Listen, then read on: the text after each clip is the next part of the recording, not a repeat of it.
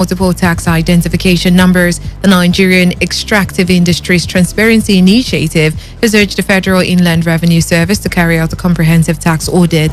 NATI, in its 2019 audit report, to urge FIRS to work with the Ministry of Mines and Steel Development to reconcile the multiple tin. The report also recommended that the government, through MMSD, should promote the development of minerals through investment in strategic and metallic minerals to boost revenue.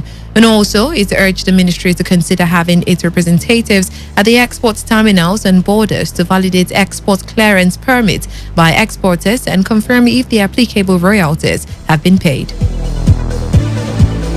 The stakeholders in the oil and gas industry, as well as the maritime sector, have stated that the country can boost the sector's contribution to the economy by about $8 billion through crude oil transportation. Group Managing Director of the Nigerian National Petroleum Corporation, Mele Kyari, and other stakeholders at the 4th Value Chain Yearly Lecture and Awards noted that maximizing the value in the two critical sectors will drastically improve the nation's gross domestic product. And speaking at the event, Kyari noted that while freight for oil shipments stands at about $5 billion, increased activities in the oil and gas sector, especially in the terms of oil production, could push the revenue to $8 billion. The African Development Bank is working with other development partners and financial institutions to deploy instruments including direct lending, equity, and de-risking facilities to support the government for the implementation of investment policies in the country. The bank will also engage a platform of the African Investment Forum in this regard. AFDB President Akinwumi Adesina gave the assurance as a panelist at a one-day investors webinar to showcase the investment opportunities in the federal government's reform and privatization activities. According to him, while the federal government had spearheaded various reforms in the banking sector that have enhanced the resilience of the financial system, there is a need to complete the bold reforms initiated to restructure the energy sector.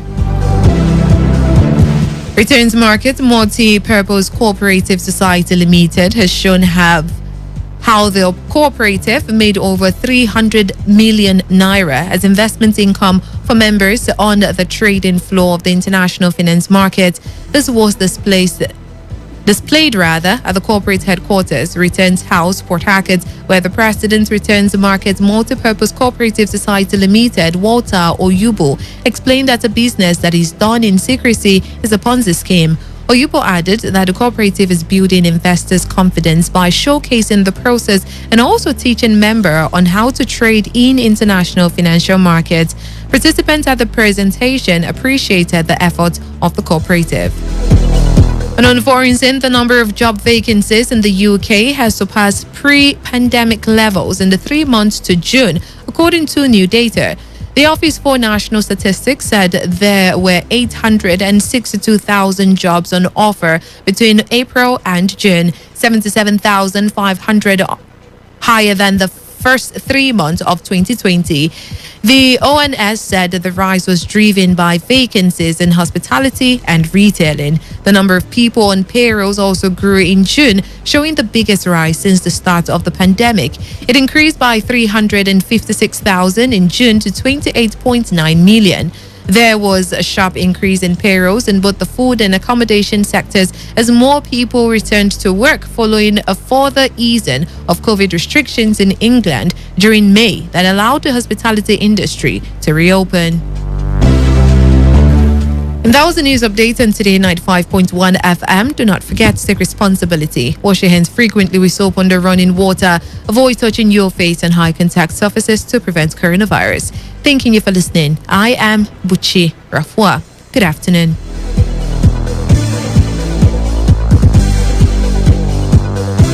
Today's news, today's entertainment, today's sports, today's issues. Today on Today 95.1 FM, Port Harcourt. This is Today 95.1 FM. To copy this tune, press 9. This is Today 95.1 FM. For current news and information, press 5. They are politicians, all of them. They know what they do. So they know how they attack each other. And To stay connected all day, press 1. The person who raised the alarm is the one who made the public know about Good afternoon and welcome to the World News on your Premium Talk Radio station. We are your premium talk radio station. Today 95.1 FM, the station with a unique dial.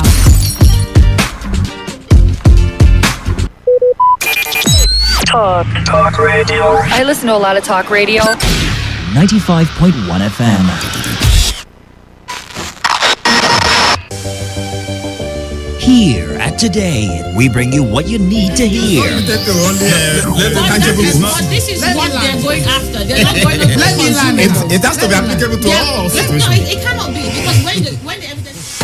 Some people are not sure of 1 meal a day in a society with such huge potentials.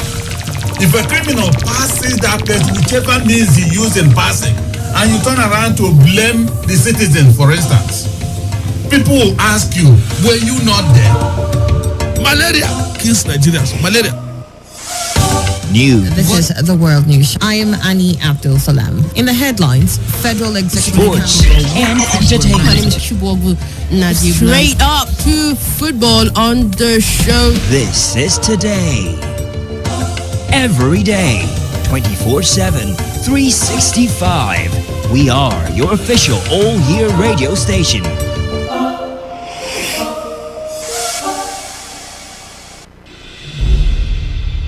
There's no adjective to qualify the failure of this APC government, a government that came into power when dollar was 170. Annie, I've always liked and followed Asha Frank, but today he wasn't stable. The man, another man, forgetting his name, stole the show. That's him. Me too, I forgot his name. He was. Annie must announce my name before you go. Must announce my name. Where would you rather be? Stay glued to this frequency. Hello and good morning. Here's a news update on Today 95.1 FM. I am Annie Abdel Salam. The House of Representatives has managed. Today, 95.1 FM. Voice of the people.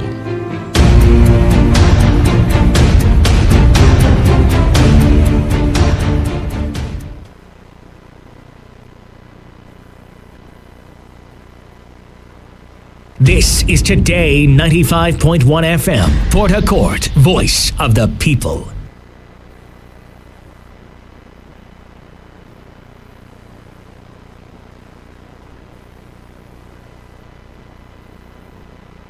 This is Today 95.1 FM. Port Harcourt, voice of the people. Today, 95.1 FM, Port Harcourt. News update. All right, thanks for staying with us. There is a breaking news. The Senate has adopted a 3% allocation to host communities in the petroleum industry bill, despite protests by Southern lawmakers at the National Assembly. The Southern lawmakers had demanded for 5% for host communities. The number in dispute is the percentage of their total operating expenses oil companies are expected to contribute to a trust fund created for host communities. Now, this has been in the news for a while since this bill was pushed up in the House of Senate. Joining me to have this conversation is our correspondent Priya Izogo.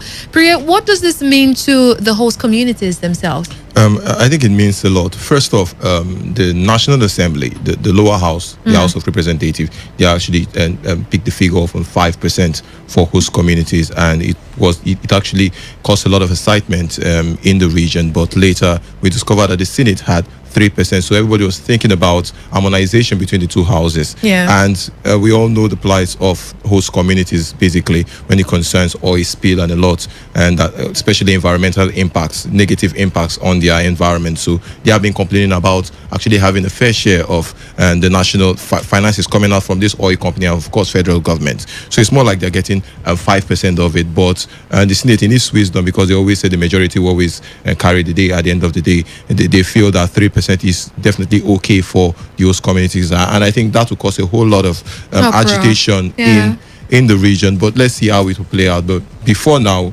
nobody was thinking about this. It was just basically complaints by civil society within the region, complaining about them having at least some fair share of the money that they actually make for the country. But at the end of the day, 3% is not good enough. But I think there should be a review, basically, maybe in subsequent time. Initially, the lower house talked about 5%, and the Senate are now adopting a 3% allocation to these host communities. Does that mean that, and like you pointed out, and like we've seen all over the news, people, NGOs, organizations are agitating for that 5%. Does this show the Senate actually representing what the people do really want, or just doing what they feel is okay?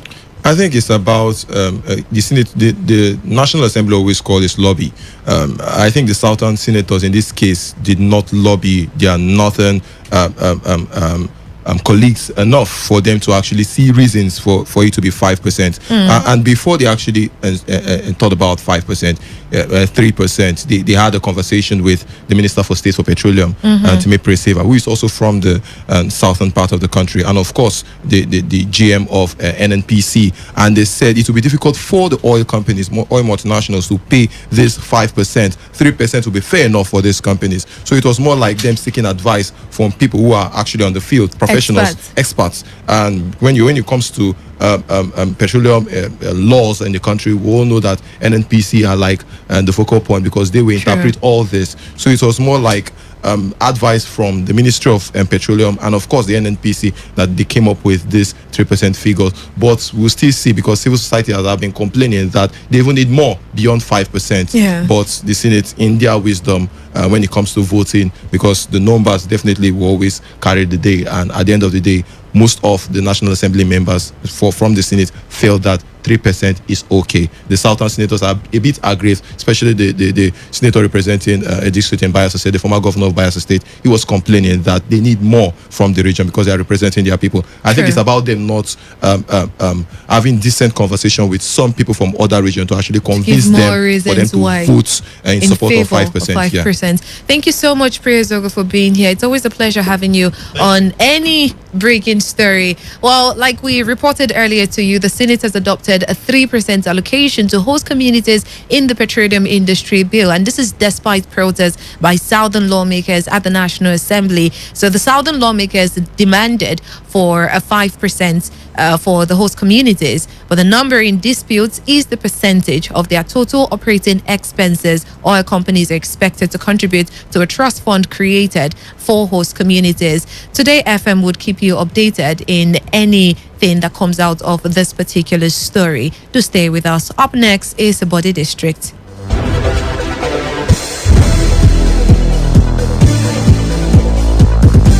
This is Today 95.1 FM, Port Harcourt, voice of the people.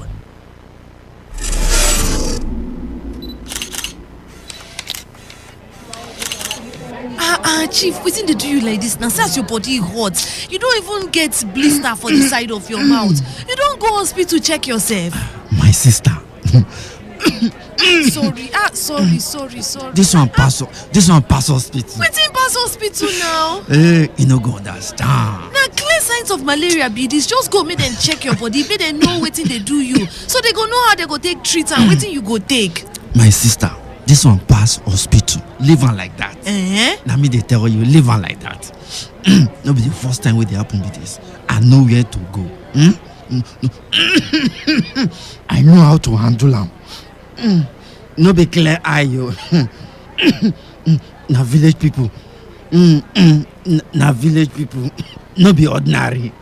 You know normal.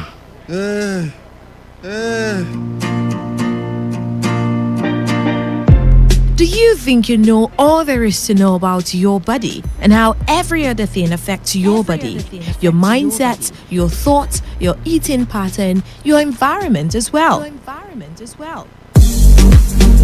Well, join us on Body District every Thursday by 1 p.m. on Today 95.1 FM.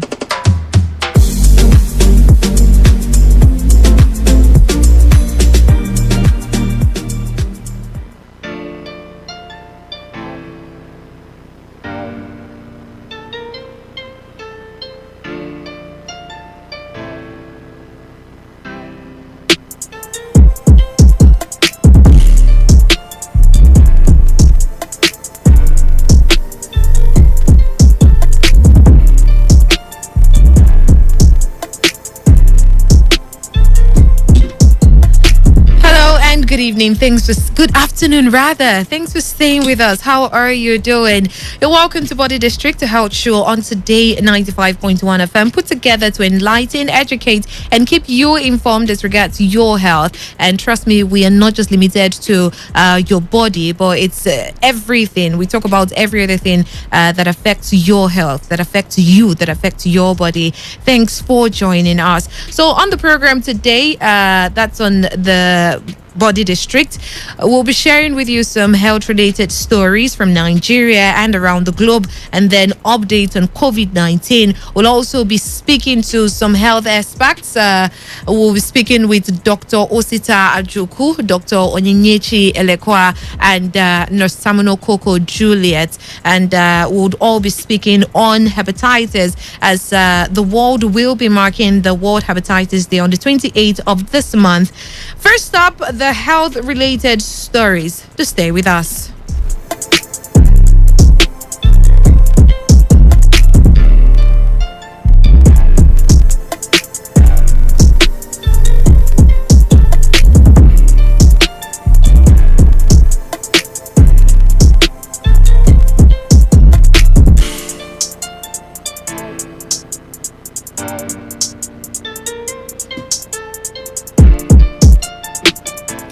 Welcome back. You're still on to Body District, and like I said, we're taking off with health-related stories. And yes, my name is Buchira Fua. So we'll take off with a report on the detained leader of the proscribed indigenous people of Biafra, IPOB, Nnamdi Kanu, as he has filed an application before the Federal High Court in Abuja, seeking to be transferred from the custody of Department of State Services, that's the DSS, to the Nigerian Correctional Service Center in Kuje. Now, Kanu, in the application he filed through his team of lawyers led by Mr. Ifeanyi Ejiofor, he decried that he has been denied access to his medical doctors. He said he might die in the custody of DSS if nothing was done to urgently address his deteriorating health condition.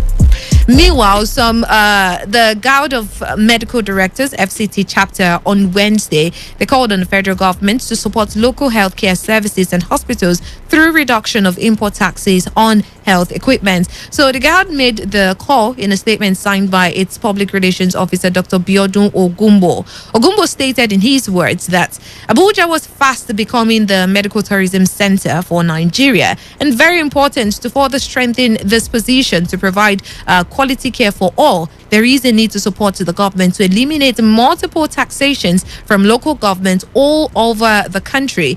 If government stops multiple taxation and reduces the cost of importation, the cost of care will come down and hospitals will be better able to deliver quality care to more Nigerians. At the moment, many Nigerians cannot afford the cost of care and are trooping to charlatans and unskilled practitioners. In his words, if government supports local hospitals by patronizing them and shunning medical tourism, healthcare landscape will improve with more confidence in the system. Now to some other story. The Speaker of the House of Representatives, Femi Bajabiamila, he says that the House is working towards amending the National Health Act to address gaps in accessing healthcare, including funding for gunshot victims. Bajabiamila, who was represented by Honorable Tanko Sununu, the Chairman House Committee on Health, he said that in the amended act, provisions were made for healthcare service providers to claim funds used to treat gunshot victims during emergencies. I really hope this helps sort out the challenges and issues some hospitals and healthcare service providers have with gunshot victims. Now to the foreign stories. The Brazilian president's office says Jair Bolsonaro is suffering from an intestine blockage and may need emergency surgery after the far-right leader endured a 10-day bout of chronic hiccups. So the 66-year-old had been complaining publicly about the hiccups following surgery on a dental implant on July 10th. Now, after 10 days of that particular hiccup, Brazil's president may need another surgery. The UN aid report shows that people living with HIV face a double jeopardy, HIV and COVID-19, while key populations and children continue to be left behind in access to HIV services. Key populations and their sexual partners account for 65% of the new HIV infections, but are largely left out of both HIV and COVID-19 responses. 800,000 children living with HIV are not on the treatment they need to keep them alive. The UN AIDS Global Aid Update 2021 launched yesterday, highlights evidence that people living with HIV are more vulnerable to COVID-19, but that widening inequalities are preventing them from accessing COVID-19 vaccines and HIV services, including the study from England and South Africa. It's actually shown that the risk of dying from COVID-19 amongst people living with HIV was double that of the general population. Now, speaking of COVID-19, let's get straight up to some of the update on COVID-19. We'll start with a global update, and some countries defend mixing vaccines after WHO suggests that booster strategy is chaotic. The Canadian and Thai health officials are defending the decision to mix different coronavirus vaccines after the World Health Organization's chief scientist suggested this week that combining doses was potentially unsafe. The WHO's Soumya Swaminathan said in a briefing on Monday that plans by some countries to administer booster shots signaled a dangerous trend that could lead to a chaotic situation if citizens start deciding when and who will be taking a second, a third, and a fourth dose. Meanwhile, WHO coronavirus dashboard shows that globally, as of 5:05 yesterday at Central European Summer Time on the 14th of July 2021, there have been 187,519,798 confirmed cases of COVID-19. This includes 4,049,372 deaths reported to WHO. As of July 14th, 2021, a total of 400,884,367 vaccine doses have been administered. Now, let's break it down for you to some of the countries that have really high confirmed rates. America has 74,091,960 confirmed. In Europe, they have 57,327,765 confirmed cases. Southeast Asia has 36,196,974 confirmed cases. Eastern Mediterranean has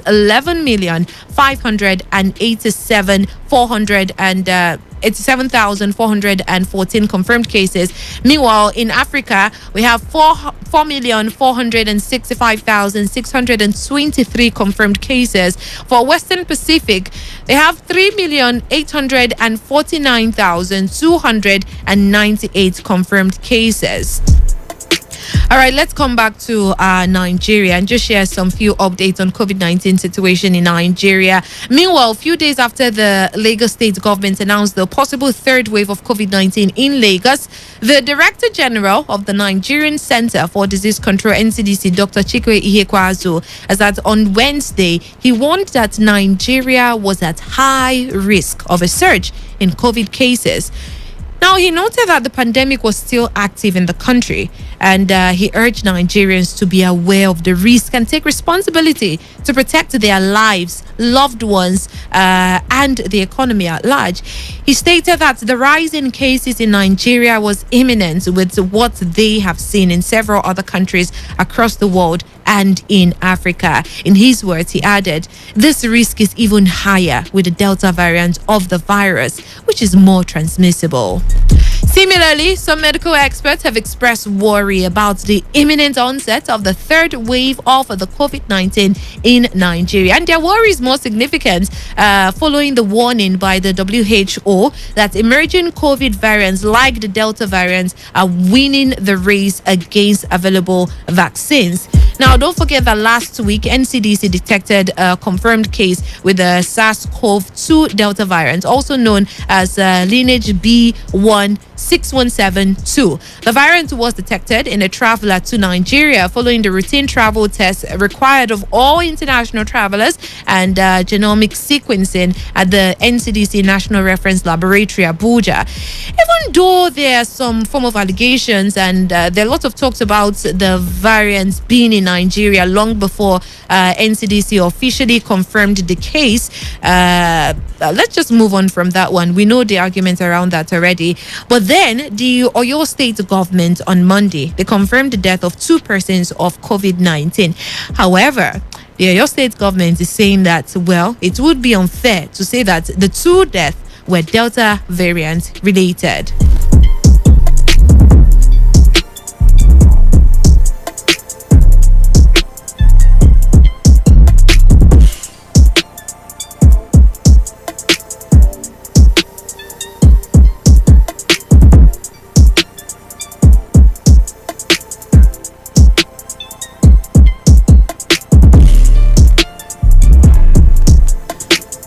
Okay, to just quickly fill us up on the updates on COVID-19 in Nigeria still.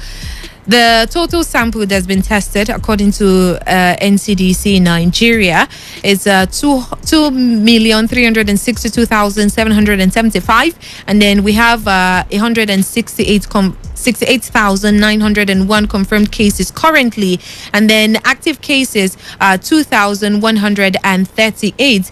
Then the cases of that's been discharged is 164,652.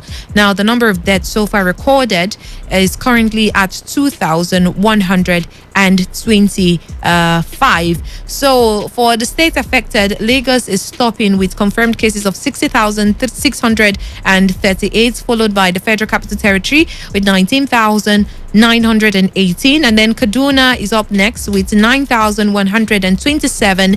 Plateau State follows with 9,068 confirmed cases. In Rivers State, confirmed cases are 7,376. The number of deaths and discharge cases, okay, we would love to take all of that, but for the sake of time, because of what we have to discuss shortly on the program, we'll just have to step on our brake pad on that particular one. But just to, before we wrap up the COVID-19 updates in Nigeria,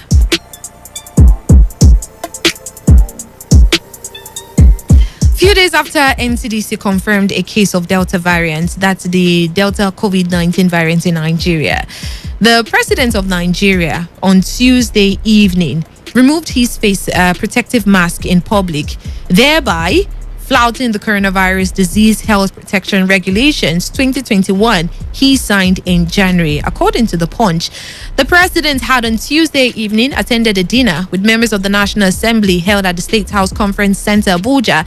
Now, there are photos of the event posted by the personal assistant to President on broadcast media, Buhari Selo, show that the president arrived at the event with his mask on, but later removed it inside the conference hall. And also, photos of the event showed the president without a mask on, interacting with Vice President Yemi Osibanjo, Senate President Ahmad Lawan, House of Representatives Speaker Femi Bajabiamila, who all had their mask tightly fitted. So, Tuesday evening was not the first time the president removed his mask in public. He had removed his mask in January 2021 at a public event in his hometown in Daura, Katsina State.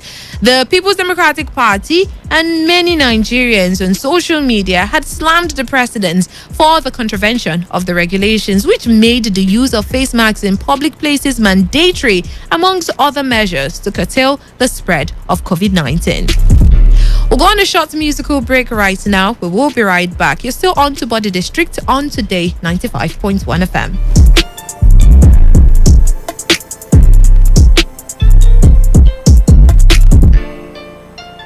This is Today 95.1 FM, Port Harcourt, voice of the people.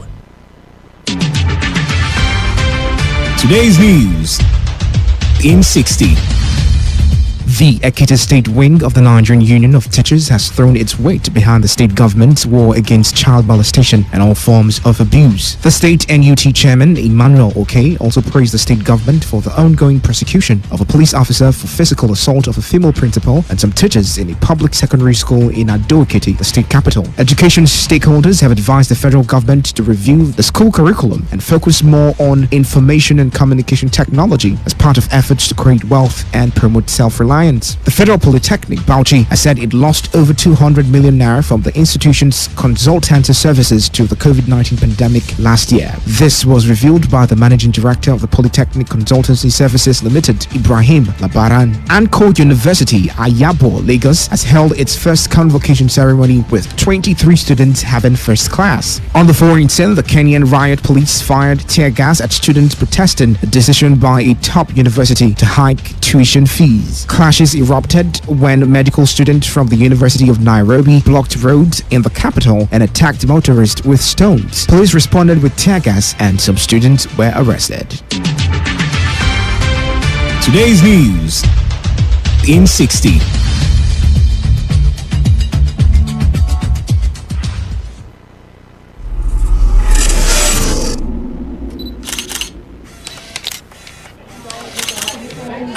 Chief, wetin dey do you like this? Now, since your body hot, you don't even get blister for the side of your mouth. You don't go hospital check yourself. My sister. Sorry. This one pass hospital. Wetin pass hospital now? You no go understand. Na clear signs of malaria be this. Just go make them check your body, make them know wetin dey do you, so they go know how they go take treat and wetin you go take. My sister, this one pass hospital. Na me dey tell you, leave am like that. No be the first time wey dey happen be this. I know where to go. I know how to handle am. No be clear eye o. Na village people. Na village people. No be ordinary. E no normal.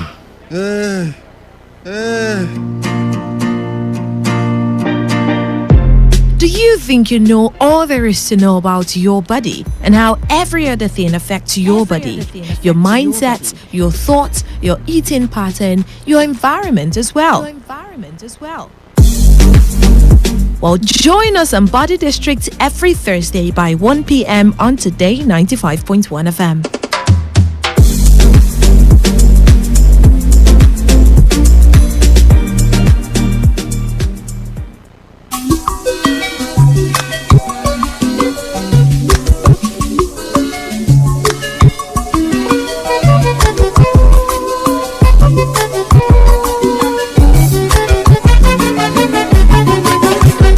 Have you seen my beautiful baby? Have you seen my tomato baby? Oh, ELA, baby, suffer the cool me temper. Ada, baby, na sugar. Yo. Everybody they wait. Utakene no more. If I didn't maka, better soup na money kilamo. Ada mwa pekem ya. Ada.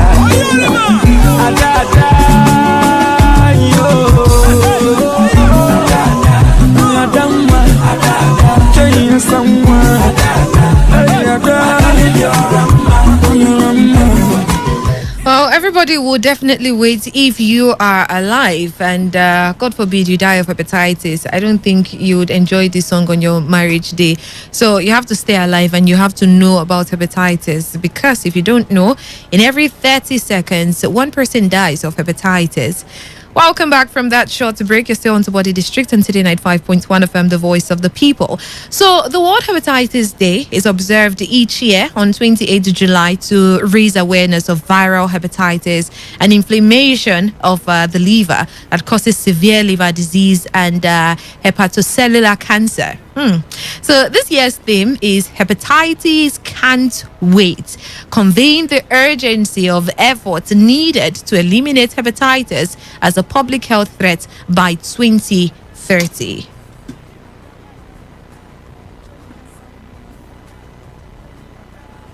Every 30 seconds, someone loses their life to hepatitis.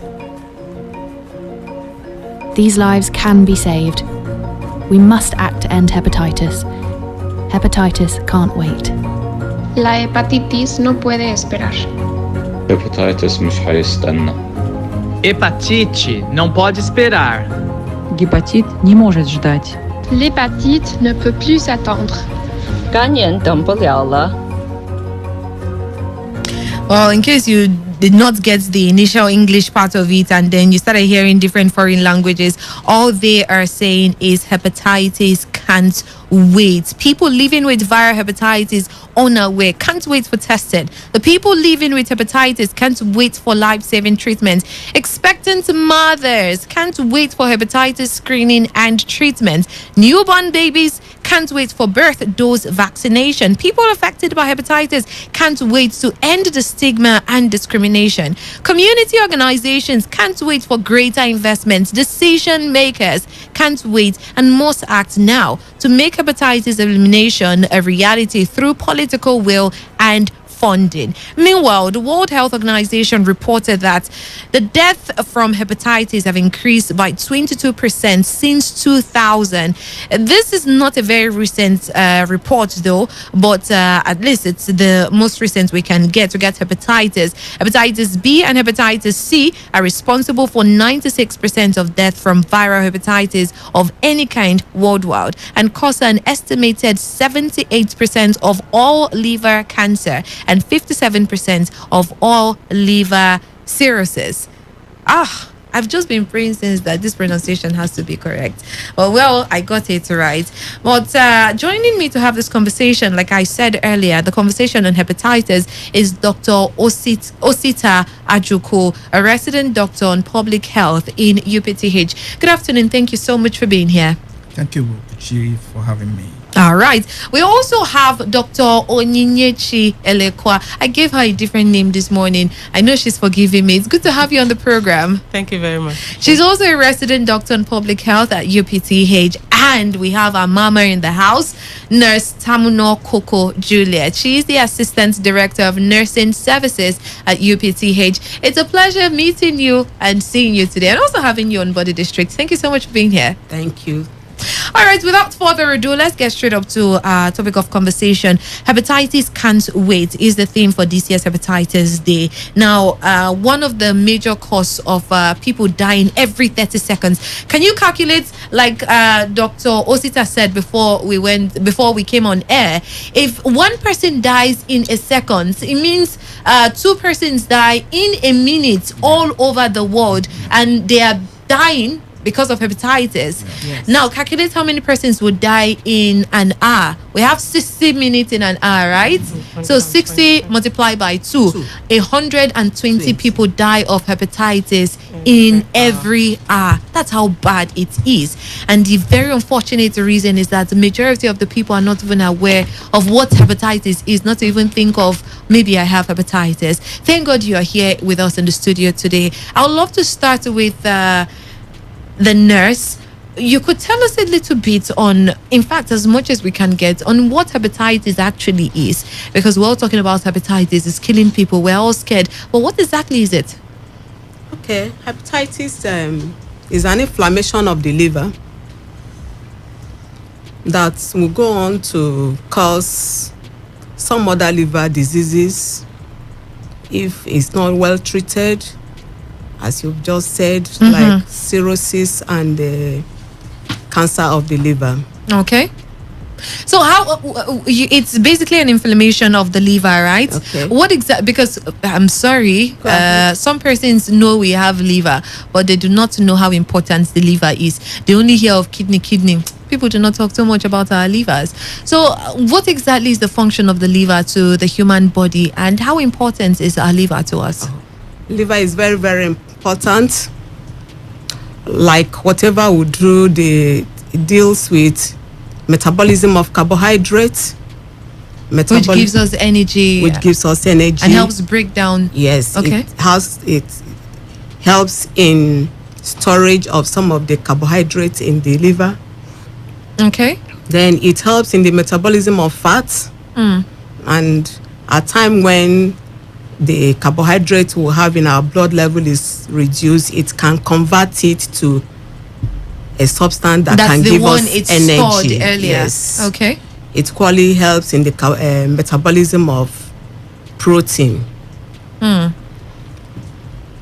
Then energy supply helps equally in dealing with some of the hormones that the body use. The liver actually has so many functions that you see that it needs to function effectively for human being to stay alive. Very good. Well, thank you so much for sharing that with us. Now, let's talk about hepatitis in general now. We know it's an inflammation of the liver, right?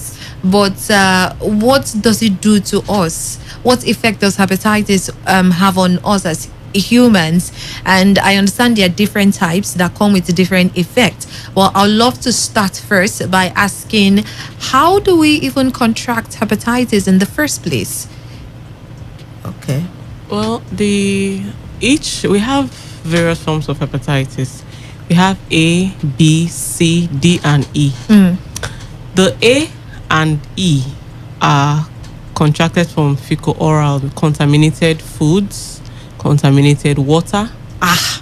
That's A and E.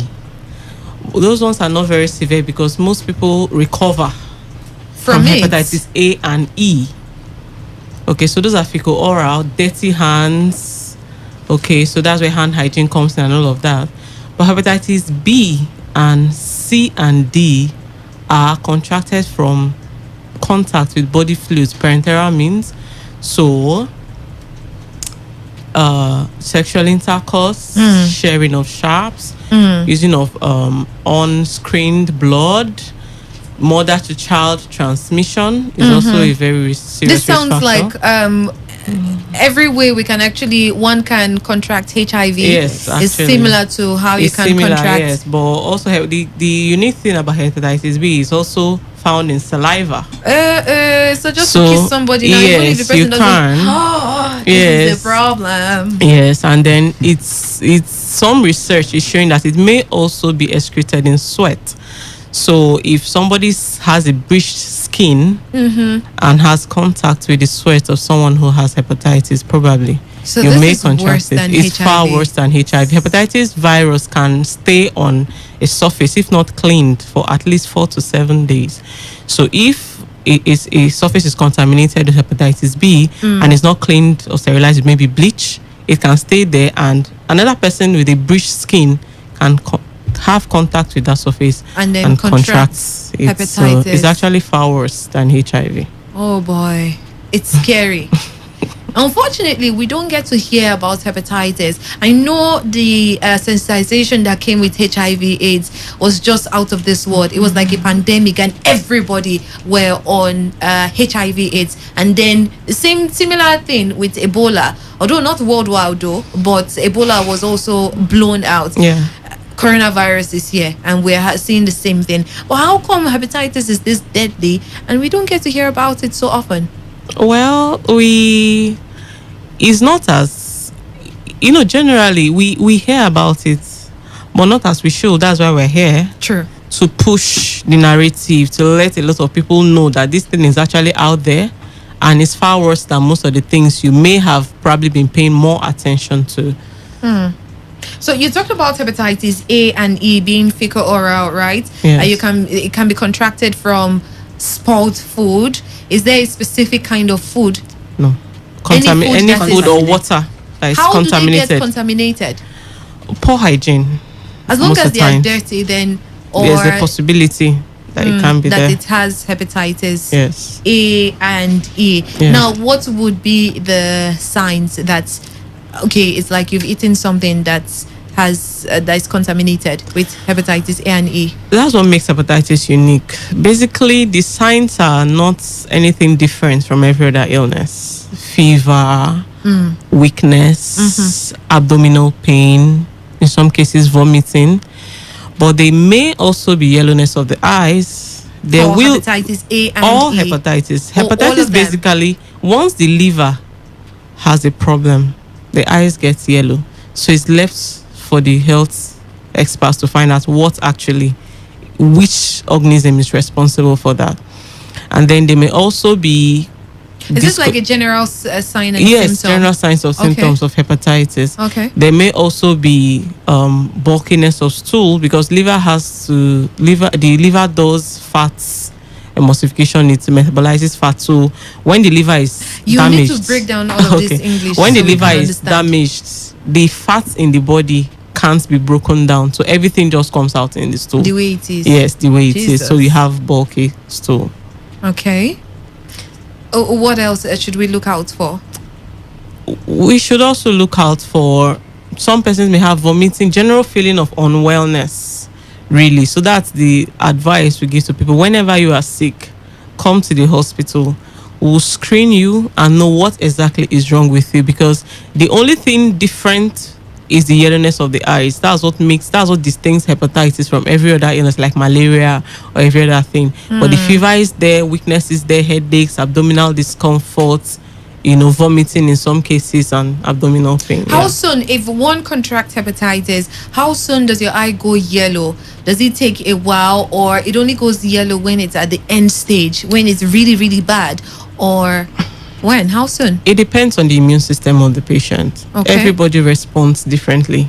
Okay. One person might have hepatitis and may just have very mild symptoms, and it goes away and keeps staying in the body. Like hepatitis B, C, and D have what we call a chronic state. So when someone A and E, the person gets sick and gets better. Okay. Okay. But the hepatitis B, C, and D remains in the system. Even when the person is no longer ill, when the person is hale and hearty, up and about, we have what we call the coronary carrier state. So it stays there, and that individual can transmit to others while he or she is healthy, apparently. Wow. Okay. While some other persons will get infected and get very ill immediately and have acute liver disease, that's the liver gets damaged so fast and all of that. While some other persons may have the hepatitis, get ill a while, get better, and then much later they crash again. By then you do a scan of the liver, it's more or less fried. That's what we call the liver cirrhosis. The liver is scarred. Okay. So the duration of the illness or the onset of severe disease is actually based on the individual. All right, let's quickly move on to the vaccines and treatments for hepatitis. Dr. Osita, I understand that there are some vaccines for some type of hepatitis. Which type or form of hepatitis do we currently have vaccines for, and how are they administered? Yeah, thank you very much. We have vaccines for hepatitis B. Okay. And that's why we're here. We in the Department of the Community Medicine, University of Port Harcourt Teaching Hospital, and the Association of Public Health Physicians, and then the National Association of Epidemiological Association of Nigeria. That's why we're raising this campaign that you come and be tested, so that if you are tested and you are free, you'll be cancelled on the way forward.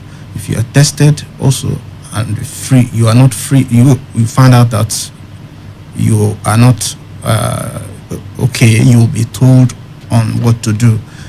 We have the vaccines in the for just hepatitis B. Yes. Now, is this because hepatitis B is the most common? Yes, it is the most common that you have, and in 80 to 90% of cases, hepatitis B is the most common. Which is one of the deadliest form of hepatitis. Yeah. Yes, it's one of the deadliest. So that's why we concentrate on hepatitis B, and there is a vaccine for that. So outside the one you guys are concentrating on currently, do we have any other vaccine for the other forms of hepatitis, probably for C and D, which are also deadly? There is a vaccine for A. Yes. Okay, interesting. Just A and B, that's all we have. So the ones they give to children is which one? Because I know some kids get vaccinated. Which one do they administer to children? The one we'll give to children is hepatitis B. Okay. And we'll start immediately the child is born the first day. we'll give hepatitis B0. Then the baby comes after 6 weeks to have another dose of it, 10 weeks and 14 weeks. Now, what does this vaccine do for the child? It just helps the child to develop immunity against hepatitis B. Do they need to come back anytime in their grown age to still get vaccinated, or as soon as you're vaccinated once and that's all? No. At times when they are at the secondary school stage, they can come for booster dose. Okay. So it's just to booster and help, but the initial one does a whole lot. Yes. And when you grow to a certain stage, you get the booster shots. Yes. So after that stage, when we are now old, like people like myself and my fellow old people that are over 50 years, do we need to come back for another booster shot, or just having that second booster shot can keep you safe for the rest of your life? It depends on research. You know, we are in a dynamic age. Yeah. At times, there was a time it said that it gives you 10 years protection. Okay. But I think that if a child has taken the complete dose and take a booster dose, and when the child grows up, I know that in some primary schools and secondary schools, they teach them some infectious diseases and how to, especially now that the health system is escalating a lot of these infections, how to protect themselves. But even at that, we have adult immunization on hepatitis B. Okay, that's actually good to know. Now, let's get to the treatment, right? We've talked about the vaccination. You said the hepatitis A and E, which are fecal-oral, and they can be contracted from contaminated food and surroundings. And water as well, they can be treated because the symptom is similar to food poisoning and every other kind of illness that comes with contaminated food and water. But then it means that can be treated. So hepatitis B, C, and D, and currently we have vaccines for just hepatitis B. Can they be treated if one you've not gotten the booster shot or the the vaccine?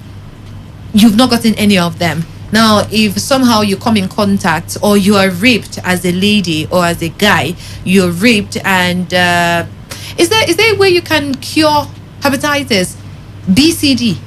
They have no cure. But if one is exposed, rape, or like we in the health sector, you get an accidental prick. There's what we call post-exposure prophylaxis. Basically, you are giving something to protect you from contracting it. It's also available in HIV. How long would you stay before taking that thing? Usually, when one is exposed like that, the first thing we'll test is we'll screen you if you have the disease before the exposure. Okay.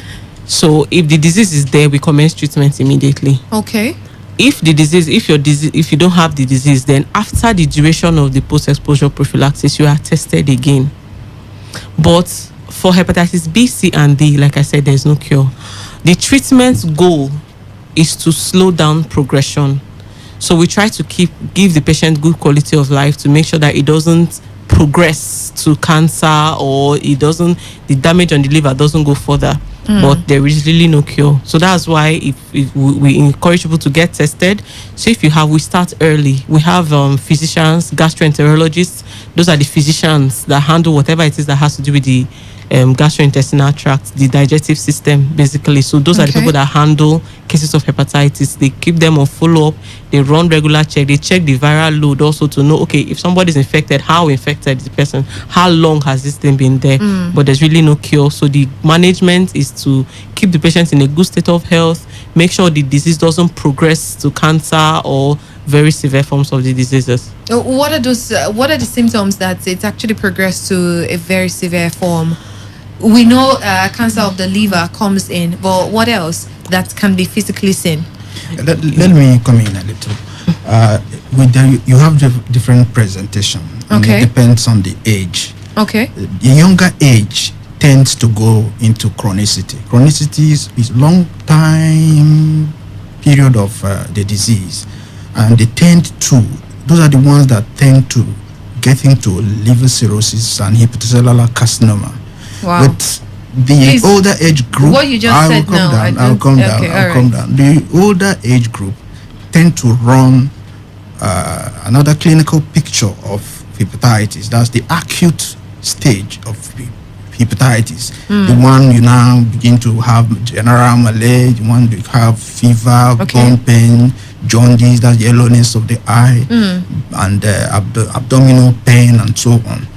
And so, but there's another clinical presentation, the fulminant hepatitis. That one can kill in a very short period of time. Wow.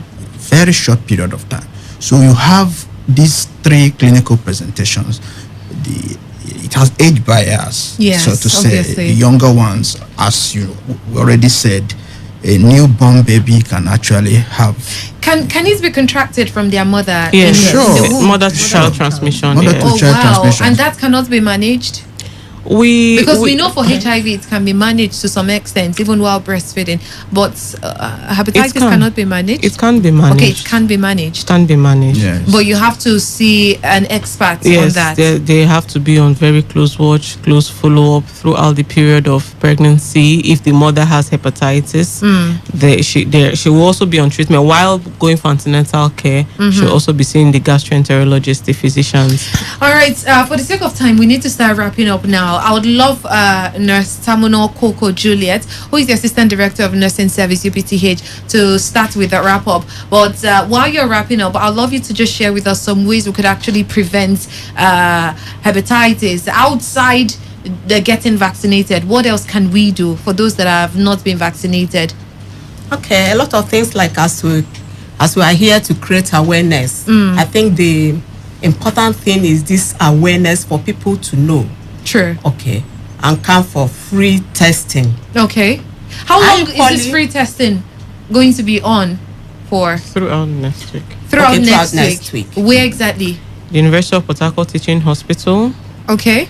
The University of Port Harcourt Teaching Hospital Primary Healthcare Center, Omoko Alu. Okay. The Obio Cottage Hospital and the River State University Teaching Hospital. That's former BMSH. All right, thank you very much. I'll need this detail so I can also share with people in other the programs. Vaccines will also be available. Beautiful. Free for testing children, too? For children. The vaccines? No, free testing for the everybody. testing is free. Okay. The testing is free. The vaccines will also be available for adults. All right. Yes. All right, your final At a words, subsidized please. cost. In just 10 seconds, if you Okay. may. We are talking about prevention. Okay. I advocate that people go to know their status. All right, thank you so much. And it is done every year to know. And young girls should say no to, or young people should say no to unprotected sex. Which is the most common way of being Sharing of transmitted. sharps. That's Nurse Samuno Coco Juliet, the Assistant Director of Nursing Service at UPTH. Let's get your final words, Dr. Osita Ajoko. Yeah, the team. In 5 seconds Yeah, this the time. team, his hepatitis can't wait. Yeah. And I say, you listening to me, you can't wait to be tested. You're a driver, you can't wait to be tested. The newborn baby, Everybody can't wait to be everybody can't tested. wait to be tested. Let's get to hear from you, Dr. Onyinyechi Elekwa. Everyone should take advantage of the free screening and get vaccinated, because as an adult, if you get a complete 3 doses, you're covered for life. All right, thank you so much. Dr. Osita and Dr. Nyechi are resident doctors on public health at UPTH, and Nurse Tamuno Coco Juliet is an assistant director of nursing service UPTH. Thank you so much for being here. Well, that's all we have for you today on Body District. I hope you've learned something, and I really hope that you go for this free testing and know your hepatitis status. You know, people are usually scared of sex because many a times they think of HIV and they think of getting pregnant, but they actually worse things you can contract in unprotected sex. So know your status today. Get tested. Hepatitis can't wait. My name is Buchira Fwa. It's been great speaking with you, even if I didn't get to hear from you. Enjoy the rest of your afternoon. The news update comes up, and you're still on to Today FM. The program Time Belt is still the hustle. Just stay with us.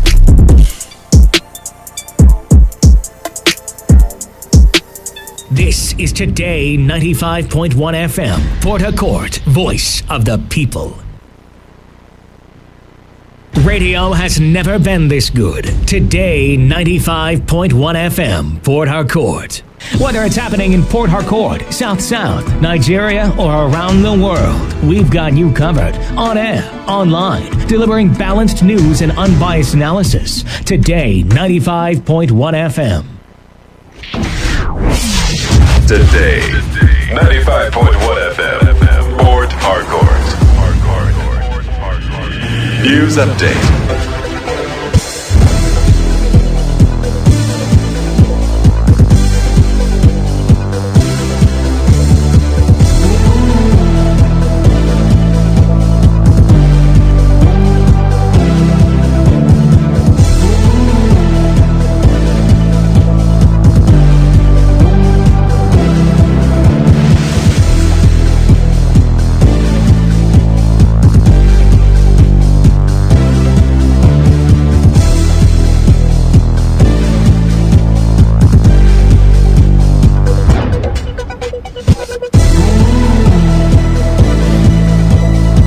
Good afternoon. Here is the news update on Today 95.1 FM Port Harcourt. I am Buchi Rafua. The Senate has adopted a 3% allocation to host communities in the petroleum industry bill, despite protests by Southern lawmakers at the National Assembly. The Southern lawmakers had demanded for 5% for host communities. Senator Siriaki Dixon, former governor of Bayelsa State, opposed to the 3% for host communities. The number in dispute is the percentage of their total operating expenses oil companies are expected to contribute to a trust fund created for host communities. President Muhammadu Buhari says the construction of rail line is crucial to the connection of major commercial cities in the country. The president said the railway will help provide goods and services for the viability of the inland dry port located in Ibadan, Kaduna, and Kano. President Buhari made the comments at the presidential groundbreaking ceremony of the Kano-Kaduna Rail Corridor in Kano State. The president also said the Federal Ministry of Transportation and Ministry of Finance are working to engage co-financiers to conclude financial agreements to partner with the federal government for the development of Ibadan to Kano Railway. The Minister of Transportation, Rotimi Amechi, has revealed that over 20,000 persons were recruited for the construction of the Kano rail line. He said it was a directive from the president while speaking at the presidential groundbreaking ceremony of the Kano-Kaduna rail corridor in Kano State. The minister dismissed some social media claims that the Port Harcourt-Maiduguri rail line has been cancelled, just as he said the ministry is waiting for the approval of the Senate for the loan. Senator Ibrahim Dambaba on Thursday emerged the new deputy minority whip of the Senate. Senate President Ahmed Lawan read a letter appointing Dambaba to the opposition on the floor of the Senate. The letter was signed by the National Secretary of the People's Democratic Party, Ibrahim Swari.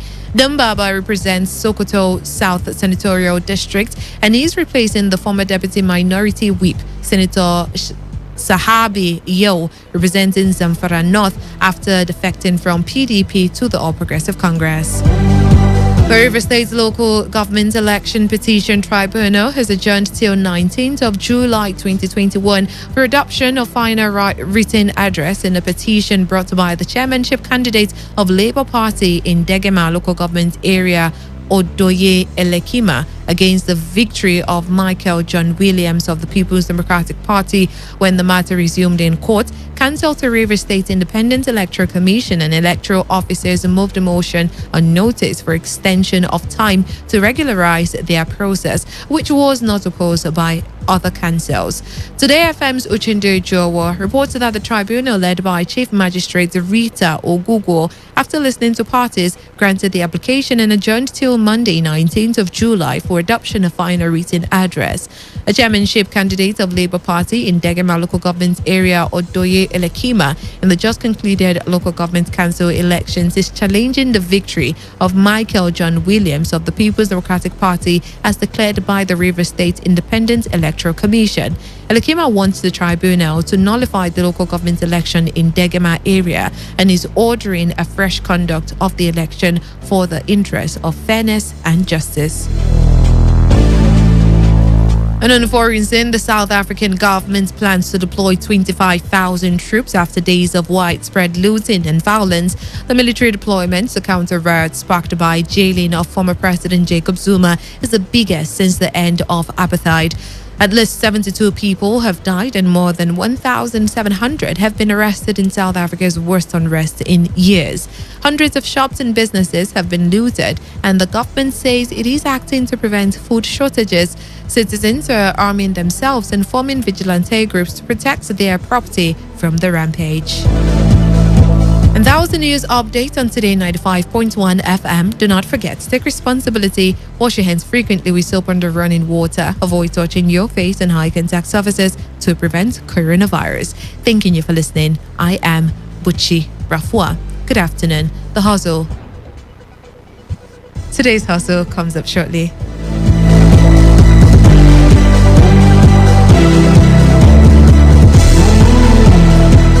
Today's news, today's entertainment, today's sports, today's issues. Today on Today 95.1 FM, Port Harcourt.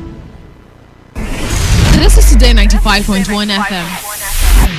To copy this tune, press 9. This is Today 95.1 FM. For current news and information, press 5. They are politicians, all of them. They know what they do. So they know how they attack each other. To stay connected all day, press 1. The person who raised the alarm is the one who made the public know about. Good afternoon and welcome to the World News on your premium talk radio station. We are your premium talk radio station. Today 95.1 FM, the station with a unique dial.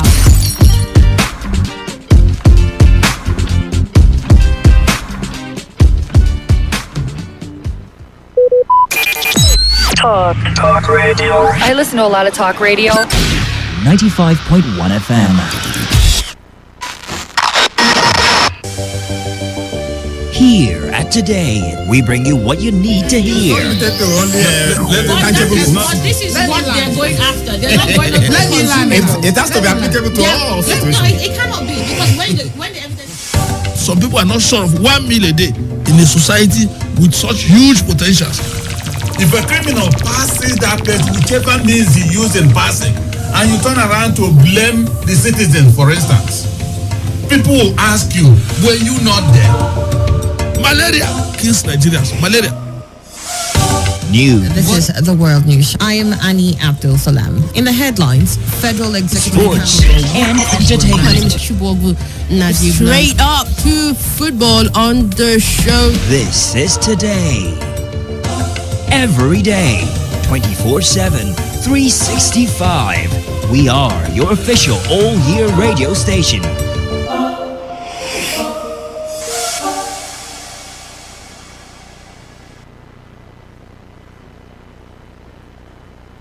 Body's objectivity. We raise the bar in examining the good, the bad, the sordid, everything that has to do with society.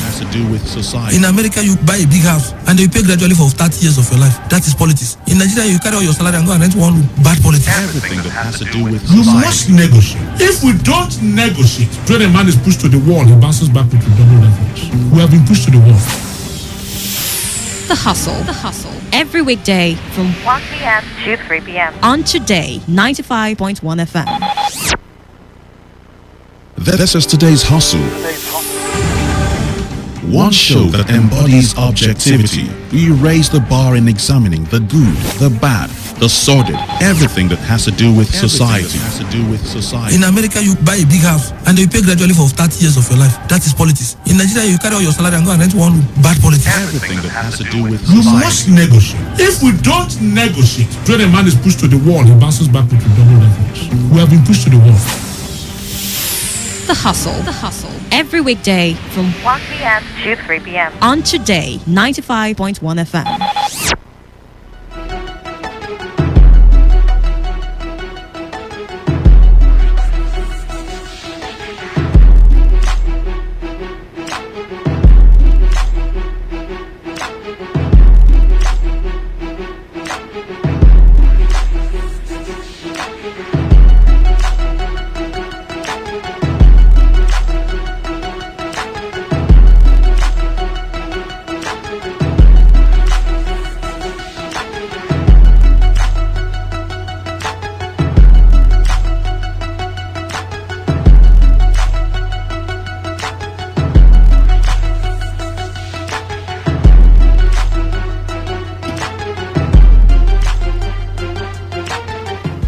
All right, 10 minutes can pass the hour of 2. Thank you for sticking to the dial 95.1 FM. That is the brand Today FM, your premium talk radio station, the voice of the people. And it's time for us to have the segment Today's Hustle with yours truly, Kalada. And it promises to be a very interesting program. Before I jump into the conversation for today, I like to do lunch. I like to give out lunch to someone like I did yesterday. Hopefully someone got it yesterday. I'm yet to get a feedback, but hopefully someone got it yesterday.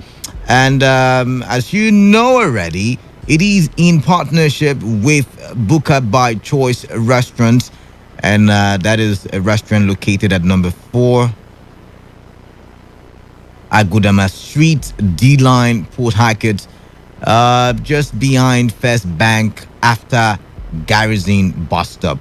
Okay, just in case you do not know, you've not heard me talk about it, the Booker by Choice restaurant is an indigenous restaurant that specializes in local and continental dishes daily prepared for customers. They also prepare natural fruit juices on a daily basis from the available fruits in season from the local markets. Apart from the known delicacies like rice and swallow, like we say in our local parlance, they have trademark dishes like ewa, agoyin, amala, ewedu, ofada rice and sauce, chicken and beef shawarma, spaghetti, jollof, etc. Regular dishes are jollof rice, coconut, fried rice, semovita, gari, eba, fufu, wheat soups. Wheat, I beg your pardon. Soups are egusi, vegetable or native or kazi, afang, okra soup. They also have goat meat, cow tail, cow leg, cow head, catfish, croaker fish, chicken and turkey, snail, gizzard, and dry fish, both as protein and in pepper soup. So you want to go there and just have a swell time with all the dishes that they have in store. Also, they have a mini karaoke bar if you want to go, drink, hang out with your friends, sing. That's the place to be. That's the place to be. For my sake, just go patronize Booker by Choice Restaurant because they are partnering with me to give out lunch every day, like I will be giving out today too. They also have a 3 mini hall or 3 mini halls that can contain 40 to 60 persons, all fully equipped with public address systems, banquet seats, 55 smart screen TVs for presentations and online streaming, all fully air conditioned. Once again, the address is number 4 Agudama Street, D-Line, behind First Bank after Garrison bus stop, Port Harcourt. The opening hours are 7:30 a.m. to 8:30 p.m. Monday through Saturdays, and on Sunday 1 p.m. to 8:30 p.m. So you want to run there, like I said, go grab breakfast, lunch, whatever you want to eat. Booker by Choice Restaurant can make it happen for you, right? Phone numbers, just in case you want to make delivery or you want to make inquiries. The numbers to call are 080 5566 0044. I take it again, 080 5566 0044. And the other number is 080 29 148 740. 080 29 148 740. Now, just like yesterday, the first person that will run over to the location, I've already given the address like 2 or 3 times. If you can run to the location, the first person to go there and use the code Kalada, you get yourself a free lunch for today. The first person to go there and use the code Kalada, you get yourself a free lunch for today. For those of you who would like to patronize Booker by Choice, you want to buy something right about now and you can't make it to that location, like I said, you can call the numbers or you can use Jumia, what's it called again? Jumia Foods, I believe that's what it's called.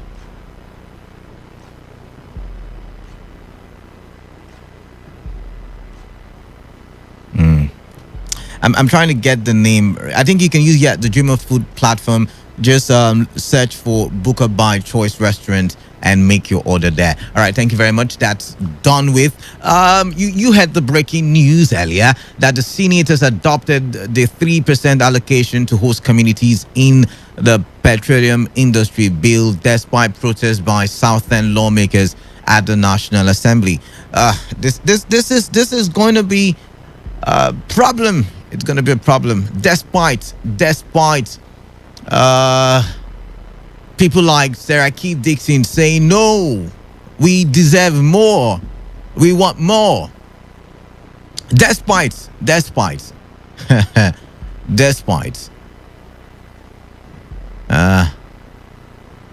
Senate still adopted 3%. And before they were saying 5% too. But you know what? We'll keep this conversation for another time because while this was happening, I thought of something. I thought about the south and the southeast region and how together over the years, for more than 15 to 17 years, they've been crying. They have been agitating. They've been clamoring. They've been saying we are not treated good enough, even though we add a lot to the economy of Nigeria. If we focus on the South, for instance, the mainstay of the economy is gotten from that region. If we focus on the Southeast, for instance, you and I know that a lot of trading and economic activity that goes on in Nigeria is from the people from that region. When there was the sit-at-home order by Nnamdi Kanu, whether it was forced or not, that's not the issue. The fact is that economic activities were affected in Nigeria. Economic activities were affected. So when you look at these two regions, you want to say, hey, these guys are the revenue generators for Nigeria, or major revenue generators for Nigeria. And their agitations have, been similar. We've had, secession conversations from people like IPOB. We've had financial control or autonomy from people like, okay, I'm not going to call group names in the Niger Delta, but you know them. They have been agitating. We saw militancy. That's the name they gave them, not me. We saw militancy in huge operation at the time, and it was because, like I said, they were calling for financial or resource autonomy, or some kind of autonomy where the region can or should be able to govern itself or control its resources, as the case may be. But beyond these issues, in recent times, even the rest of Nigeria, apart from these regions now, have also joined the fray, and they've said, see, we need to restructure. The country isn't moving as it should. We need to, restructure the country. We need to push the country forward. We need to push the country, and for us to push the country to the promised land, we need to restructure. And restructuring means that we need to change the current system. And some people said, instead of governance being from the center to the bottom, or from the top to the bottom, we need to move it from the bottom to the top, or the bottom to the center. And there has been arguments, and people have said all sorts. And if you look at the news, the breaking news that was, before us not too long ago, is that despite the cries from the south, the producer of oil that keeps the country going, 3% is what is still allotted to oil producing communities. I remember we had the conversation a while ago. Oil producing communities does not necessarily mean people who produce the oil. If pipeline pass through your community, then hey, you are an oil producing community. But that's not the argument yet again.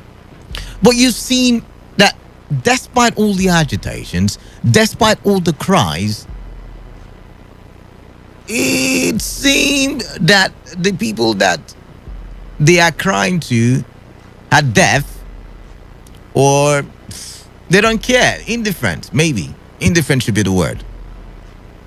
So I got thinking, and by the way, today is all about my view. You know, this all of this is from my head. You know, I'm thinking. So I got thinking. How did we get here?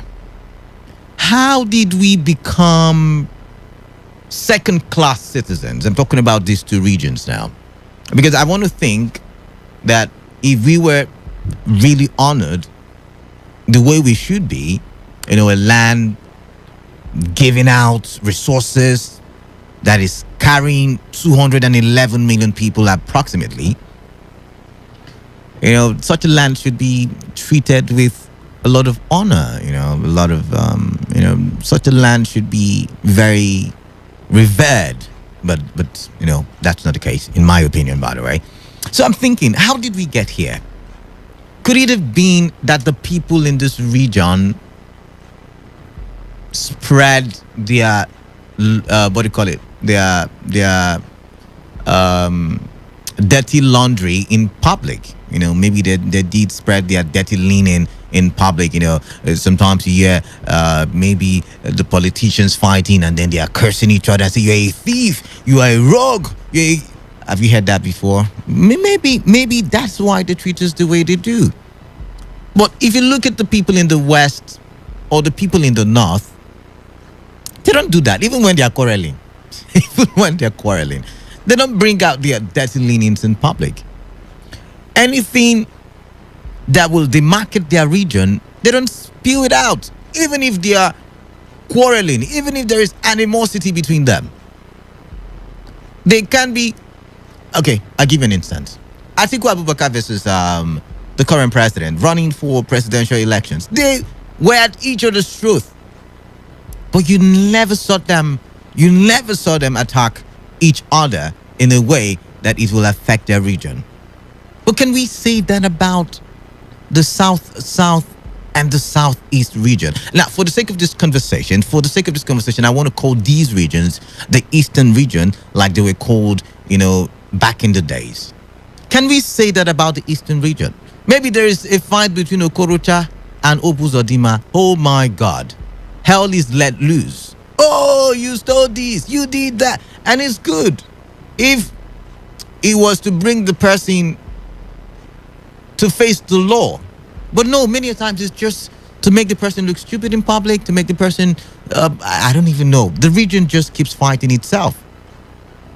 And, you know, philosophy or philosophers will tell you that you are probably addressed the way you dress.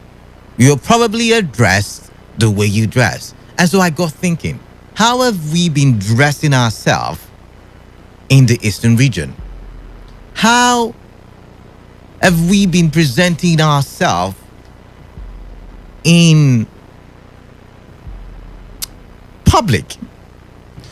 I'm thinking yet again, do you think if this oil or the natural resources that we have was found in the Western region, that's the Southwest, that they will have been treated the way that we are treated? You know, I'm not, everybody knows I'm not a tribal person. I'm not an ethnic person, but it's time we have this conversation. We inside, we the stakeholders, we the members of this region, have we really dressed ourselves properly? I mean, even in the Senate, we're not recognized. Have we really dressed ourselves properly? Have we played the politics the way it should be played? Because I know we love to blame the other regions for our problems. Oh, it is this region that is causing it. It is that region. But really, the stakeholders in our region, what have they really done to develop the place in terms of infrastructure? Now, you see, Everybody talks about Lagos these days. But I remember when democracy started, we had Olusegun Obasanjo as president. And at the time, Lagos State had Tinubu as governor. And, Lagos State was an opposition state. And Tinubu and Obasanjo were not in good terms. And that affected the allocation that was going to Lagos State. But you see, Lagos State built itself, dressed itself so well. Lagos State dressed itself so well that when it appeared in public a few years later, it became a force to be reckoned with. Everybody wanted to go to Lagos. Every investor wanted to invest in Lagos. Even the oil companies in the eastern region relocated to Lagos. Why? Lagos dressed itself or herself so proper that she could no longer be ignored. Are you thinking what I'm thinking? Are you thinking what I'm thinking? Is it time for us to come together, irrespective of our political affiliations, of our tribal affiliations or religious affiliations, and see how we can begin to dress this region, the eastern region, properly? When I say eastern region, I'm talking about the South. I'm talking about River State, Bayelsa State. I'm talking about Delta State, Edo State, Cross River, Akwa Ibom. Yeah? And then we move to Abia State, Imo State, Enugu, Ebonyi, Anambra. All of these states, we see how we can develop it so well. We might not have all the money, but we can do investment. For instance, Edo State has got a modular refinery ready. Cross River's got what? Rice mill and some other things. River State got cassava processing plant. More can be done. Imagine all of these things are consolidated. More investments. And then each of these states begin to generate enough enough power for electricity, and then there's an agreement with the transmission was TCN, Transmission Commission of Nigeria, I believe. There's an agreement, and in that agreement say, okay, we are going to give you this amount of power. 80% will go to the region, while 20% will be added to the national grid.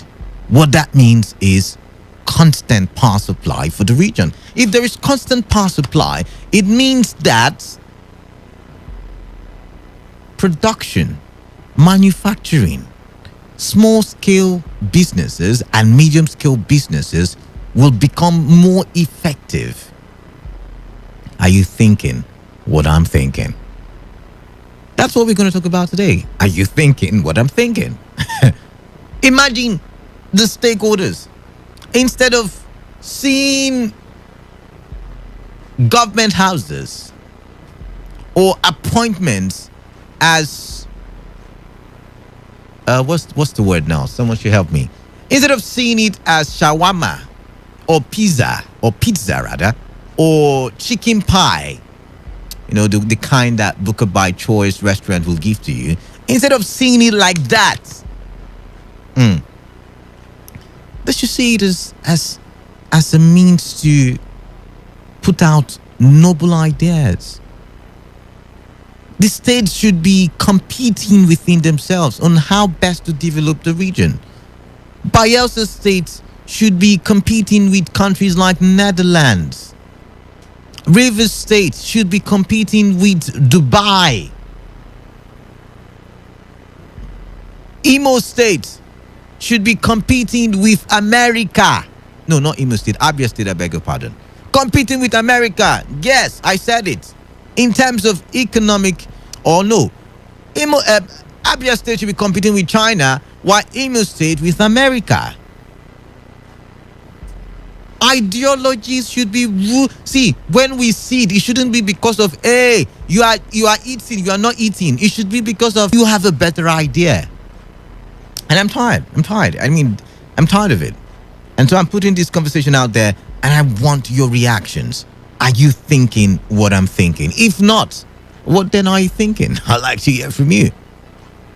Can the stakeholders in this region, for the sake of this conversation, I am calling the region the Eastern region. And it's not political, it's not for any secession cause or any of that. It's just for developmental conversations. For the sake of the Eastern region, can the stakeholders, political elites, tribal elites, traditionalists, can they work together, irrespective of affiliations and bias? Can they work together and develop the region? Just maybe, if we are so developed, we will no longer be ignored. We will no longer be ignored. That our lawmaker will come up and say, no, we don't want 5%, we don't want 3%, we want this. And they will not just, disperse us with the wave of a hand. We will no longer be ignored. We will become a force to be reckoned with, like Lagos State. I go for a quick break. When I return, I will open the phone lines and I'll get to hear what you're thinking. Stay tuned.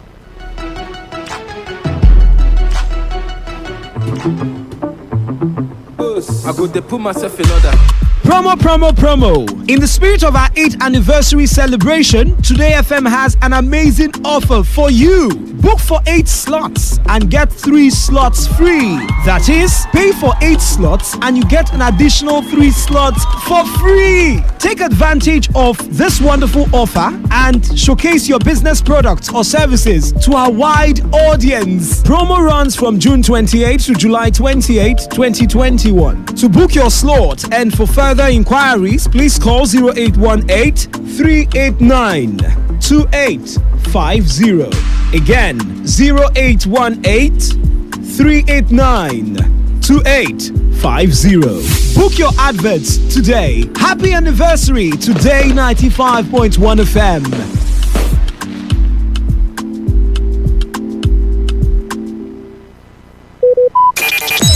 Talk radio. I listen to a lot of talk radio. 95.1 FM.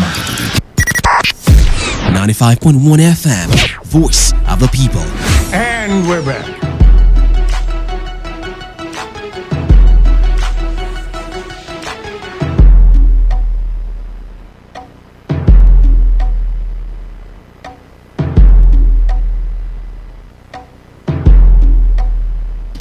All right, welcome back. I will open the phone lines now, but just before I do that, I want to remind you, for my sake, go patronize Booker by Choice Restaurant, located at number 4 Akodama Street, the line behind First Bank, after Garrison Bus Stop. And anything, any kind of dish you want, I believe that they can, local, intercontinental, like we love to say, they can give you. And they also have a mini karaoke bar where you can have fun with friends and family members, loved ones generally. Go sing, have drink and beverages, and just enjoy yourself. And they also have 3 mini halls or 3 halls that can take up to 40 to 60 people, and it can be used for events, seminar, and it's fully equipped, air conditioned, 55 screen, TV screen, for presentations and all of that. They also have other appliances that you would need. So just rush up there, and remember, the first person to go there with the code Kalada gets to win himself or herself lunch today. So yeah, the numbers to call in case you want to make an order. But if you want to make an order, by the way, you can use the Jumia food platform.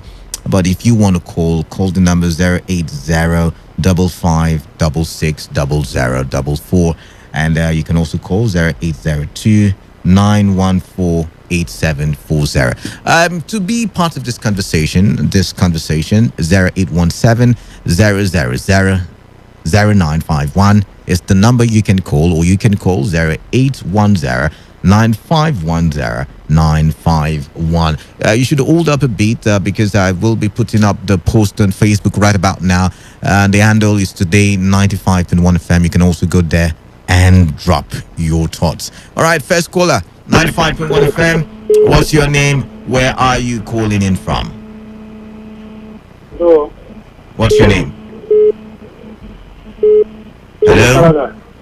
All right, moving on. 95.1 FM, lost that one. Keep your calls coming in. Let's get to here. In case you're just joining us, we are looking at my view today. And my view is we in the eastern region, that is the south, and the southeast, have we dressed ourselves properly in public for us to get the kind of address that we want? Have we behaved properly? Have we developed our place very well so that the rest of Nigeria can begin to respect us and also bring the kind of development that we want them to bring?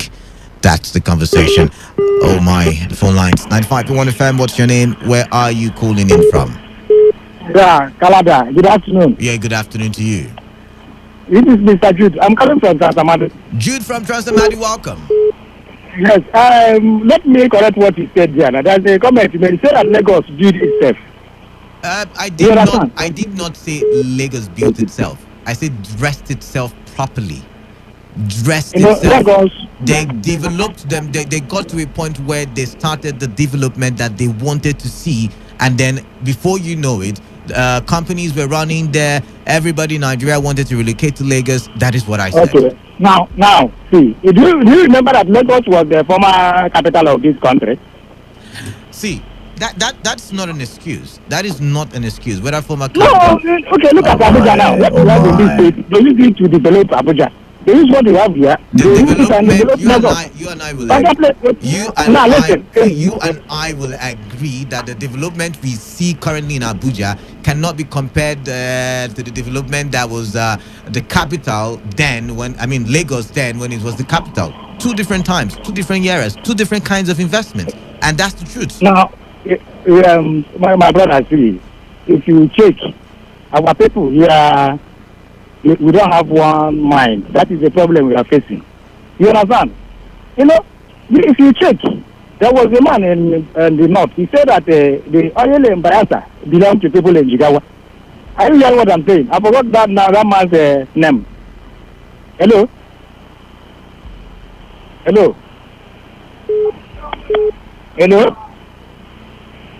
Can you hear me?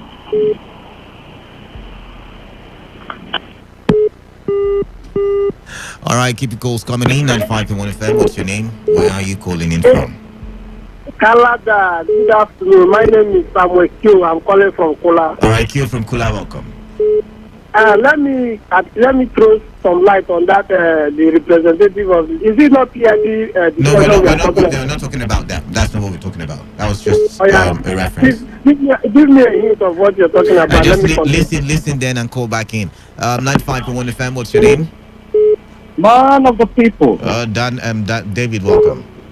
Thank you very much. How's your cathedral? The cathedral is hungry, but we pray that the Lord will provide. The Lord will provide, He did. All right, let's move on now, yeah? Okay. It just shows the answer to your question was depicted by the point of order raised by Seraki Dixon, and then the follow-up by Senator James Manager. Okay. If you watch their two statements, it was as though they are fighting for who will speak better for the Nigeria. And that just shows us the type of people we are here. Senator Seraki Dixon was only saying Ejo. I'm not the region. Not the region. Just Manager was coming up to say Ishakiri, Robo. That's the speech. David, do you think the multi-ethnicity in the eastern region is probably not doing us a lot of favor? Do you think that? Truth be told, yes, it's part of it. But we could have, just like the North, so they have a central language, they have a language. But they are multi-ethnic than North. In the North, they are multi-ethnic than North in the Niger Delta. But people don't realize it because they have a central language because of their religion. in Lagos. Now, what happened immediately after the South meeting with governors in Lagos? The South-West governors met again, and then they started to call their senators to meet to discuss the issue of the PIP, which is not supposed to be, it's not related to them, to discuss the PIP and the 5% which they agreed there. If you see any of the governors in the South, even though two, even if two, let's say, okay, Governor Yesewike is a good friend to Emmanuel, Dom Emmanuel. You didn't even see the two of them say, let's call our senators who are all PDP to eventually and say, what are we going to do about this? How do we lobby people from the North Central to align with us here in the South, and then get them from the Southeast to align with us so we can push for this? They did not. But you saw a fire me in Ekiti calling a Senator Christian Olujimi, who is a PDP member from Ekiti South. And she was in the same meeting with Fire Me and the other South governors at Lagos. What do we think we are doing here in the South? This service?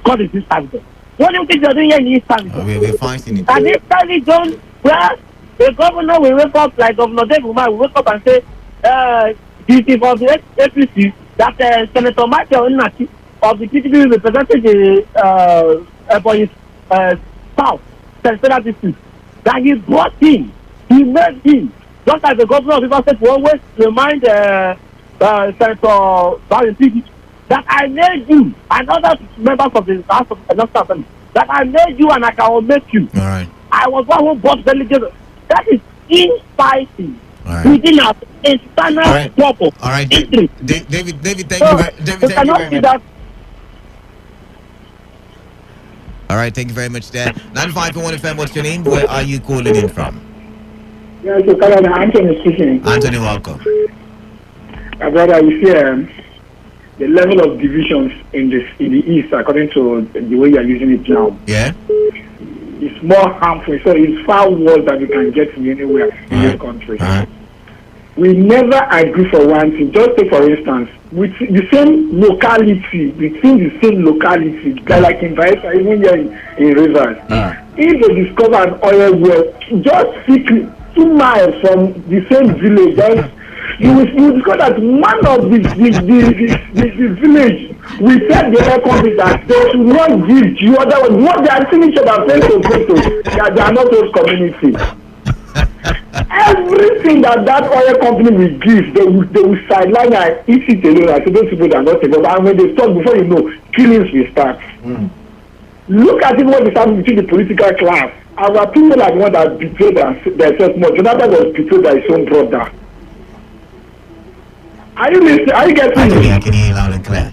The same thing with the chiefs. The chiefs themselves betray themselves more than anything. So that is why you see. Anthony, can we get beyond this greed and animosity and what's the word now? All the words that you know, all the bad belaying, all the can we get beyond it? Why is that word add for me today? Can we get beyond it and say let's work together and see how, for the sake of the region, develop it so well?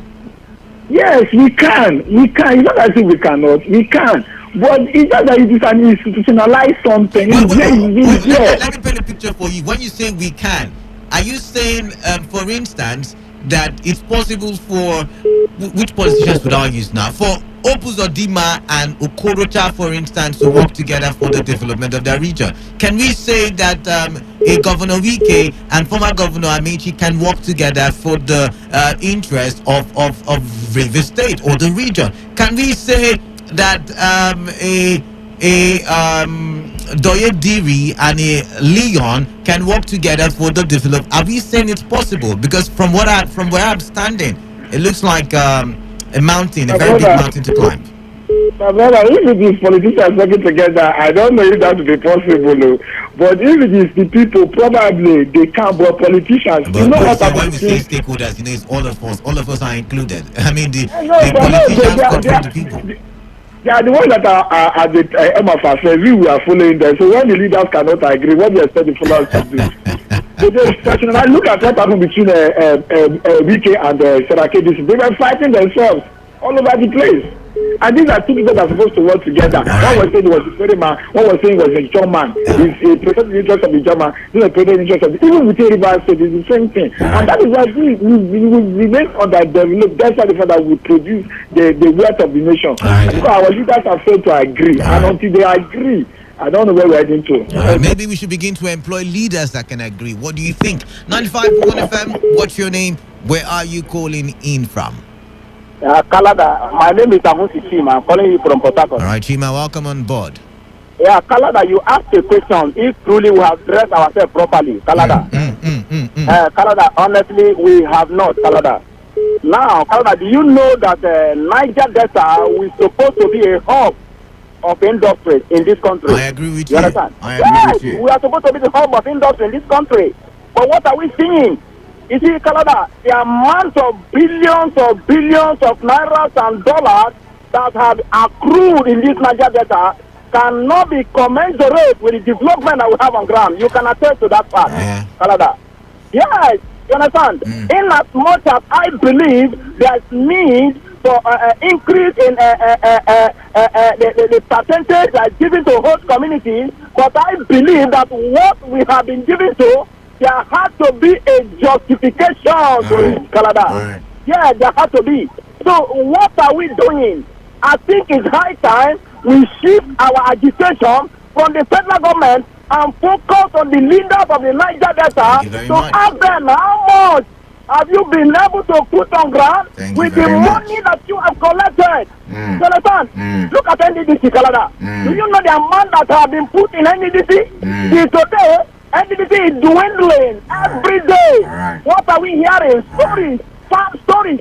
How people loot money and this person put himself. NDDC has become a conduit pipe to the federal government. Honestly, Canada, Niger Delta, we are supposed to be the hub of development. Why are we not developing? It's a question that calls for sober reflection. Thank you very much. Thank you very much. And that sober reflection is what we are doing right now on the show for today. And I'm thinking, like I said, imagine we all come together. And that even means states coming together. Abia liaising with Rivers. Rivers liaising with Bayelsa. Liaising with Imo, Delta. Everybody coming together. Putting fun. Because somebody came and said, okay, Lagos, a capital one time in the past. And, as capital, what else? They had funding or help from. Okay, let's say funding is the problem. Do you know what it will be if 3 or 4 Niger Delta states come together and put money aside and say we want to build this? But you see, the problem?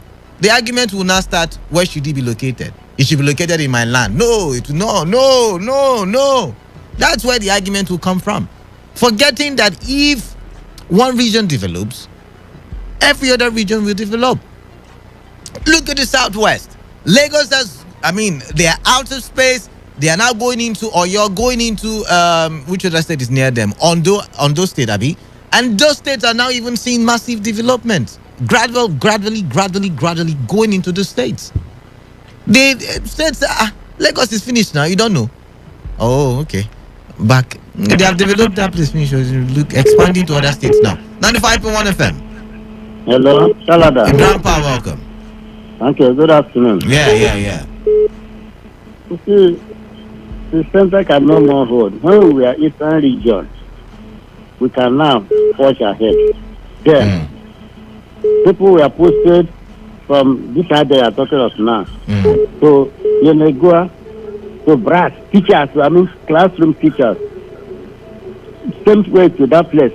There was nothing like tribe or locality. It was the same Eastern region, the Niger Delta diocese then. So, but the North saw that the unity was becoming too much. They stood speed of discord amongst us and created states.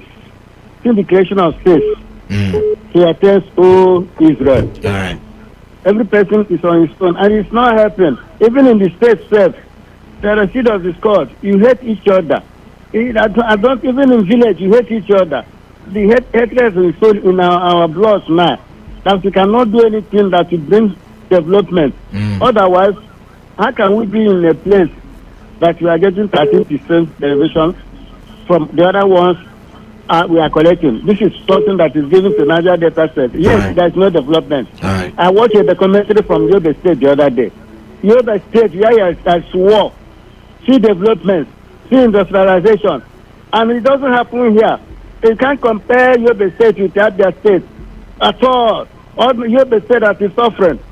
So what are we doing? Because we are talking of self now. Every person here, maybe if you are rich, but the entire community is poor. Where I'm staying, there is poverty here. Many are not working. Not more than 80% are not working. How can you survive when you are so discriminatory? Instead of doing something for your own person, do for another person. Can you remember what story happened in those days? During the time of the president, governor of River State from Bayelsa, what's that his name? Is it what's his name now?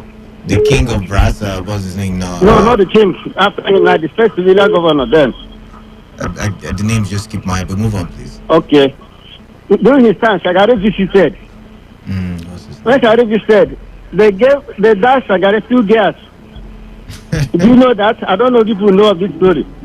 They dashed him 2 gas to go with as a gift, like a goat, like Mama. This is because we value the North more than ourselves. All right, then. Thank So I don't know how can we come together and talk of Christianity. They are fighting each other in every church from one church to the other. All right, thank you very much. Thank you very much there. I want to read some messages from Facebook. And the first one is very long, but I'm going to take my time to read it. As from Emi Fiaga, it says, Canada, point of order. Delta and Edo states were never part of the defunct Eastern region from Adam. And Emi Fiaga, if you're listening very well, and if you're still listening, I never said they were. I said for the sake of this conversation, let's call the South and the Southeast region the Eastern region. Like it was, there was a name in the old times. Eastern region, for the sake of this conversation, not for any other reason. Thank you very much. That one has been trashed out. Moving on, you went ahead to say that, however, probably the oil producing states would have gotten much more, but I don't think we are treated like second-class people, okay?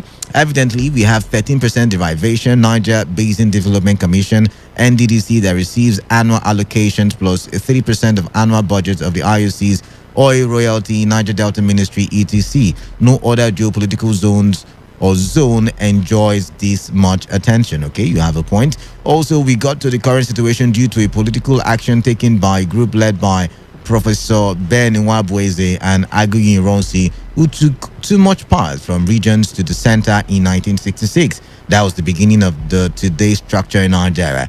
If records are not properly pushed forward, it leads to future problems. On the other hand, financial embezzlement and greed are the reason the Southeast and the South-South can't develop as expected.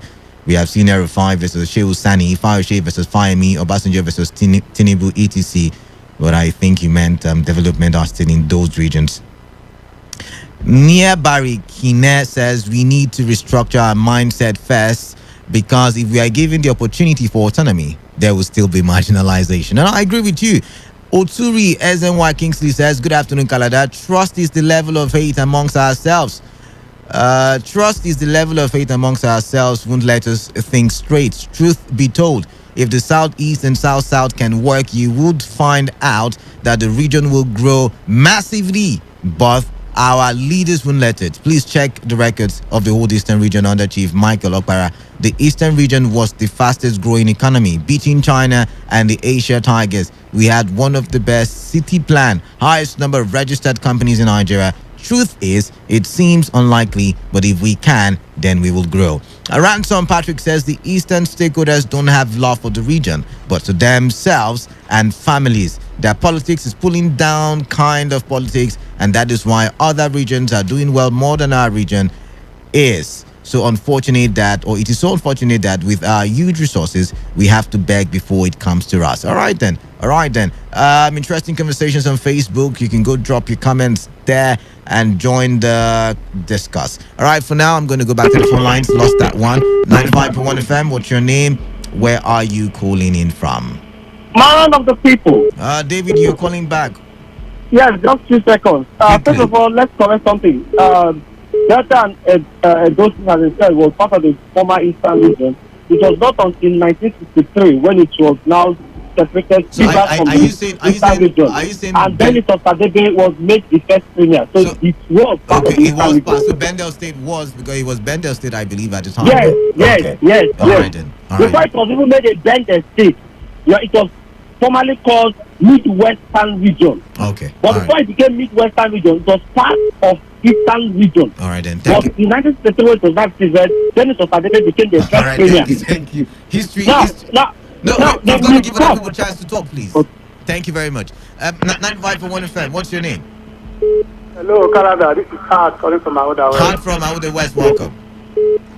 Canada, the problem of our region here is decaying life. We live decaying life. We have to betray each other. Northerners, they are united. They are not united. They are disunited. See, the 9 states of Niger Delta, the 9 governors, they speak differently. Why the those that protested, they speak different words. They demanded 10%, why governors they demanded another different percent. Okay. So that is why they take on granted. Because even our senators, even those that are represented in the House of Senate, they cannot even defend because of the disunity that we are living. If we don't stop this decaying life that we are living, we will not develop. All right. Not develop. Thank you. Thank you very much. There. Wonderful takes today. I love to talk some. Yeah, mascot, welcome. Thank you so much. Well, I want to just very brief concerning the question you asked. How did we get here? Honestly, Canada, it was not Lugard. Who fought to play? I'm telling. Who fought to play? Turned the Northern Protectorate and the Southern Protectorate, made the Northern Protectorate the husband and the Southern Protectorate the wife. Mascot, thank you very much for making that analogy. Let me even agree with you. So let's say the Southern Protectorate has become the wife, or was made the wife. As that wife, kept herself very well and attractive, to her husband. Let's look at it from that angle. The wife has tried so much, but because the husband is powerful. Okay. The husband made it that Canada, when you move from the ocean to the desert, the number increase.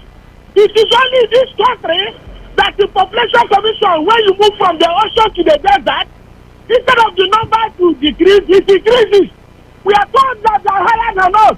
And I have used the number today.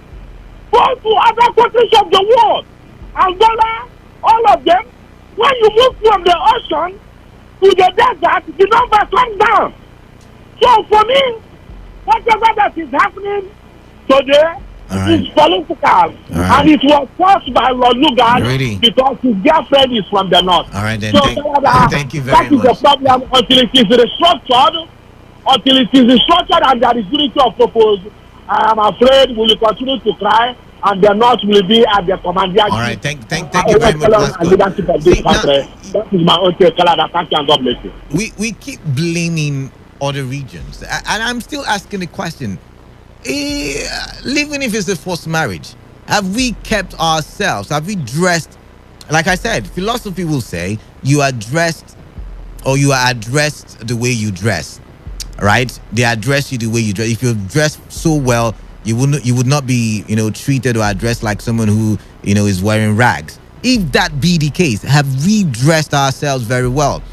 Excuses are tools of the incompetent used to build bridges to nowhere and monuments of nothingness, and they that use it are no wise, a wise man once said. So I'm thinking,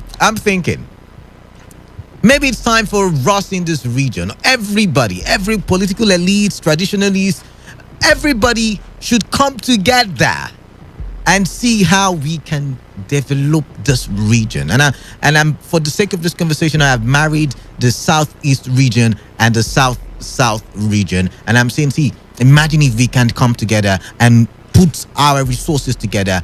My goodness, China would be learning walk. I said it. But that's the much I can take on the show. I've got to hand you over to the sports crew as they bring you all the information from the world of sports. Good afternoon. Let's do this again tomorrow, same time. Stay tuned.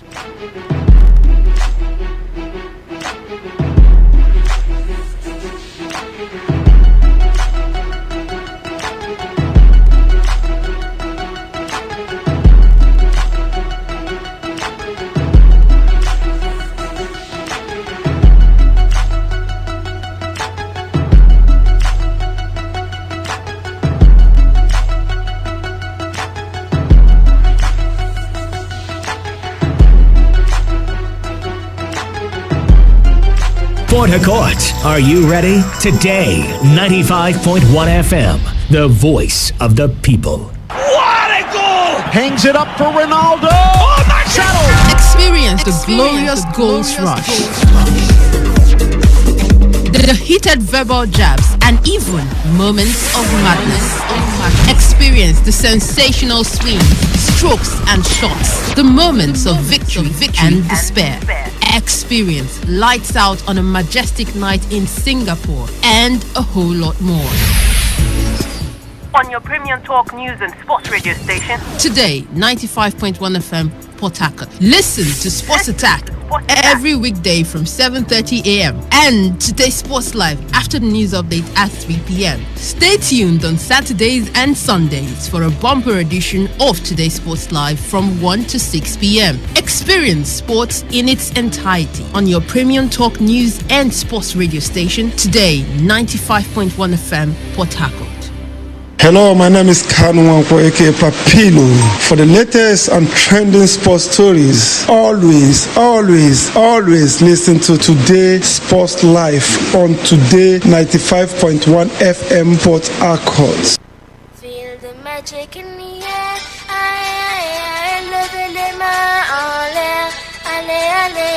Feel the magic in the air.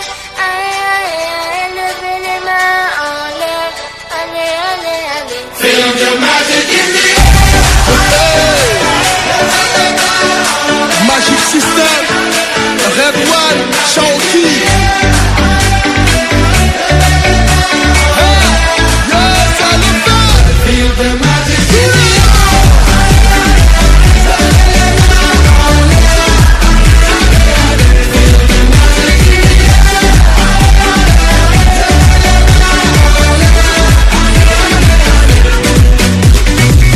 Comme d'habitude on est calé, comme toujours ça va aller. On te met l'ambiance à gogo, tous ensemble on fait le show. On t'invite à la magie, y'a pas de raccourci. Oublie tes soucis, c'est bien faire la folie. On t'invite à la magie. A very good afternoon to you all out there. Welcome to yet another exciting edition of today's Sports Live, reaching you from the studios for Premium News Talk and Sports Radio Station. Today, 95.1 FM right here in the Garden City of Port Harcourt. It's time to feel the magic in the air. Yes, the magic that sports brings you. Emeka Jena is my name, the Odogu one of sports. I'm not alone in the studio, never walking alone, I tell you. Superman is here, Wisdom Obinna, the one who doesn't leave football for snowball. Good afternoon to you, Emeka. Good afternoon to my colleague here. Good afternoon to you listening. It's a pleasure to be back here. The Olympics is on the menu. I mean, a lot's going on, both in the local scene and, of course, in the international scene. It's great to be here, Emeka. Good afternoon. All right, the one and only Ezine Oti is in the building. No relationships at all with Alex Oti. the former governorship aspirant in Abia State. Isn't good afternoon to you? Emeka, one day I'm going to trace my roots, I tell you. Good afternoon to you, Emeka. Good afternoon to you, Wisdom. It's great to be here. Very soon, the magic of the Olympic spirit will fill us. 8 days more, and we'll see our athletes perform at one of the biggest stages when it comes to sports. It's great to be here. It is the biggest stage as far as sports is concerned. It's in 8 days to the commencement of the Olympics, the delayed 2020 Olympics holding in 2021. No thanks to the pandemic. How prepared is Team Nigeria? And what are those sports we'll be hoping that will bring us medals at the Olympics?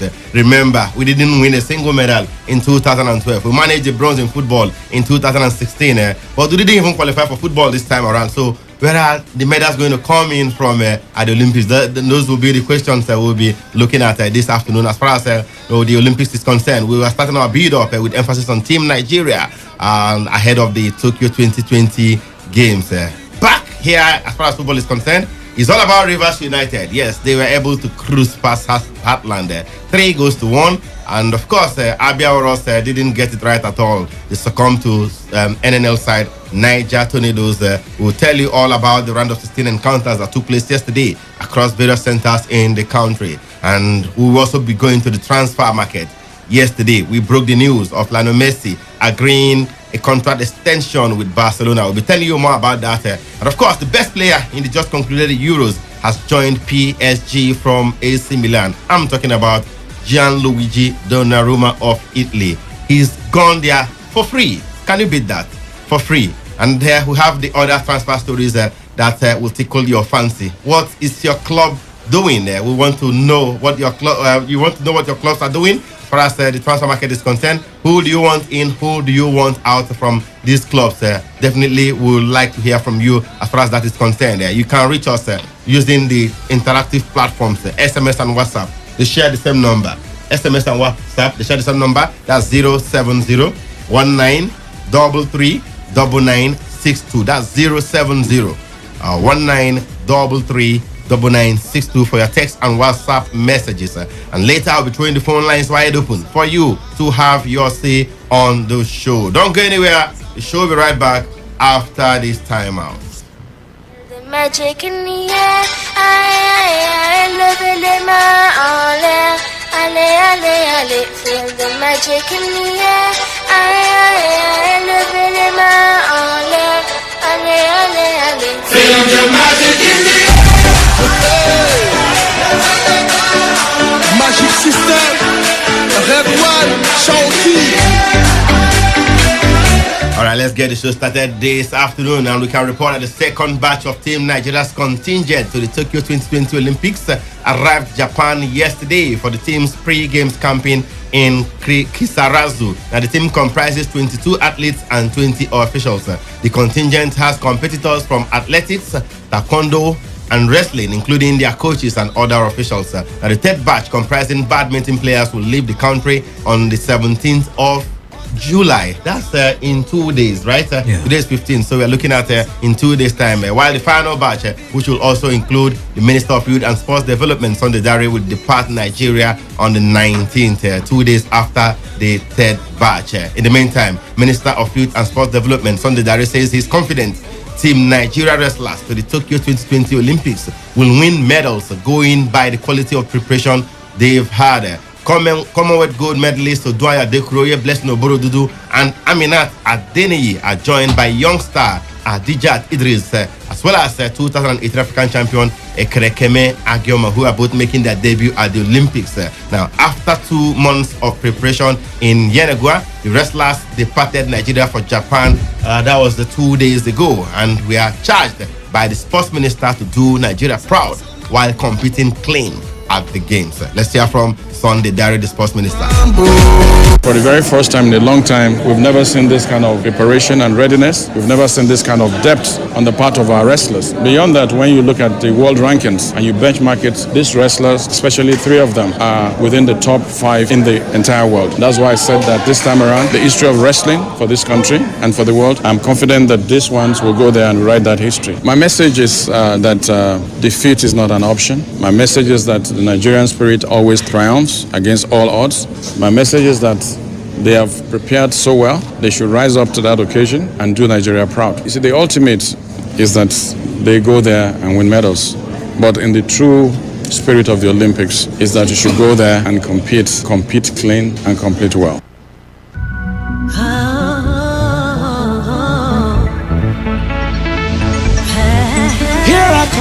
All right, you heard from the sports minister right there. He's confident the wrestlers will rewrite history. Wrestling has never given Nigeria a medal at the Olympics before, but the minister is hoping that will change this time around in Tokyo. And that optimism is also shared by the chairman, caretaker committee of the Nigerian Wrestling Federation, and Olympic champion himself, Daniel Igali. Let's hear from him. I think within the ambit of the preparations we've seen, the athletes are ready for the competition. You know, wrestling comes up from the 1st to the 7th of August, and we feel that a lot of them even feel that the competition should come next week. That gives us a lot of optimism. We've been at the Olympics for over 30 years now in wrestling. We've qualified athletes to compete at the Olympics for over 30 years, and so far we've not won a medal. And we believe, and as president of the federation, having worked very closely with them, we believe that this is our best chance to win an Olympic medal for Nigeria. You heard it there from Daniel Igali, a man who knows what it takes to win Olympic medal. He won gold for Canada, not Nigeria, at the 2000 Games in Sydney. One of those wrestlers Nigeria will be hoping will bring medal will be Ekerekeme Agiomo. He is the only male wrestler in the team. He says he's not going to Tokyo to make up the numbers. The former African champion told us that he is going to the Olympic Games to create some record. Let's hear from him. The preparation is very fine because for my wrestling career, I've never prepared like this before. Yes, I really prepare for this Olympic, and this is my first international game. I've been doing wrestling championship, but I've never attained any African game or Commonwealth. This is my first international game about to attend. I'm not just going there because I'm going to Olympic. I have something serious because I'm going there to achieve something, to create record. That is my target, and I've trained well. It's only God will fight for me because for the qualifier, this is the way I train and keep myself to qualify. I believe with God, I can do something better. With God, all things are possible. Ekerekeme Agiomo, he wrestles in this 86 kilogram weight class in the freestyle event. Isn't it laughed when the man said, "It's only God that will fight for me"? You don't believe him? Emeka, I think God is for everyone. It's not just for him. God will fight for who is fully prepared. Those that are prepared for these games, you have to be prepared for God to fight for you. Don't just go there not being fit, not doing the work. He has prepared. The but Emeka is not the only one. But you could see he even said he lacks that experience. This is his first international. Sure. Does it matter? It matters. Sometimes you need to meet the bigger boys. You need to know how they get to learn new tactics. But let's see how it goes. They have prepared very well. If not for anything, this federation, for the wrestling federation, will have a lot of prospects towards them that they could try to give us the medal. Maybe not gold, maybe not silver, but at least a bronze. They should come back with a medal. Superman, before the team departed for Japan, the Minister of Sports was in Yenagoa to see the team. In fact, they left with them to Abuja before they eventually went to Japan. He has expressed his optimism. The chairman of the caretaker committee, former president Daniel Igali, is equally very confident that the team will, win medals, going by the quality of preparations they've had. Are you as optimistic as Igali and the sports minister, Sunday Dare? Yes, I kind of agree with the statement that chance ever to actually get a medal for the wrestling at the team, Olympics. right? For the wrestling team now to get a medal at the Olympics. It is very true. If you look at the preparation that has been put in, the Olympics and success in the Olympics is not a one-year thing. It's a process. And if you look at the other teams too, the other sports in events that we are going to be part of, you want to believe that wrestling is one of the most prepared, if not the most prepared. They've been building this team for years, and it has culminated in the rankings and of course in the success of some of the names right there. Oduaya Dekwe was rated world number 1 in the the world 57 kilogram class. Very true. Blessing Obodo is world number 2 in the 68 kilogram class. You know, they've won which so many the minister major even had to international reference. tournaments. Yes, in his speech. The 3 of the 4 ladies there are Commonwealth champions. Absolutely. So I really believe this is our best chance, and I'm confident that the team will do us proud. As to what kind of medal, I would not like. Like she mentioned, any color of medal will be historic for Nigeria. Like she mentioned, medal. other countries are also preparing. The likes of Tamira Mensah, the USA. Yes. She didn't make it to Rio. One lady I feel that might be looking at giving her best here. I mean, I'm just giving an example. She's the world champion exactly. in the 68 kilogram class. Team USA are preparing. Team to the other teams across the continent Japan, and the China, world. You know, so even in Adekuru's weight class, there are 2 ladies there. One from Japan, Kawai Rosaki Kawai, and of course Ning Ning Rong of China. Yeah. These are credible athletes. One Olympic champion, the other world champion. No, in the 57 very true. kilogram class. So we have to also add that. So we'll not think it's only our girls that are going to compete and pick up all the medals. Our guys, and that's we're having only one guy now. So I really believe in this team. I think they've shown us lots of promises. For me, to be a disappointment if we don't come back with a medal. For the wrestlers, right? Yes, for the wrestlers. Okay. So at least a medal. We will talk about Team Nigeria in totality, because it's not only about wrestling. We have we're going for 9 different sports, but we are emphasizing on wrestling now because there are lots of hopes in these athletes to go there and do what their competitors in the past have not been able to do. Isn't where are those medals likely to come from as far as wrestling is concerned? 5 of them: Oduanya Adekuru, Aminat Adeneyi, Blessing Oborududu, Adija Idris, youngster going there for the first time, and Kerekeme Agiomo. I'll go with Blessing Oborududu, then Oduanya Adekuru. Okay. Those are the 2 names I feel would do so high for the female category. For the male, I expect him to do something better. He has to represent the guys. Yes, he needs to represent the men in this category because he's the only one. Every should get time, but no, he's the only man that he has to prove himself, because if the ladies get a medal, it will feel he would feel it. Yes, this federation, out of other federation, they've been preparing. Unlike other, yes, some of them is just last year and this year, so, but this one over the years they've had this preparation going on for them. So you're going for Oduanya Adekuru or Blessing Oborududu, or even both of them. If they win medals. If we get more than one, that would be a good one. That would be massive for the federation and for the country. Okay, we wish them all the best. They're already in Japan. They will camp in Kisarazu for some time before the games begins next week, Friday. Amazing. 8 days from now. Like I said earlier, Team Nigeria will be taking part in 9 sports with a total of 58 participants that have qualified for the delayed Tokyo 22 games, which start on the 23rd of July and ends on the 8th of August. Let's look at the athletes. We'll start from athletics, and we understand athletics have got 5 male and 7 female. Emmanuel Bamidele competes in the 400 meters. Raymond Ekewo, 100 meters. Ushori Isekiri, 100 meters. Divine Odudu, 100 and 200 meters. And of course, Enoch Adegoke on the 100 and 200 meters as well, the sprint. Of course, recently the man got $10,000 from the. If that guy doesn't come back with a medal, it will be hard to work on the Enoch street, Adegoke, $10,000. Okay, and let's look at the ladies. Blessing Okagbare. Coincidentally, Okagbare is the only athlete in Team Nigeria that has won a medal at the Olympics before, and she got a bronze medal for Team Nigeria in the 2008 games in Beijing. That was in the long jump event. Kabare is competing in the 100 and 200 meters. She's having a nice build up to the games. Oluwatobi Amuso, watch out for that girl. 100 meters hurdles. Favor Philly, Grace Wokochai, 200 meters. Ese Brume, another medal hopeful in the long jump event. Patience Okonjon within the quarter mile 400 meters. Chioma Onyekwere.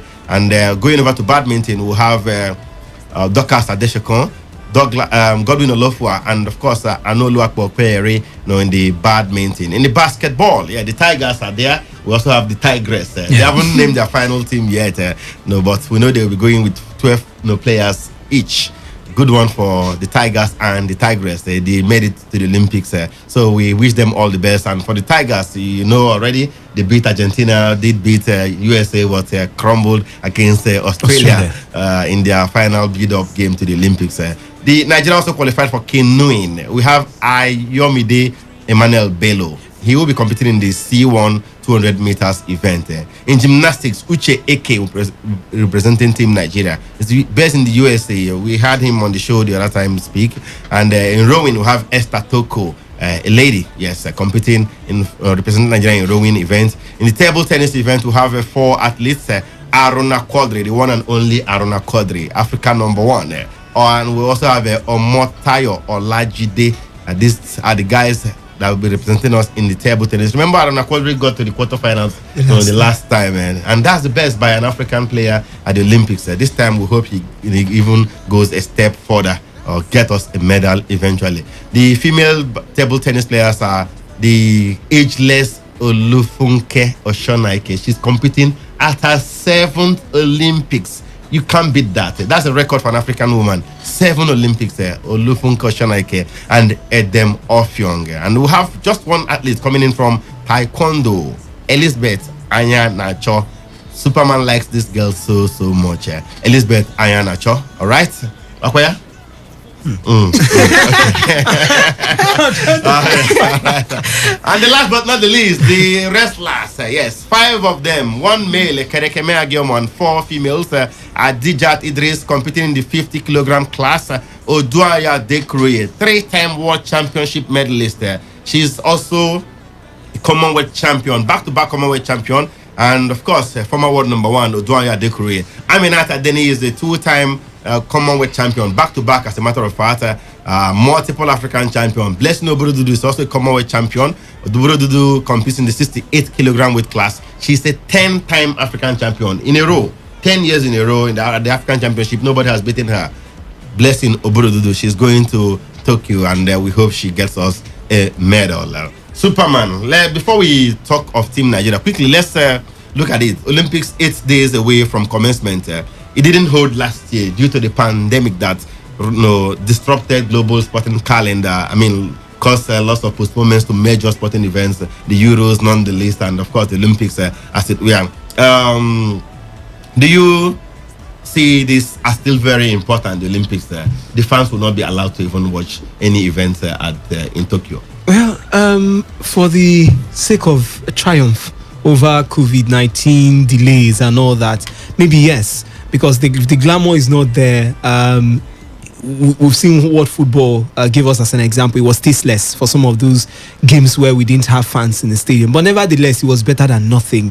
We still managed to enjoy the games and all that. So I think for the sake of equity and fairness, we should actually allow we'll be happy that it's even going on. The guys in Tokyo had given their best in preparations, and it was going to be annoying and painful for some of them, especially the leaders of those countries and the managers who prepared for the Olympics in terms of structure and equipment and everything, not to have the Olympics going on, and I'm also looking at the athletes. Most times when we don't have tournaments happen, especially from this part of the world where football is our most treasured sport, if you don't qualify for a particular tournament as an age grade competition or even a World Cup, it's like a generation leaves you behind. It's the same thing when it comes to other sports. You don't get to the Olympics, which is like the numero uno when it comes to things like athletics and all that. So globally, it's the Olympics. So you want to go there and give your best. And if the first 4 years passes you by, the next 4 years, you're then asking yourself, how old are you? Probably you're going past your prime or your peak. So I think we should be excited that this is going on. Not because it's totally coming at with the right circumstances, but the fact that we're going to have our at athletes for the investment, yes, and for the investments that have been put behind. Very true. To play host this one, to stage even this if I think it's very risky. Over $6 billion put in to host this one. Even postpone it, cost another $2 billion or so. The athletes have been preparing since last year, 2 years ago, and all that for this one. So we should just let it happen as it were. Isn't it? Back to Team Nigeria. With the sort of preparations we've had going into Tokyo 2020, do you think is enough to help the team eventually do well at the games? Have we had enough preparation, better preparations compared to what we used to have in the past? Compared to a few years back, we've had a better preparation, but I won't say we've had enough preparation. Olympic Games, you get to see countries prepare ahead of time, years before the that as soon as they end these Olympic Games, they start again to prepare for it. But we will wait till 2 years or a year. Sometimes they wait for 2 weeks. 2 weeks. Yes, 2 weeks. Just hurriedly the go there. The released money, 2 weeks to the let's just of the represent. games, but this time is a bit different. You could see the athletes. They've shown that all thanks to the sports ministry's adoption process has also helped these players. Adekroye was adopted by halogen, recently, even $10,000 banks as well. now supported our exactly own, the Tigers and the Tigers. So you could see there's a better preparation this time. I feel they'll give us a better representation. They might not win it, but you will see those prospects training all this while having this preparation, going for different competition. It keeps them in a better shape for the Olympics. I feel we are prepared for this one, not the best of what we would have gotten if we started earlier, but it's a good one that we're able to do something prior to the time. All right, Superman, in the light of the quality of preparation, what do you expect from Team Nigeria in Tokyo? Well, Emeka, I must say this is, for the years I've spent on this planet for Nigeria, this is one of the Olympics that I'm confident that something will come out of it. I don't know how big, but I believe it might be better because of the fact that we've been prepared. Better than 2016 when we got only a bronze medal in football. Very true. And better than 2012 when we didn't even get anything. So I really feel this would be better, and that's where it comes in. There's something called the law of cause and effect. We've prepared a little, even if it's not exactly equal to what China and USA have done or are doing, but the little we have done, we believe we can actually do so. So I'm expectant. The wrestling guys, even the athletes at the team athlete for the athletics event, the athletics team. I'm really certain that something will come out of it. Toby Amuson, Esebrume, Okagbare. At least we should be able to get 1 or 2 medals. I'm not saying it's going to be gold, but at least 1 or 2 medals. So if you look at it holistically, you will tell yourself that even if it's 9 events and not 14 or 15, you somehow have this belief that 2 or 3 events would give us something out of. So Emeka, I'm confident and I'm expecting us to come back with medals. As in, we have talked a lot about the wrestlers. Let's leave the wrestlers aside. Looking at athletics, there's a Sebrume there. She has the world lead time in the long jump event. World lead distance in the long jump event. Yes. She's also the new African record holder after smashing Chioma Jonwa's 26-year-old record as it were, 25-year-old record as it were. So is she our biggest hope as far as getting a medal from athletics? Yes, Tokyo? She's one of our biggest hope when he gets with the athletics team. She has shown it, and you could see consistency in her game this time. She has improved, breaking Chioma Ajoa's 25-year-old record close to the Olympics time. That is enough motivation for her to go there and have her head high up, knowing that she could do something better. But not just her, we have also called other names.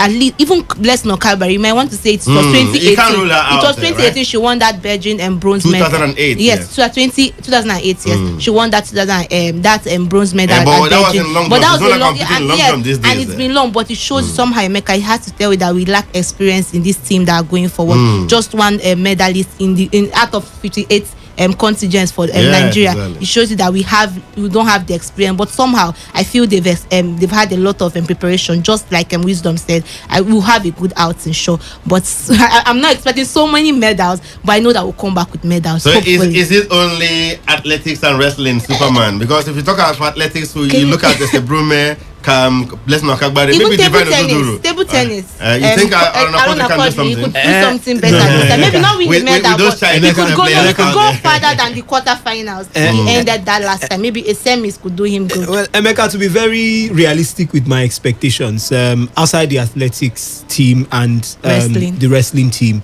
I'm not expecting too much from any of that team, including the basketballers. Forget what they did against USA. That was a play game, like we say in our local parlance. When John will mature, we'll separate the boys from the men. So look at the likes of Taekwondo. Elizabeth Ayanacho, what's the best she has done? A bronze medal in Africa.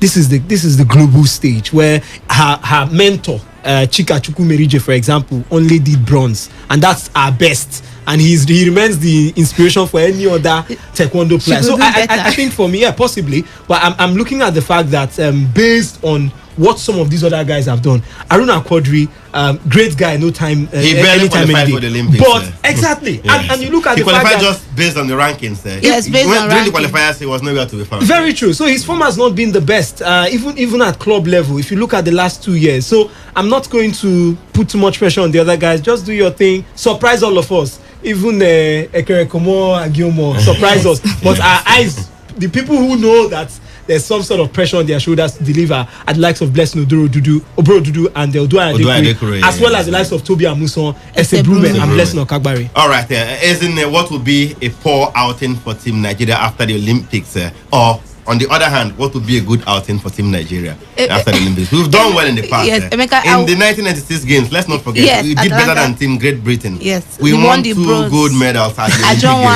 Games. and The Emeka was football one of team. the 4 tournaments for the Great Britain. I'll start with the poor result we'll get, not getting a medal from the wrestling federation. If we don't get from the wrestlers, I think we had a poor outing. No, This No, I want to see. Generalize No, it. In no, I'm Nigeria, not going to they are- Emeka, we this- have 58 this is our contingents. own- Only yes.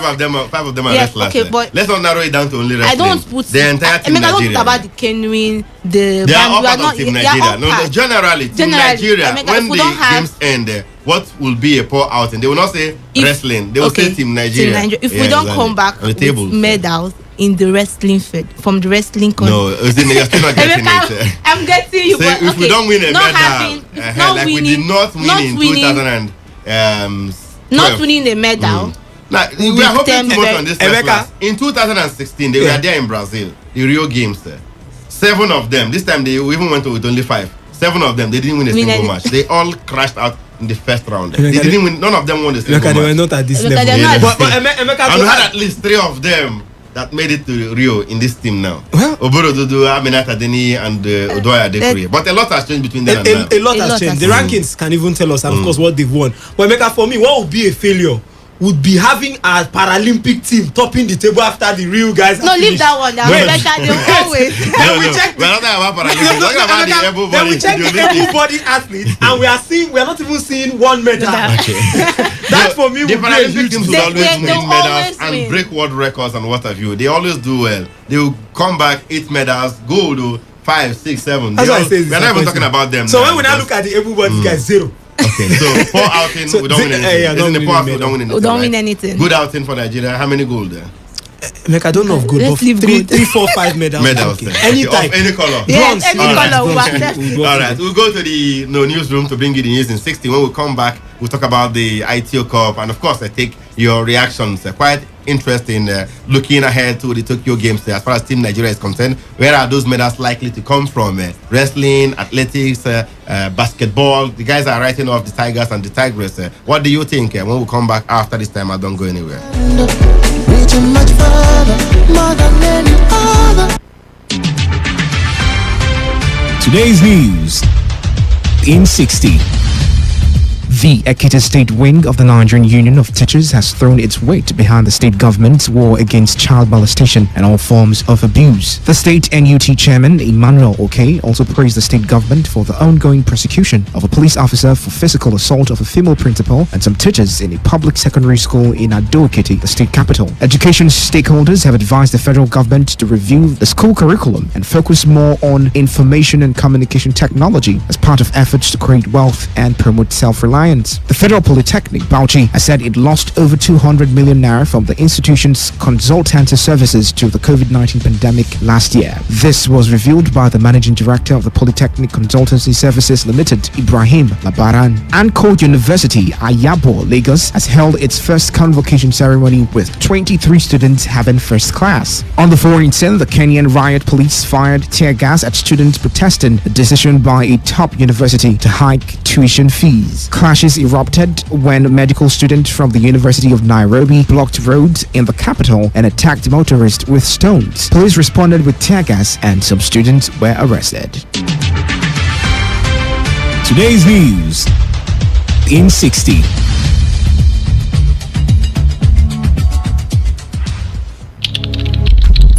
Taking charge of your financial security has never been so easy. Returns Market Cooperative offers you a pathway to financial success through profitable and secured portfolios opportunities. In reaching this goal, the cooperative's initiative in touching lives, families, corporate bodies, and government entities have opened its horizon into redirecting its portfolios to profitable sectors like logistics and transport, industrial production, housing, agriculture, security services, and finance market. What's more, as a member of the cooperative, you get to enjoy discounts when you use any of the services offered by the cooperative's affiliate companies. Members of Returns Market have duly enjoyed 10% shares capital dividend for the past 5 years without stories. Be part of Returns Market by visiting any of our offices at Returns House, number 33B, Rumola Stadium Link Road, after NMPC Filling Station, Port Harcourt, or number 31 GU Ake Road, Eliozu, Port Harcourt. Call us on 0815-518-9002 or 0903-461-4444, or visit our website at www.returnsmarketcooperative.com. Returns Market Cooperative,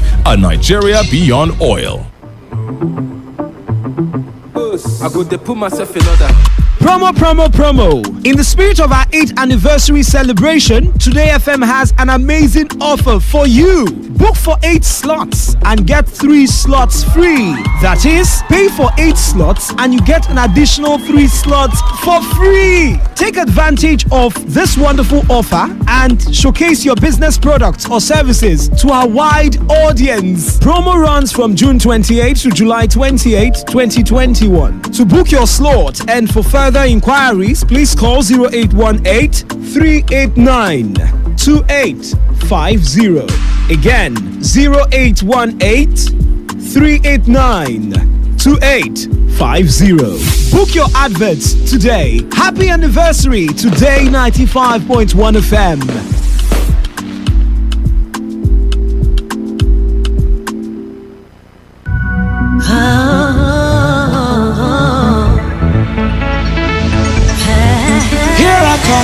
All right, welcome back. It's still Today's Sports Live on Today 95.1 FM right here in the Garden City of Port Harcourt. Before we went on that break, we were talking about the Olympics with emphasis on Team Nigeria and their medal prospects.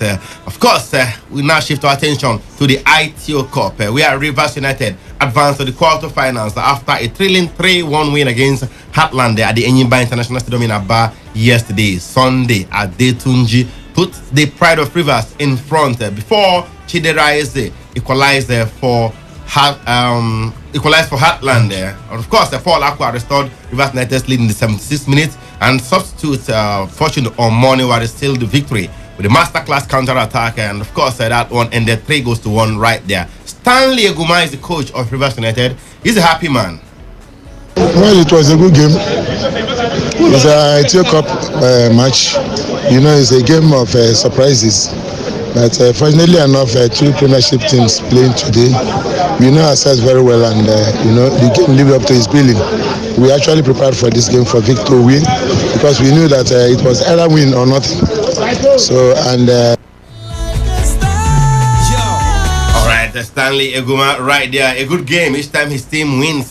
Brilliant performance there from the last 3-1 against Heartland. Elsewhere, Bayelsa United continued their impressive run, beating yet another MPFL side. They won against Lobby Stars 2-0 yesterday. They had earlier beaten Rangers by the same margin. Was it 2-0 last time or 1-0 against Rangers the other time? Bayelsa United. But of course, they knocked out Rangers from the competition. Nasarawa United secured a 3-1 win against Plateau United to advance to the quarterfinals. And Kano Pillars needed penalties to beat KB United. After the regulation time ended goalless, Pillars won 3-2 via penalties.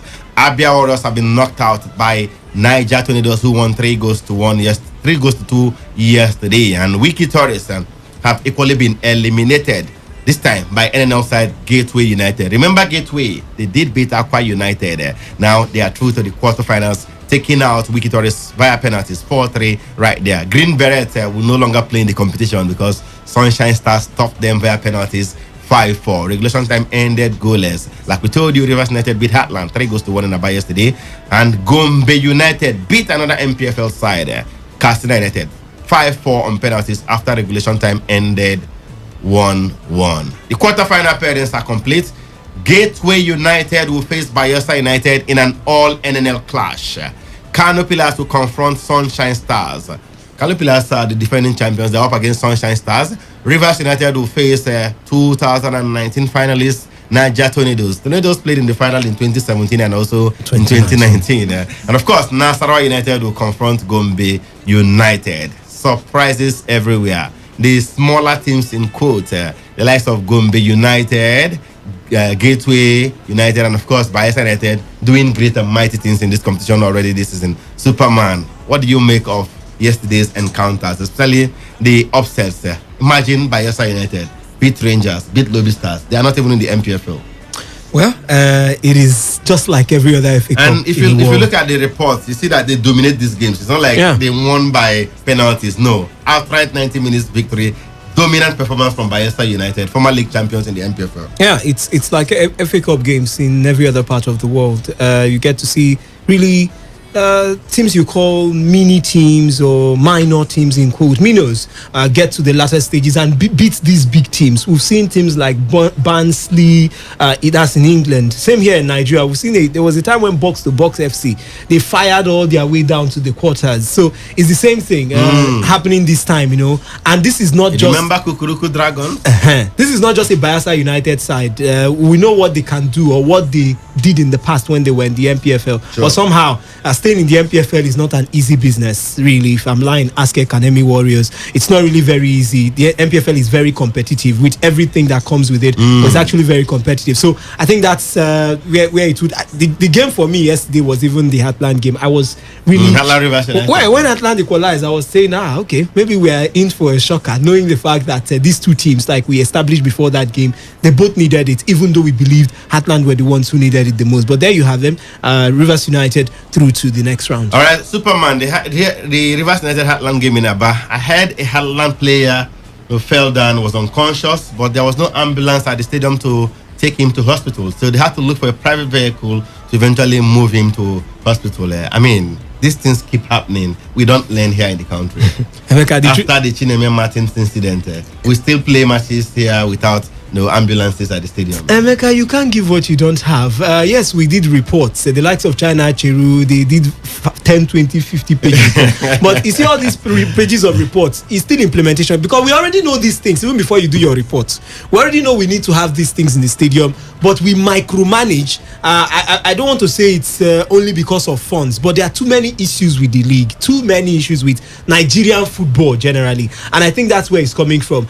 Look at the case where we have infighting in the stadium. Fans will be in the stadium. A match commissioner has been ordered. If you get fans in the stadium, don't start a game. He will still start the game with thousands of fans. And they will still fight. And at times, he will still cover it and still say, it was a good game. Everything went well. Nothing happened. So there are too many issues. Too many challenges with the league. But anyway, we've been pushing and we'll keep pushing. But in this particular case, there's no game that is worth a human life, and I think we must work on this one. For those who are in charge of this MPA, please, I'm begging, instead of having luxurious bus, supersonic bus, firing bus, please have an ambulance for the life first. It's most important. Even before we start winning games and asking for salaries, we need to be alive to win games. So we need to actually put that one in order.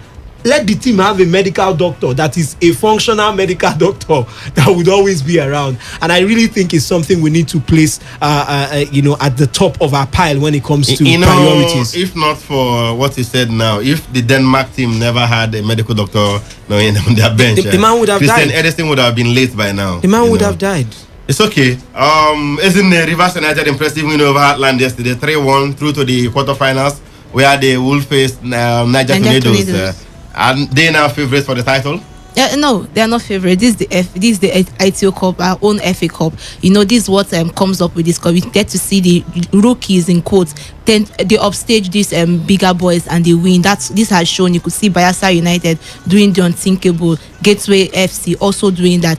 I feel finally somehow Stanley Guma matches words with action. You could see them before this game. I told you, Emeka, that I don't give Heartland a chance. They've been very poor this season. You could see them recently losing many games, and Rivers United was able to do that. They were the better side in this encounter, and now they've moved over to the quarterfinals. But my own is I don't feel happy that these two teams that have given us somehow a good story in this ITO Cup, the Gateway United and Bayelsa, they'll be meeting together. It takes away the shine. Now one of them will have to leave and move. But it also guarantees us a place for one of them in the semi-final. Yes, for one of them in the semi-final. But Emeka, Rivers United against Niger Tornadoes to be a cracker, to be a strong one. You might say you don't know Niger Tornadoes, but they've been there. We know them. It hasn't been long they got relegated. We know them. They only got relegated 2 years ago. People might not really. They say it's not the way we underrate some, and not be Niger Tornadoes. And they are on the verge of coming back to the NPFL and they are not doing very well. I feel Stanley Guma has another task ahead of him. It doesn't end now, but it doesn't get better for Rivers United, who are looking for a title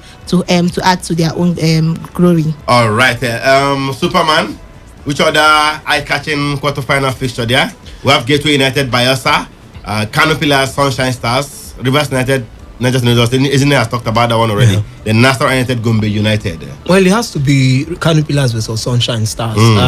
Sunshine Stars are enjoying some sort of renaissance. Their sun is shining. Even in the league, their face is shining. And you also want to consider the fact that it is safe to say their league, whatever they might not be relegated eventually. It's over, but they might survive. I heard their coach saying on radio this morning that they have been paid their salaries as at when due, the allowances have been paid and all that. No, the truth is when we like Fire Brigade approach, you see that the team is about being relegated. Oh yeah, we don't pay you. Oh yeah, start to win. So I think the ITO Cup should be very important to the Sunshine Stars side. Kano Pillars, they still have a chance of making it to the continent from the league, even if I know most times they see the ITO Cup as a birthright. But I think Kano Pillars, Sunshine Stars, another game to look out for. All right, so the no venues yet. I'm not even sure we have a date yet for the quarterfinal encounters. But one thing is certain: Rivers Angels, the female team, will be playing tomorrow in Calabar against the Bright Future. Yes, in their quarterfinal encounter in the ITO Cup. If they win, I think we already know who they will face. In the quarterfinal, as told us by NFF. But let them win first tomorrow in Calabar. But in the meantime, let's go to the transfer market and let you know that Lionel Messi and Barcelona have reached an agreement for the forward to sign a new 5-year deal. We told you about that already. The Argentine is supposed to take a 50% pay cut and ahead of that deal. Okay. Superman, good one for Messi and Barcelona. Well, 5-year deal for a 34-year-old. Messi needs 50% pay cut. It's not as if he's not going to be collecting £100,000. So he will be collecting £250,000. He was collecting £500,000 a week. It's still huge. It's still huge for the team. So if you're big, you're big. It's precarious times for the Barca side. Yes, we even hear. Yes, according to Sky, we hear there are reports which was shocking to me that Antoine Griezmann might be going back to Atletico Madrid. Yes, while they get Saul Niguez, and that would definitely reduce the wage bill and very true. Very true. So I think for me, Barca needs Messi, Messi needs Barca. A 5-year deal. Barcelona is that kind of side. They are that kind of a family side. It's not Real Madrid. Real Madrid, they don't tolerate all those things. So as long as you're aging, they will let you go. But Barcelona understands. They are that kind of, and they want Messi to retire, with Barca. And I think that's the he might not see out the 5-year deal, but even at that, he will remain an ambassador of the club. Iniesta was given a life contract by Barca at some point. Andres Iniesta. He left them 2 years after. Today, he can come back to the club, play one role or the other, Xavi and the likes and all that. So, okay, it will be better than living on a free. Not forgetting what happened last year. The MLS Inter after Miami. 2 years, exactly. David Beckham's club. Elsewhere, the Euro best player Gianluigi Donnarumma has completed his free transfer move to PSG from AC Milan and has signed a 5-year deal. The Ligue 1 Giants made the announcement in a statement released on their official website yesterday. Ezine, fourth signing for PSG. That's if you look at the arrival of Achraf Hakimi. Then you have Sergio Ramos. You also have Jorginho Wijnaldum. So what does Gianluigi Donnarumma bring to the team? They already have Keylor Navas. Now it brings competition to the goalpost. Now the number one position. He becomes number one. Yes, and it helps him to sit up, knowing that Keylor Navas is still at the top of if you're big, you're big. If you're Nukuma, Wobrema will just make way for you. So yes, right now. This small boy. Yes, right now he's the one making the waves. And for PSG, they've done great signing. I feel for now they are the king of the summer signing, having all these good names and for free. 3 out of 4 only just one. It will be hard for Mbappe to leave again. It will be hard now. The team is now too good. It's now too good. There is still Mbappe and Neymar. It's not left to. Yes, it's not left to Pochettino to know how to galvanize his players to see them doing better. All right. Elsewhere, Rui Patricio has joined AS Roma from Wolves for a fee believed to be in the region of 11.5 million euros. Okay, Superman. That's Mourinho's first signing as Roma manager. Yeah, but a lot in the works already. A lot of players targeted by the man to come in. Alex Telles, one of them from Manchester Alex United. Telles from Manchester United. Leonardo Spinazzola is injured, so he wants a cover backup for him. Very true, out for a long time. So yes, Rui Patricio, I want to say it's a good signing. It's an okay signing for a Roma side. Yeah. I don't exactly know if I would say he's an old man, America, because coaches, goalkeepers most times at 33. You can just say, okay, they can still do more. So I think Rui Patricio, a good signing. But Emeka, quickly on Gigi. Gianluigi Donnarumma has been wanted since he was 16 by some of the best clubs in the world. How AC Milan allowed this boy go for free? Run out his contract. You know, last year he wanted to leave. They would have at least sold him for maybe 50 million pounds. They refused. Now he's going for free. That kind of quality. He's supposed to be the most expensive goalkeeper in the world. Celebrate. It's far better than let's come back to England. Manchester City are reportedly lining up an improved offer for Tottenham Hotspur striker Harry Kane. They offered them £100 million the other time, and Spurs told them, "You guys are not serious. You're not ready to buy this man." All right. So, how much do you think they will come up with again, Superman? I think at some point they would agree at 100 million plus add-ons. I don't think Man City will want to cover 150 plus a player, and maybe in the future if he wins this tournament, you would give you this. You money. think they will not make it 120, 150? I don't think so. Tottenham are already lining up Danny Ings, so I'm sure that the man is going to leave. Talks already ongoing between Danny Ings and don't forget Danny Ings refused to sign a new contract at Southampton, so I think he would leave. But Danny Levy is a shrewd businessman and want him to leave, around that fee you mentioned, 150, 160. But they might use players and other things to cover up to make sure that it gets to that amount. But I'll be shocked if Man City parts with more than 100 million pounds in terms of cash. Olivier Giroud is on his way to AC Milan from Chelsea. We hear the Milan side are offering him a 2-year deal. It's a good one for him now. He's won more trophies with Chelsea than he won with Arsenal. So maybe going to AC Milan. Must you bring that? No, sorry. I just had to bring it. You need to win trophies as a player. No, have not been winning. Yes, they've not been winning. So now he could go to a club that maybe might not be as ambitious as Chelsea. It's aging. He's not at the best of his career anymore. So it's a good move for him. Good move for him eventually. Okay, time to now go to the phone lines to hear from you guys out there. Remember, we started with the Olympics. Team Nigeria's chances of winning medals at the Olympics. Look at the various sports. The guys came up with athletics and wrestling. Do you agree with them? Let's hear from you. In the ITO Cup, Gumas men cruised past Heartland to book a place in the quarterfinals. 3-1 they won yesterday, and we had 4 MPFS sides succumb to NNL sides yesterday as well in the round of 16. And of course, transfer market is wide open. There are moves. Messi staying at Barcelona. Donnarumma moving to PSG for free from AC Milan. Olivier Giroud on his way to AC Milan as well, from Chelsea. And of course, Rui Patricio completing that move to Roma from Wolverhampton Wanderers. Time to hear from you out there. 0817 0000 951 0817 0000 951. You can also reach us on the other number. That's 0810 9510 951. That's 0810 9510 951. Those are the numbers to call. Alternatively, you can send us your messages via text or WhatsApp to 070 1933 9962. Please remember to turn the volume of your listening device down when you get across to us so we can have a peaceful conversation. I have a caller on the line. Hello. Hello. Good afternoon to you. Welcome to Today's Sports Live.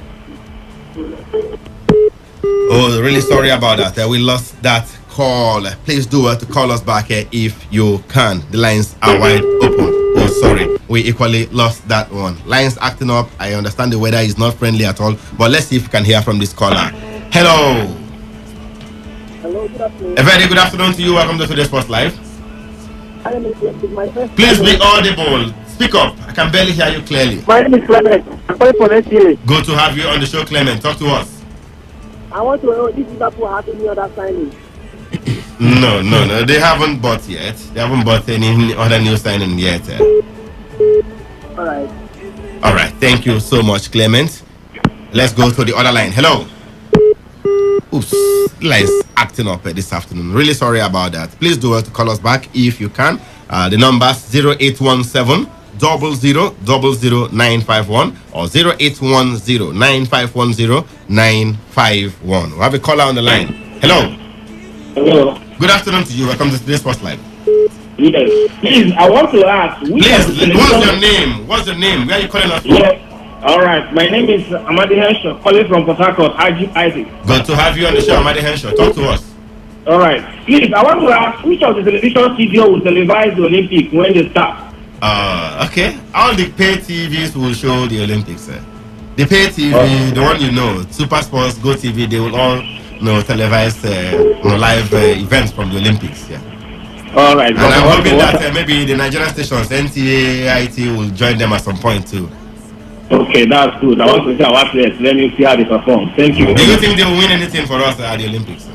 This is their best. This is their best preparation. They should win medals. All right. Thank you so much. We have another caller. Hello. Hello. Good afternoon. A very good afternoon to you. Today's Sports Live. Tell us your name and your location. I'm calling from Amangwa. Good to have you on the show. Talk to us. So maybe I've decided to stay at Barcelona, right? Yes, he has decided to remain there. Finally, I want to say and then met to Ronaldo and Real Madrid fans. They think they go to Barcelona. I don't take us. All right, even though I didn't quite get what he said there. All right, Superman will have messages coming through the other platforms before we return to the phone lines. Okay, just one on WhatsApp. This one says, hi guys, trusting you are having a nice day. Kosi from Abuja. Well, I'm just urging the guys should go to Tokyo and have fun. I think we would be able to get some medals from wrestling, athletics and likes of Amuson Brume. I'm still backing the Tigers to get something for us. It's a good one for Rivers United. Hopefully they will get the ITO Cup. Sorry guys, quick one. What happens if Rivers United wins the ITO Cup and finishes third? Well, AC Milan has to go down in history as the best cheerful givers. I don't actually see the point of Messi signing. Well, I wish him all the best. Now, wow, Man City, this small EPL way they manage. Now, if they want on to French league. All right, Superman, if Rivers United wins the ITO Cup and finishes third, all right, the team on fourth position in the league will now join them in the CAF Confederation Cup. Yeah. This was the ITO Cup gives you access to the CAF Confederation Cup. Yes.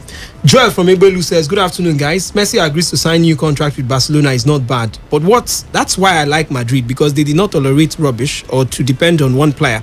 I address him, Messi, as a footballer because he's not able to move to another league. He actually is the word cripple. I rest my case. Joel from Ebelu with that one.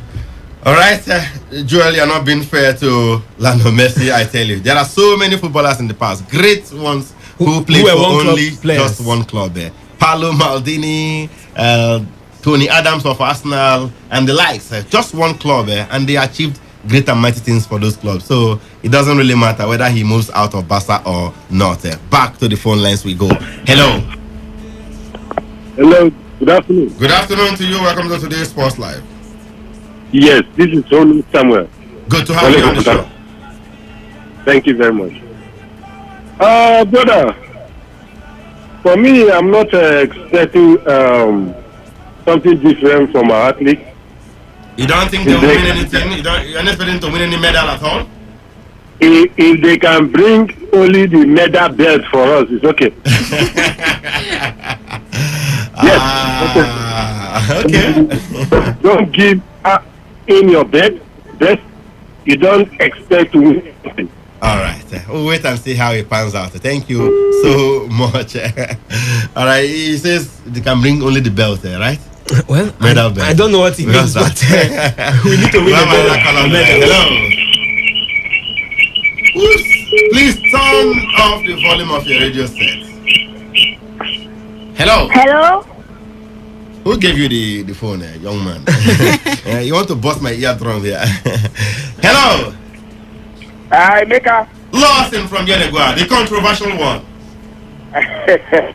I don't know. Some people call me that. But No. You are actually controversial.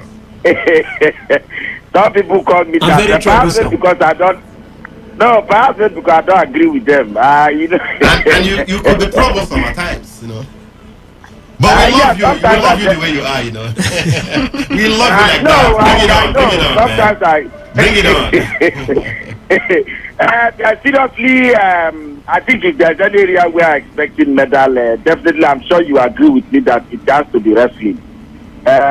Yes, wrestling, that's why we are sure. There's no two ways about it. I can even bet on that. Then maybe the para-athletes, you can see how poor it No, is in the country. that one is Paralympics. Their own case is different. That's what I'm saying. That they themselves who can give us, they are the ones giving They us usually medals. give us. They don't disappoint. They even set world Yes, they don't records. disappoint. They don't. So for me, I have people feeling more attention should be given to them.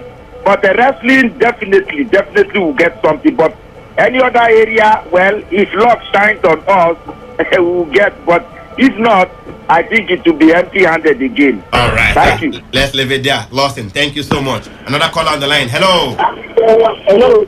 Good afternoon to you. Today's Sports Live. Tell us the name and the location. Okay. I'm going to Olumokolo, sir. Let's hear you, bro.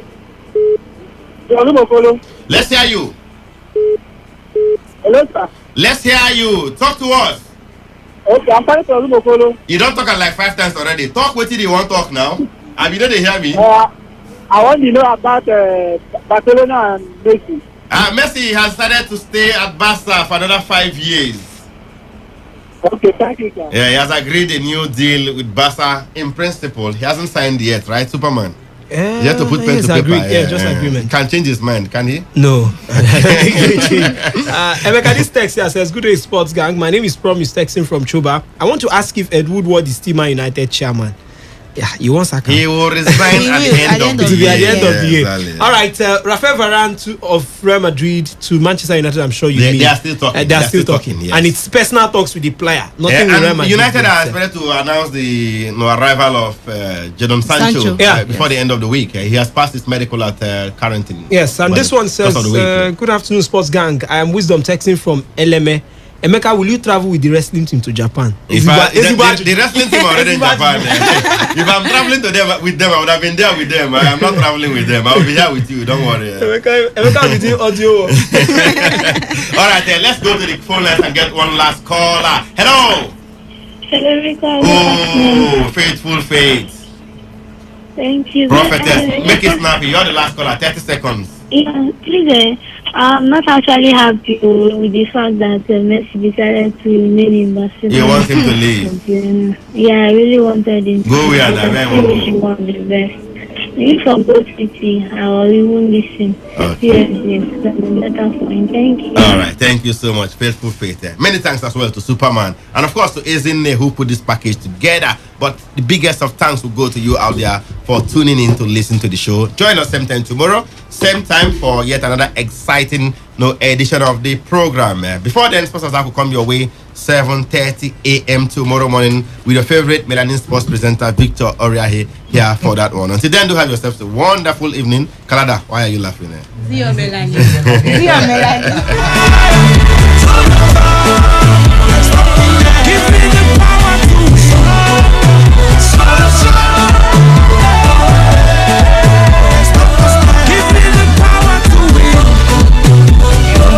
Every hour, when the big stories break, depend on our 24-hour news team to bring you the latest. Today, 95.1 FM.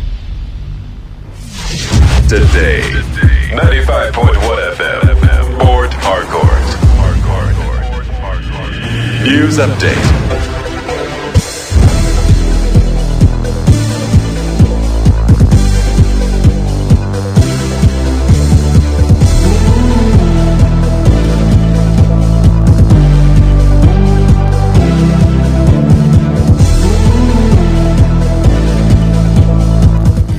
Good evening. Here is the news update at 4 on Today 95.1 FM. I am Kalada Kurubatvo.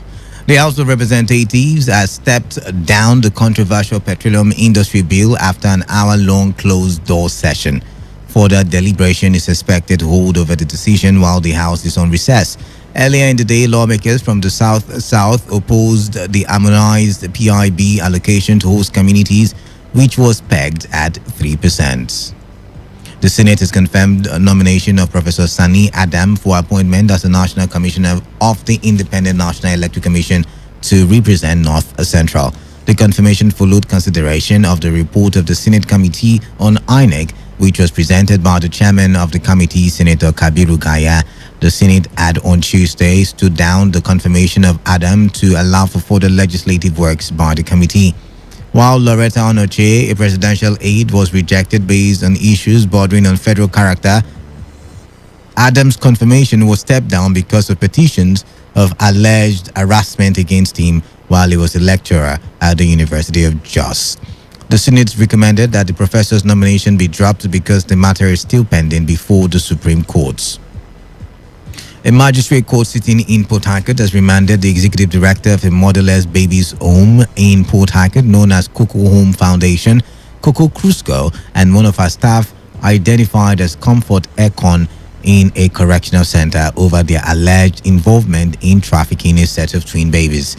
The court also remanded one Favor Uche for her alleged conspiracy with one Dennis Chimieze, who is already remanded in a correctional center for the trafficking of a set of twin babies who are reported to have died and deposited at a mortuary at the University of Port Harcourt Teaching Hospital. The trial chief magistrate, Rita Ogugwo, also directed that the chief medical director of UPTH, through the police officer in charge of the matter, should on the next adjourned date provide the court on the whereabouts and relevant documents of the twins, especially as it concerns the depositing of their remains. Chief Magistrate Ogugwo gave the orders and directives following the testimonies of the CEO of the Coco Home Foundation, Coco Crusco, who alleged that the twin babies were handed over to her ill by the police on the 7th of June 2021 and were confirmed dead at the police clinic on the 9th of the same June. Today FM's Uchendu Ejowo reports that Coco Crusco also told the court that the dead bodies of the set of twins were carried and deposited at the UPTH mortuary by the police officer who handed over the children to her foundation. Chief Magistrate Rita Ogugwo, after listening to the testimonies of Crusco, Ekon and Uche on their involvement in the trafficking of the children, made the orders and directives before adjourning till 19th of July 2021 for information and possible bail application of the suspects. The Taliban have proposed a 3-month ceasefire in Afghanistan in return for the release of 7,000 captured fighters. Nader Naderi, an Afghan government negotiator, described the proposal as a big demand. The government has so far not said how it will react. Clashes between the government and the Taliban have intensified since U.S. troops began to withdraw from the country. The Taliban recently claimed their fighters had retaken 85% of territory in Afghanistan, a figure impossible to independently verify and disputed by the government. That was the news update at 4 p.m. on Today95.1 FM. Do not forget to take responsibility. Wash your hands on the regular with soap on the running water. Alternatively, have with you at all times alcohol-based and sanitizers. Avoid touching your face and eye contact surfaces to prevent the spread of coronavirus. Good evening. I am Kalada Korubatubo. Today's news, today's entertainment, today's sports, today's issues. Today on Today 95.1 FM, Port Harcourt.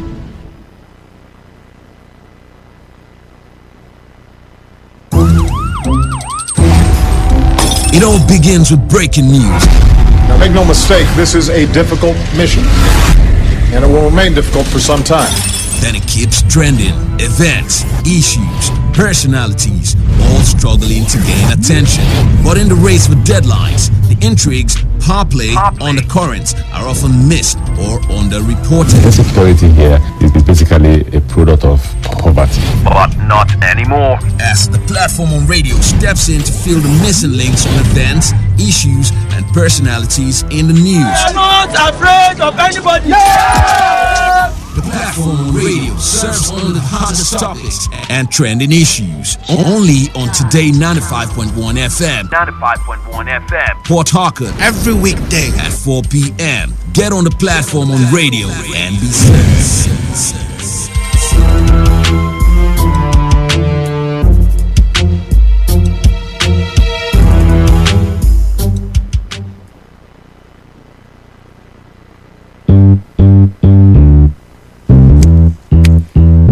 and greet.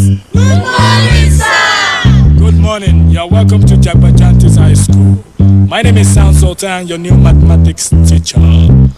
By the way, do you understand pidgin English? Yes, sir. Okay, now what we go use henceforth? Okay, carry your paper. Fem for my class. People of this world, them plenty. Sins of this people, many, so many. Many times plenty, multiplier. Many times plenty, multiplier. Multiply am the answer you get now waiting they make poor man they cry. The answer you get now waiting they make rich man they mess and leaders they lie. The answer you get now waiting they make young boys and girls join party gang. Answer you get now waiting they make innocent man rot inside the jail. Get it, and then no agree to grant and bail. Get it, oh.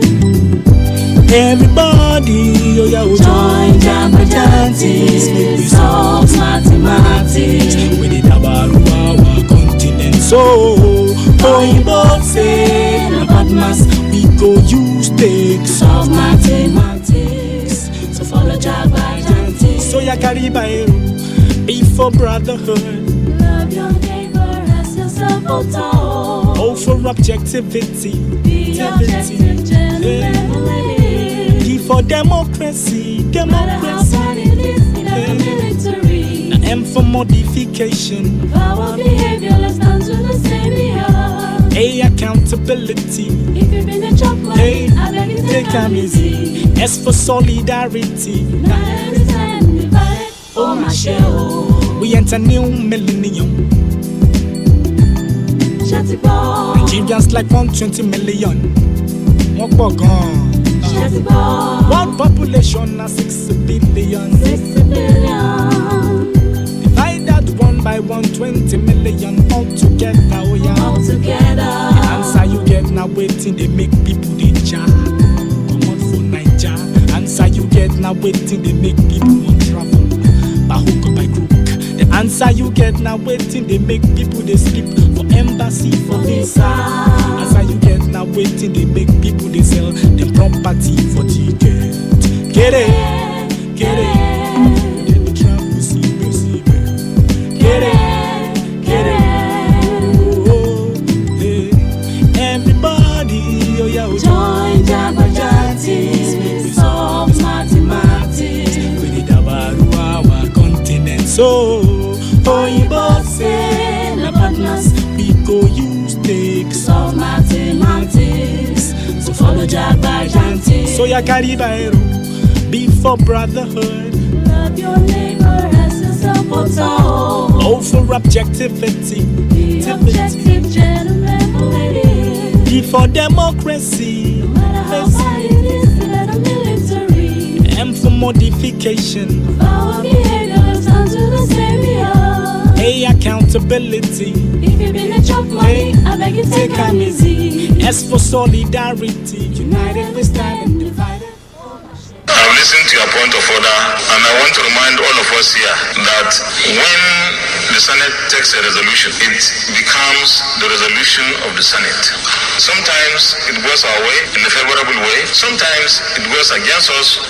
It's not exactly what we want. But I want to appeal to us. If you don't get it your way today, you may get it to your way tomorrow. So I will appeal to all of us that please, when the Senate takes a resolution, no matter how uncomfortable it is the resolution of the Senate. And at this point, we are not going to be debating what happened before. Yeah, good evening, Port Harcourt. Good evening, Obiakpo. Good evening, Echie. Good evening, Yenegua. Good evening, Owerri. Good evening, Nigeria. It's another brand new. Yeah, to you, it may be a brand new day. To someone, the day may be getting old. But it's a wet Thursday evening in the city of Port Harcourt, the garden city of Port Harcourt. You may not even agree that it's still a garden city, but to some, it is still a garden city. Whatever you call it, it is the city of Port Harcourt, the oil-rich city in Nigeria. It is a city where the senators from this part of the country and the southern parts of the country, the south parts of the country are jostling that the region gets its fair share in the petroleum industry bill. Welcome again. My name is Onyekachi Mosusta. Call reporting for duty. It's a platform on radio.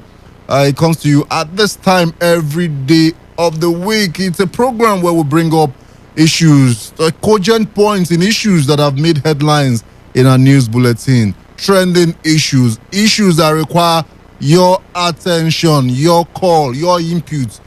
It's a dining. We are on a dining table and you're expected to come with your cutlery. Of course, I will add the number to you in a jiffy. But before I let you know what the numbers are, it's important I let you know what menu we have on the table today. Our Senate adopt 3% allocation to host communities in the petroleum industry bill despite protests by Southern lawmakers. Senate makes U-turn, confirms nomination of Professor Sani Adam despite court case and petitions against him. Lagos State Police Command announces arrest of more suspects in connection with the killing of Usife Ataga, the Chief Executive Officer of Super TV.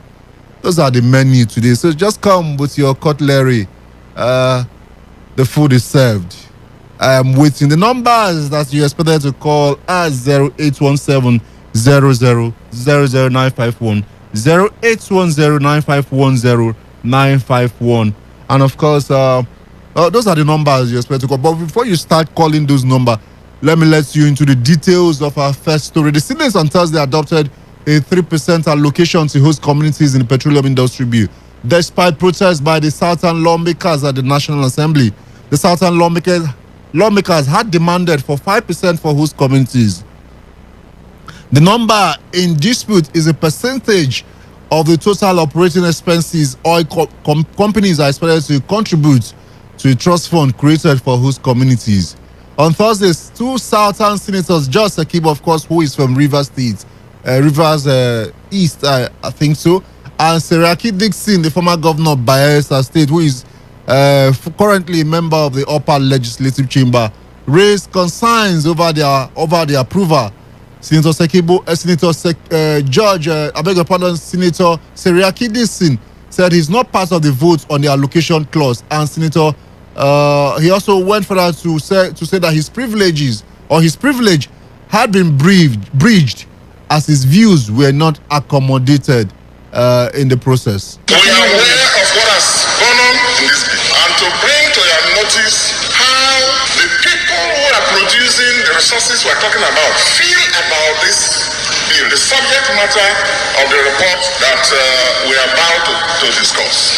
Mr. President, let me report myself that on the day we concluded work on this bill, on that day, some of us disagreed with the processes, some of us disagreed with the conclusions, and some of us quietly took our leave of the chamber. The privilege I'm raising is to put it on record, Mr. President, that our views, some of us, the contributions we wanted to make on this issue could not be accommodated or were not accommodated. Now, that was the voice of the former governor of Bayelsa State, federal lawmaker he is right now, Senator Seriaki Dixon. But of course, the Senate president also replied him. That was the soundbite you had earlier on. Because of time, I will not be able to go into all of that. But he got his reply, the normal reply. Just hold it.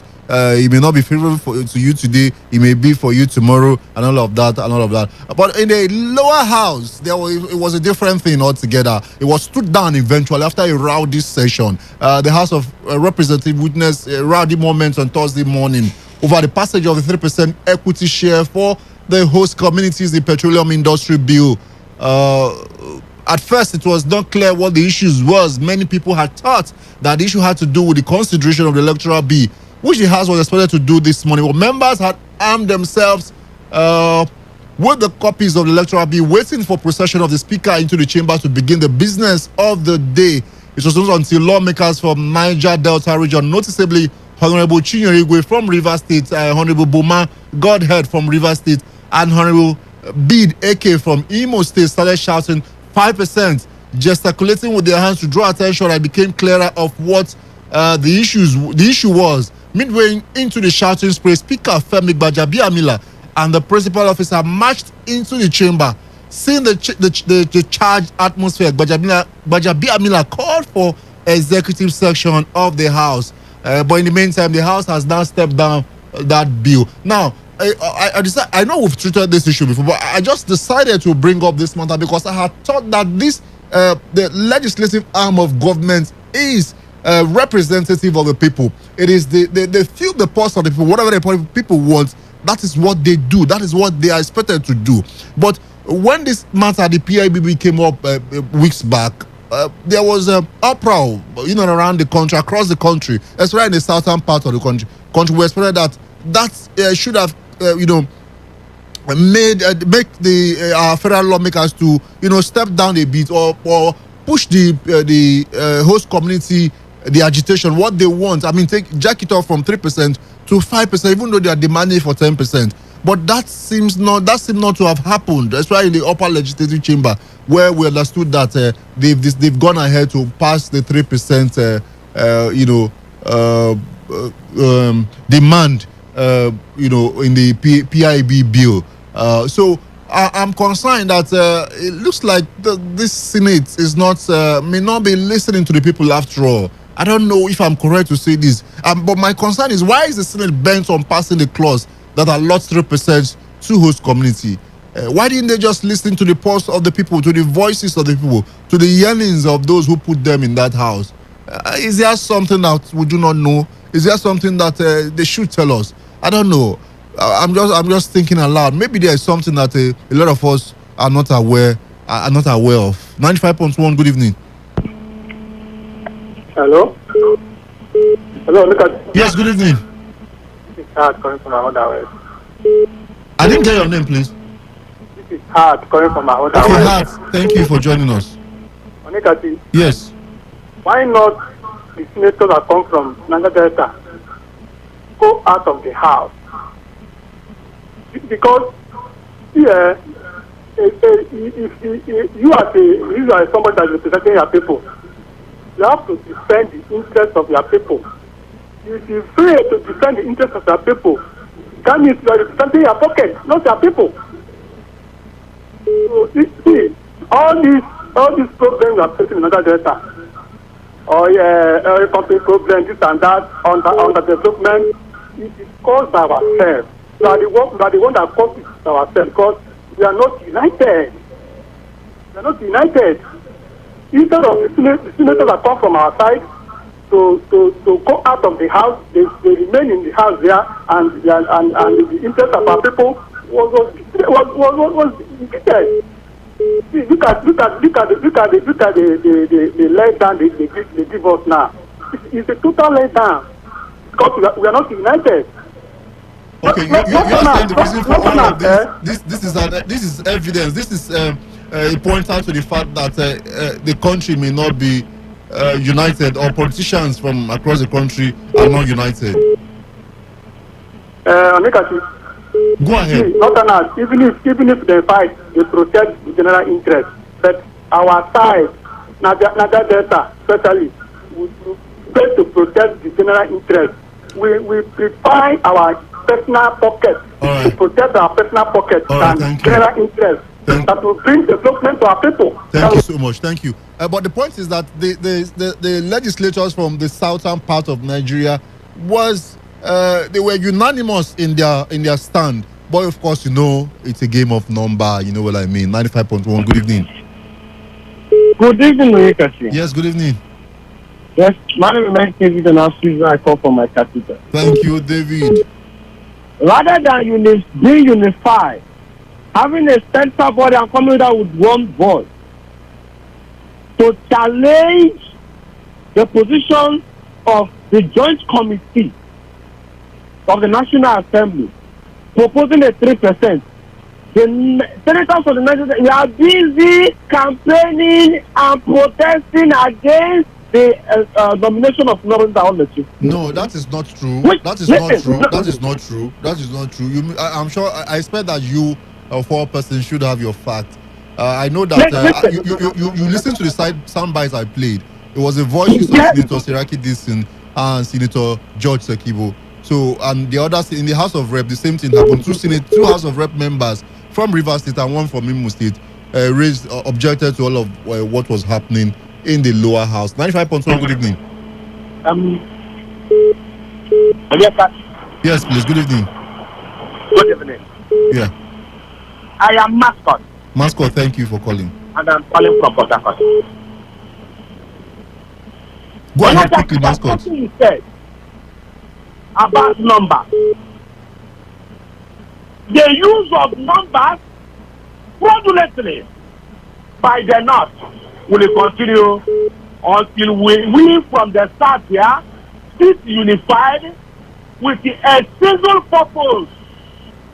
Let's not turn the program into a platform to discuss ethnic differences. We're looking at the petroleum industry bill. If you look at my talking point, I'm just concerned that I expected that the senators should have listened to the voices of the people, the press from the people, but that did not happen. No. The last three callers have tilted towards. It does look like we are tilting towards ethnic. We are taking the issue along ethnic ground. No, I will not allow you, because I will not allow that to happen. Please, thank you so much. 95.1. Good evening. Yes, we're looking at. We're wondering why the senators. I'm hammering on the senators because I know the House of Rep has stood down that bill for now. And let's not also forget that in few days time or so they'll be proceeding on their annual recess. There won't be any plenary again. Maybe committee meetings, I don't know, but there will not be plenary in the meantime. I don't know when that recess will commence. 95.1. Good evening. Hello, good evening. Yes, good evening. Yes, from Alebra. Thank you for calling. Yes, you see why we have been fighting for it. Now, Niger Delta militants will now begin to fight, but all the same, all of them, they are fighting for their private pockets. Our legislators who are there at National Assembly in Joint Committee, they were there, but they may not have the say. But finally, you understand, it has come to 3%. And who is going to benefit from there? It's just them. It's not been finally decided yet. Even that decision of the Senate was that of the harmonized policy. But the House of, listen to me now, but the House of Rep, you need to listen. Yes. The House of Rep has to done that decision. That's the point. Yeah. 95.1. Good evening. Yeah, good evening. Good evening. This is Honorable Chime. Thank you for calling. Yeah. They have always told us that politics is a game of number. And no matter how we try to pretend, we cannot talk about Nigeria without ethnicity and tribalism.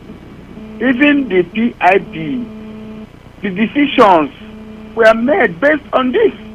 Are you telling me that if the oil is from the north, that they will not give them 10%? The truth is no. If the oil is from the north, they will give them 10%, not 5%. But in the final analysis, it is good for Niger Delta, because instead of them to talk about resource control or to renegotiate Nigeria, have a referendum, they are talking about 3%, 5%, 10%. No. In true federalism, the constituent part of a country or federation will control their resources and pay tax to the center. That is how it works. Because right. Nigeria is not the same. Thank you. Nigeria, they are begging for 3%, 10% and all that. No. Thank you, Kachi. Thank you so much. We'll go to our next issue. Still in the Senate. An incident happened yesterday.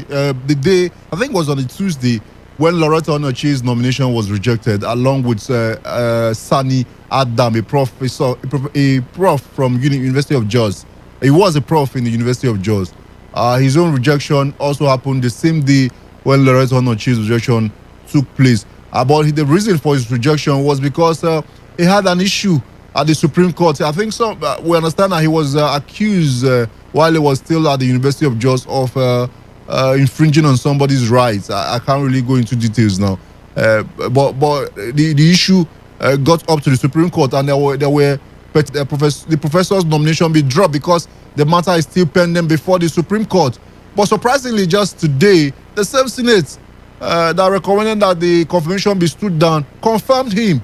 And that again made us wonder what's happening. I mean, what about the issue in the Supreme Court? What about the petition that was served against him, that was taken to the Senate Committee on INEC against him? What happened? What simply happened overnight? Why is this person now confirmed? What happened? Has he now suddenly become a saint?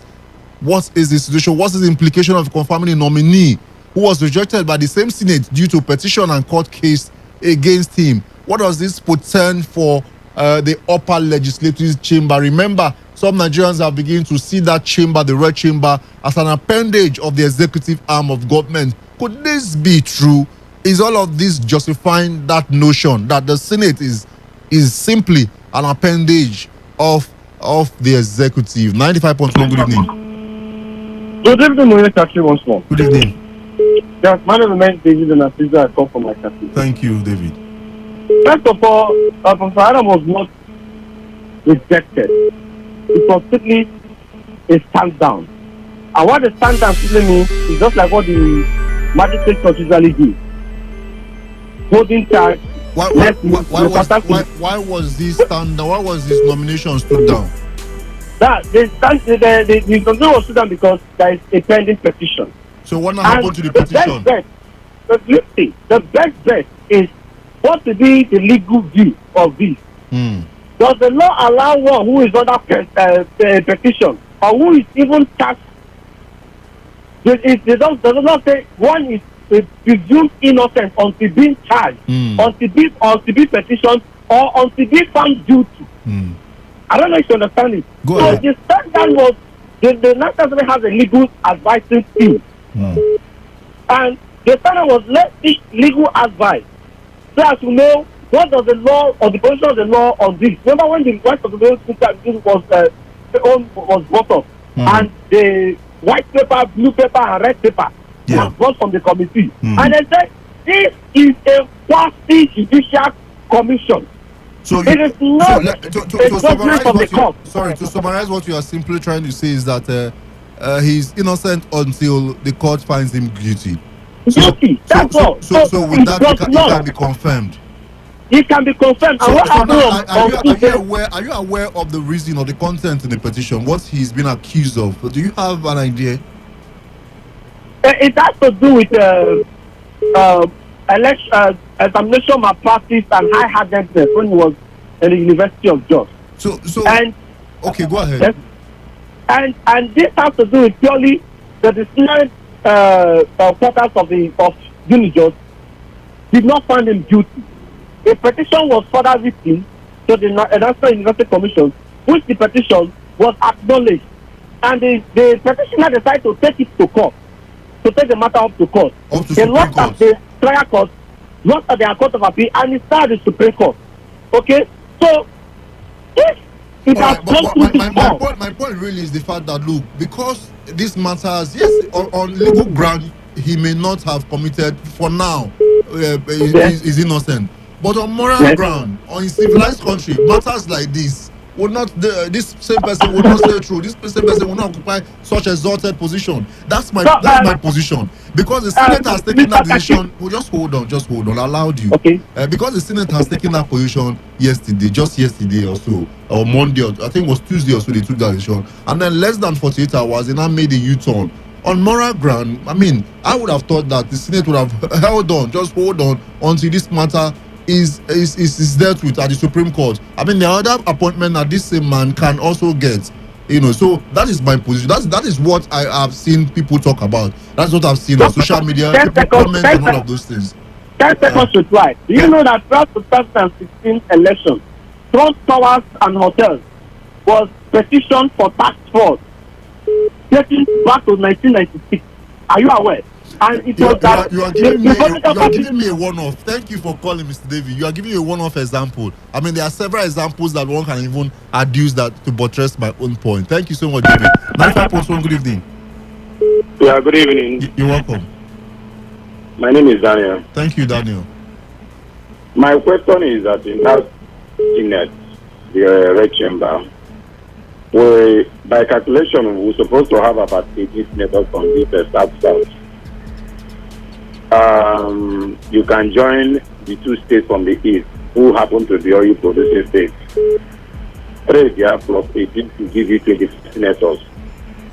These 25 senators is only 2 people that are talking, which is a Sekibo from River State and Dixon from Bayelsa State. That is to tell you what kind of representatives do we even have here, for God's sake. No, but I'm not sure we should expect all of them to be speaking at the same time. They may have made their points at different times. I'm coming. We have a deputy senate president from this region. Deputy senate president from where? Yeah, from Delta State, yes. From Delta State. I believe that if the host community and most of the people here are crying for 5%, it is we who send them there to go and represent us. Why not them do what they call lobby the people from the East? Because they are the people that are close to us, which is about 3 states from that place. Lobby them and walk away. Let the North go ahead and pass it. Even at that, I understand your point, sir. But even at that, but I think that was done because in the House of Rep, a senator from Imo State was part of those who shouted, who raised his voice. So I think that was done, really. And in the report also, if you look at the report extensively, you see that the report said that senators from the southern parts of the country, remember Ondo State is an oil producing state, Ondo State. So senators from the southern parts of the country somehow supported. And if you look at it, like the other caller said, there's no way you can run away from ethnicity, really. In the lower house, which is presided over by a House of Rep, a member from Lagos State, the speaker who is from Lagos State, that is why maybe, just maybe, that matter was stood down in the lower house. I don't know, but all I'm saying is this. In as much as I knew that when the Ahmed talk about the number and all that, he talk about the number for boy because politically they are more in number. Then you should know how to get your voice heard when you know you don't have the number. And the only way that your voice will be heard is that walk away from the house. Tell them that since you say you are the only Nigeria, you are the only person that thinks you own Nigeria, go ahead and pass it. And I believe that only the North will not pass that PIB. So we can tell me that we just stay there so low, they will just come and pass it. For me, our people just should know who is their enemy now. If you want to vote who will represent you. And as I said, it is now for our people here to know who is your enemy. Some of us think that people from the East they are not our enemy. Thank you so much. 95.1, good evening. Good evening. Yes, good evening. This is Lawson calling from Yenagua. Thank you for calling, Lawson. You know, there was a Palestinian leader those days. I don't know how old you are. Yasser Arafat. Yes, I don't know if you know him. Of course I do. Yeah. I usually dress like with his scarf and Good. Yes, okay. And now I know you are not a small boy, but your voice is sounding as if you are young, really. No, seriously, I don't know well, but it's sounding somehow. When did you see the voice? Yes, one day I will see it definitely. He said when he went to Israel, they were negotiating those days seriously, and he negotiated and he got a little, and then they were attacking him. His people were attacking him, and I said, look, don't worry, anything Israel offers, let us take it and continue pressing. That's what he told, the Palestinians. It's politics. Fine, we have been able to get 3% today.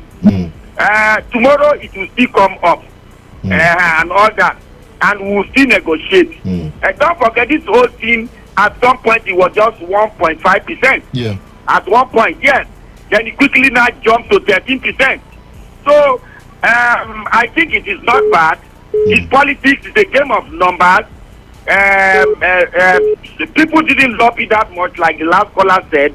But sometimes even if you lobby, some people, when their mind is made up, it's made up. But over time, yes, I think that 5% or maybe more, they will definitely get it. So let us not make too much problem out of this. I feel it's a victory, even though it's not what we wanted. So let us take it and continue to press. I think it will be better. Thank you. Thank you so much.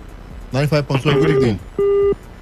95.1, good evening. All right, he's saying that let's make do what we have right now. Tomorrow may be better than today. Well, that's his lost his opinion from Yenegua. 95.1, good evening. Yeah, good evening, Mr. Once more. Good evening. Yeah, David and Asisa, I come from my Kasita. Thank you for calling.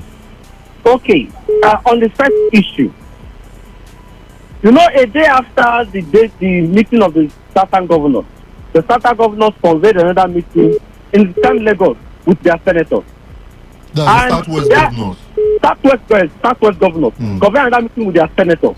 All 6 states of the Southwest. And I saw a Senator Christian Oludini from Ekiti South, a PDP member, rubbing minds with her governor, Fayemi, who is an APC member.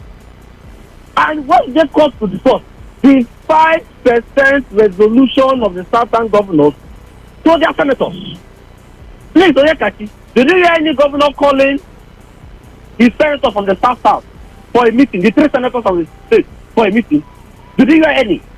At times, I'm not standing in for them, but at times meetings can be held informally. I mean, what I mean is this. Yes. I mean, you will not know when Senators George Sekiwe will fly into Port Harcourt, meet with the governor at the presidential lodge inside Government House there, and fly back to Abuja. You don't know the contents of their discussion. Okay. You don't know what was discussed. Okay. These issues may have been discussed. Or when the governor was commissioning projects, you always see Senator Sekibo there, Senator Barring Piggy is there, and the other members of the House of Rep, they are always there. They are always present there. At the end of that commissioning, any other discussion may have transpired behind the scene. I'm not standing in for that. I'm not saying it did actually, discussion actually transpired or happened. I'm just saying it may be an informal scenario. It may not be the normal format in that press people will come, camera will come, and then you hear us talking. Yeah, let me even ask you, when you saw them talking, when you saw the senator talking with his governor Fayemi, did you hear them? Did you hear the content of their discussion? The agenda was 5% resolution for the PIG. That was the agenda for the meeting. Okay. No more, no less. All right, no presidency. All right. Thank you. Why don't you have the same thing in the South? That shows the divisiveness. When it came to long-term, they had a caucus meeting. Do you think about the caucus meeting of the PDP? I think we lost that call. 95.1, good evening. 95.1, good evening. Okay, so he's talking about discussion meeting between the governors in the South region and their lawmakers from the region. He's suspecting that sort of meeting would have gone far in ensuring that this 3% was jacked up by the senators. But you never can tell how much of discussion went on behind the scene. You don't just conclude because it wasn't before the cameras.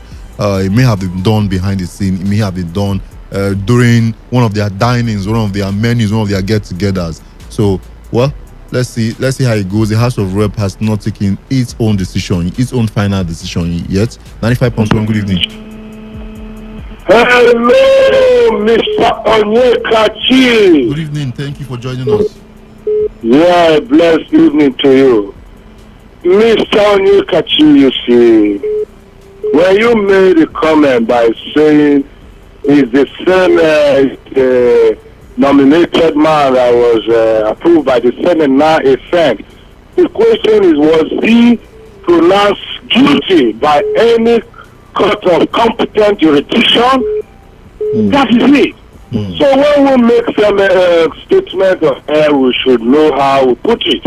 So that man has not been pronounced guilty, and he has the right to occupy any office till the court say otherwise. All right. And when we look at this 3%, the question is, the truth is that money has been given. Look at the Niger Delta NDDC Commission for the development Niger Delta. Do you know how much that has been sunk in that place? What about the 13% of the governors? Did you know what are they doing with it? Now the 3%. So our brothers here should do.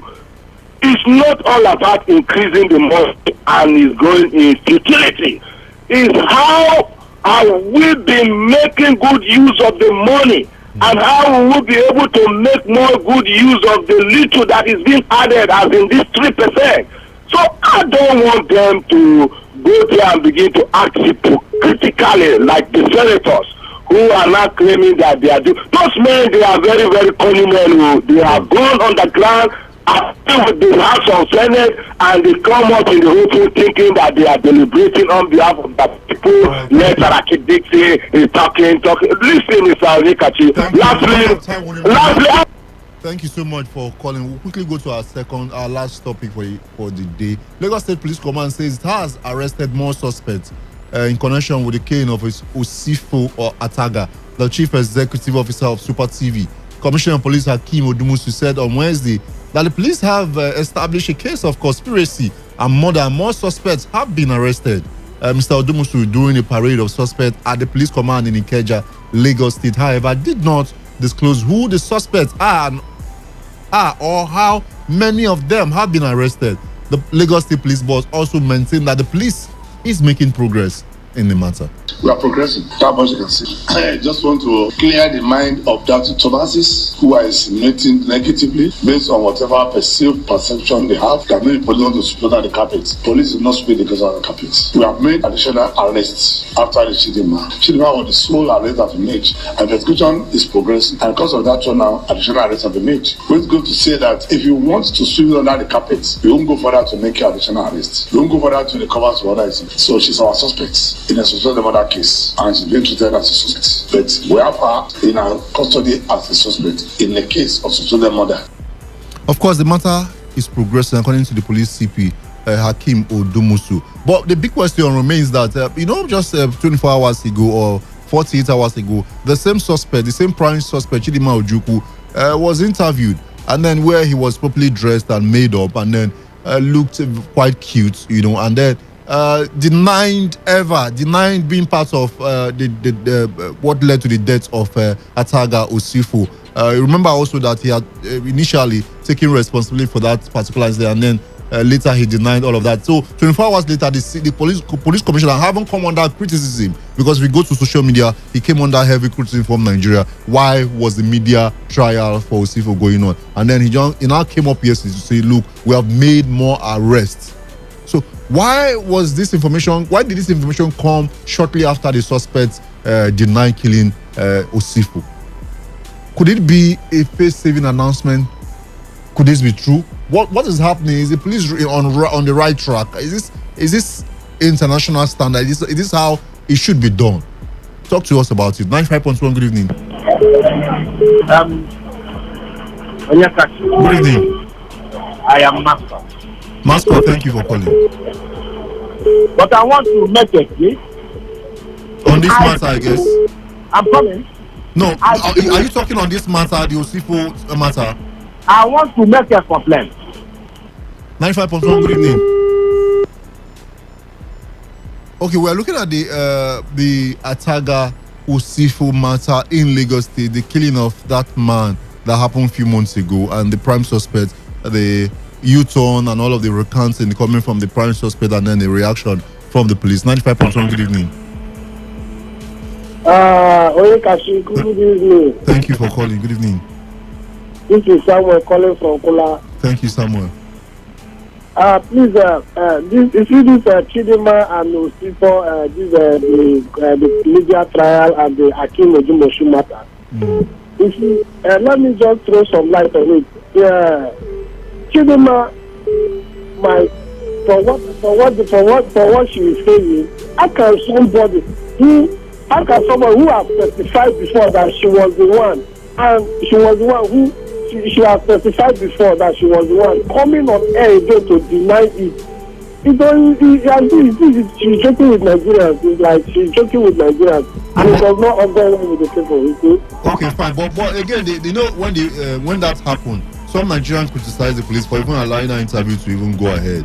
And then the police commissioner now came out to say more arrests have been made. What do you make of that discovery, that press statement yesterday, press interview yesterday, that more arrests have been made just a few hours after, or a few days after Chidima recanted? if you can remember the FIFA Ataga people, as it is called, they should go deeper into the investigation. If you can remember vividly, that they should go into more deeper investigation. That is to say, Chidinma, like Akim Odibo said, that she remains the prime suspect, but she is not the only one who executed the plan. There are other people, and for me, if I'm a commissioner of police, I would arrest the what is it called? That hotel ought to be closed down. No, I will the police has moved in that direction. More arrests have been made, like they mentioned. So let's see hold on and see what the outcome will be. 95.1. Good evening. Hello. Yes, good evening. Yeah, my name is Daniel. I'll call you back. Daniel. For me, police arrested some individual, and for them they were claiming that those individuals have a hand in the Super TV death. The question is this: this is why I keep on saying that Nigerian police fight crime and using crime to do that. There was a law who forbid police not to parade any individual. A lady was paraded, interviewed, and the lady say, I stabbed him in the front, stabbed him in the back, was drunk and all that. Now, this individual that you arrested, are we not saying they have hand in stabbing the man? They paraded this lady, even when Constitution does not allow them to do that, which is using crime to fight crime. And now you parade some individual, so what are their involvement in this killing?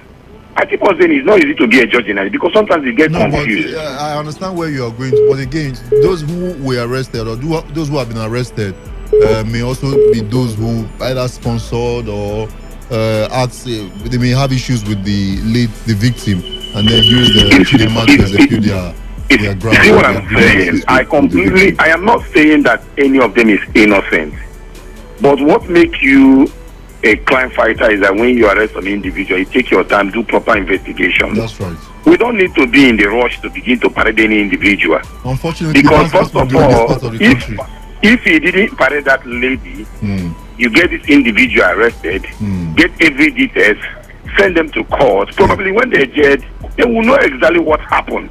Right. You get every fact 100%. Not that sometimes you now place more speculation than even the fact is, because there is so much speculation on the line now than even the fact. Thank you so much. Thank you. 95.1. Good evening. Hello. Yes. Thank you for joining us. Yes, I think the Nigerian police is not learning any lesson at all. They are not. Yes, these things keep happening. See, do your investigation very well. Be sure before you come to the public. Be very sure in a way that the suspect cannot even deny it. It's the same suspect. They said yes, she committed crime. She herself confessed to it. Today now she says she did not confess to that crime, and it was under duress. So for me, and then shortly after she even said that the police is now coming out to say we've made more arrests. You know, when and that that's happened, what I'm saying. Yes. They make more arrests. So it means that you are not even sure of what you are doing. Honestly, the Nigerian police has come of age. It wasn't today, it was established. They should do better than this. Time and time again, these things keep happening. And they are not learning anything. Don't rush to the media. Get all your facts. Get everything in a way that the person you want to present will not deny it. So now look, we the Nigerians, we are confused. We don't know whether it is the police that is not lying or is the Chidinma that is lying. So honestly, I am not impressed at all. I am not impressed. They should do better than this. Thank you. Thank you so much. 95.1, good evening. Yeah, good evening. Yes, good evening. Yeah, good evening. This is Honorable Chris. I'm calling from Port Harcourt. Thank you, Honorable, for calling. Yeah, you know what we call live again? Instead of you to lose or to the eye of public will say, look at what Nigerian police are doing. They are now using Chidinma to cover up their shame so that people will not blame them. They want to use the gear. You say they will make her up, bring her in to look beautiful, to look as if is a madam. They are not going to use Chidinma to make money. You see this case. Today's date is what? Nothing. They have a change hand on this case. There are big profile people that their hand is in this matter. They have sold that matter. This now is a business. That girl now is going to make it. If he can even point to me, they will come and pick me. When I pay, they release me. That's what you'll be seeing now. They will be making series. Even if they this person has small argument with the man, they will come and pick the person. Look at what they are telling us. Honorable Chris, thank you. So, Nigeria. Thank you so much, Honorable Chris. Nigeria. Thank you. All right, I think that's about the size of our package this Wet Thursday evening. The platform has been a production of our news department. Of course, it is important that I remind you at this time of our nation's history that you have the power to make the required change that you crave for. Go online now and begin the process to collect your permanent voter card. Your PVC is your power. My name is Onyekachi. So the last edition of this program for the week will come up tomorrow, same time. Bye for now.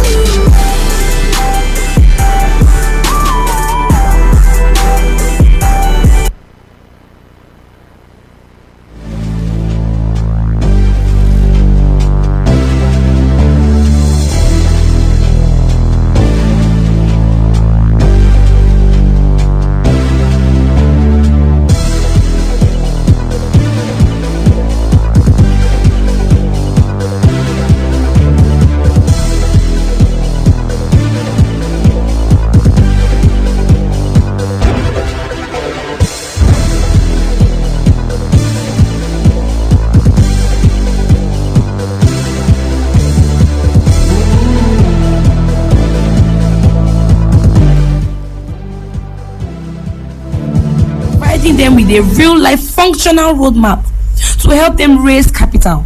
Now we know that having the capital to start your business is not just enough.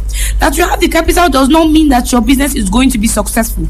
As such, the Wealth Creation Project also provides you with a 12-month free mentorship program where a team of mastermind mentors and business experts of the project will work with you, advise you, mentor you for a full 12 months to ensure that your business is successful. Now, the Wealth Creation Project also renders this service completely free of charge. So what we do is not just show you how to raise money for your business or projects, but also mentor you to ensure that it is also very successful. Now, what are the categories of people that you do engage with? All right. I'm going to list out categories of people based on the kind of problems that we help them to solve. Number one, do you have a plan to start up a business and raising funds is your issue? Then we will work with you. Do you have a business that needs money to expand? Pick up your phone and send yes to the Wealth Creation Project. Do you need money to pay fees for your children and it's an issue? Pick up your phone and send yes to the Wealth Creation Project. Do you need to raise money to pay your rent and it's a bit hard for you?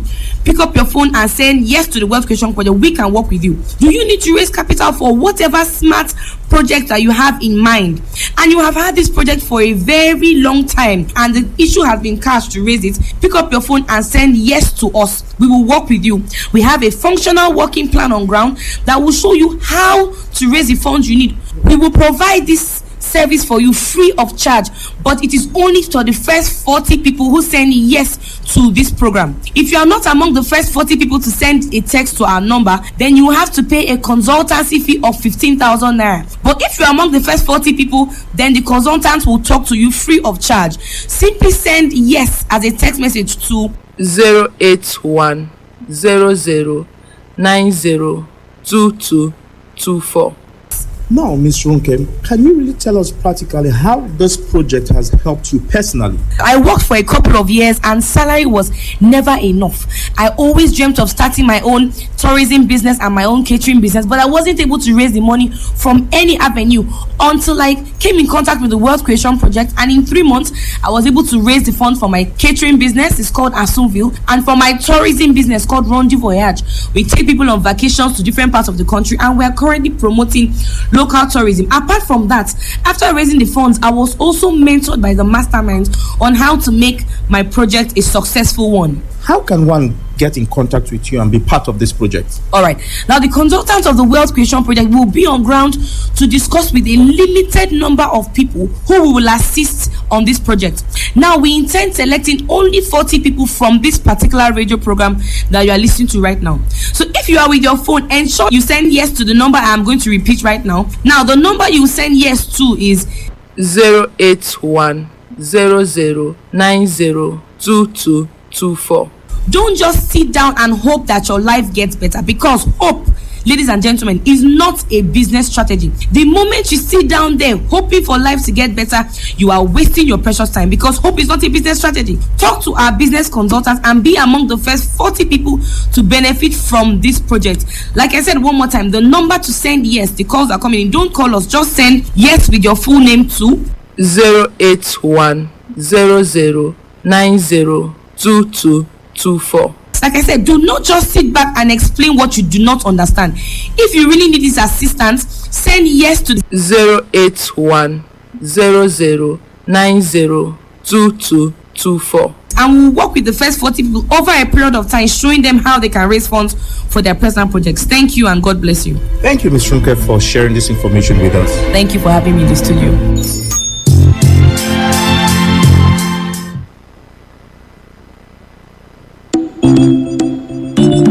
This is the Vivian Douglas Show. It is an avenue for paradigm shift. We bring you a platform where your voice counts on issues of social reform in our society, from governance to education, domestic abuse, health, environment, relationship, religion, lifestyle, entertainment, and much more. Most importantly, here on the Vivian Douglas Show, we speak to impact on all fronts. Join us on Today 95.1 FM Port Harcourt every Thursday 5 to 6 p.m. on the Vivian Douglas Show to interact, and on the Just So You Know segment on Today 95.1 FM, and on our social media platforms at the Vivian Douglas Show. Let's keep it real and log down every Thursday.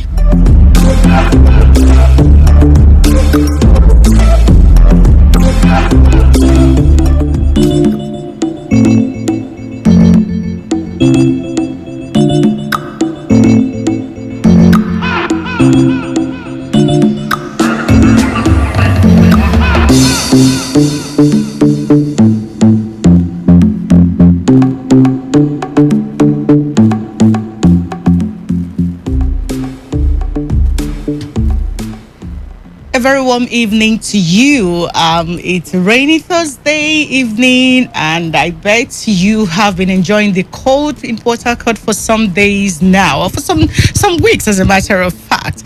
How have you been holding on with the cold? I know how it is when it rains like this, and you know, some people will just remember, oh, some people are still single, and they begin to ask them how they are going to manage. And of course, you know how these things go every time it rains. And I think, you know, it's not just about the couple thing and how you're feeling. That should be our concern when it rains in the city of Port Harcourt. We should also find a way to be, you know, considerate to those who are around us with leaking roof, flooded homes. You know, this is the time once again. Let's look around, whatever we can do to help someone, our neighbor, our community out this time. We'll be very practical. We'll be very helpful. My name is Vivian Ngozika Douglas Ezugo. And good evening to you, my lovelies. It's so good to come back here, to sit down here. I mean, I can't wait to hear your voice. I can't wait to have a conversation with you this evening. Though what we'll be talking about is a bit of the sad note, but hey, let's get to have this conversation today. So on the show this evening, I will be talking to you on basically something that happened on NTA Road a few days ago. The accident that took the life of 5 young people from us.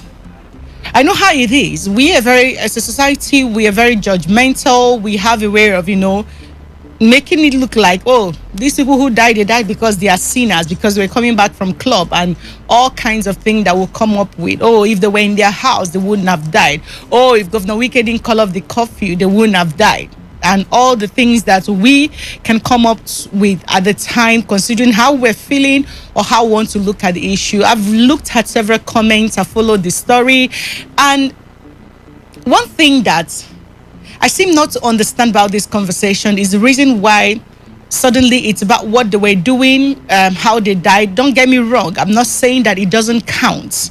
Like when we will talk about that recently. Hopefully, Andy Apotive can join us on the conversation this evening if he's able to make it. I mean, the traffic and all that. Maybe he can call in us to make progress. But let me just have this conversation with you. Last week, I had to just do it on my own by saying, let's talk about this Chidinma incident. And I was particularly pointing out the irresponsibility of the parents. You don't tell me that Chidinma, by Chidinma, I mean the young woman who killed the Super TV CEO, Usifo. So, I mean, as of this week, a new story has developed from that. She seems to have denied everything and all that.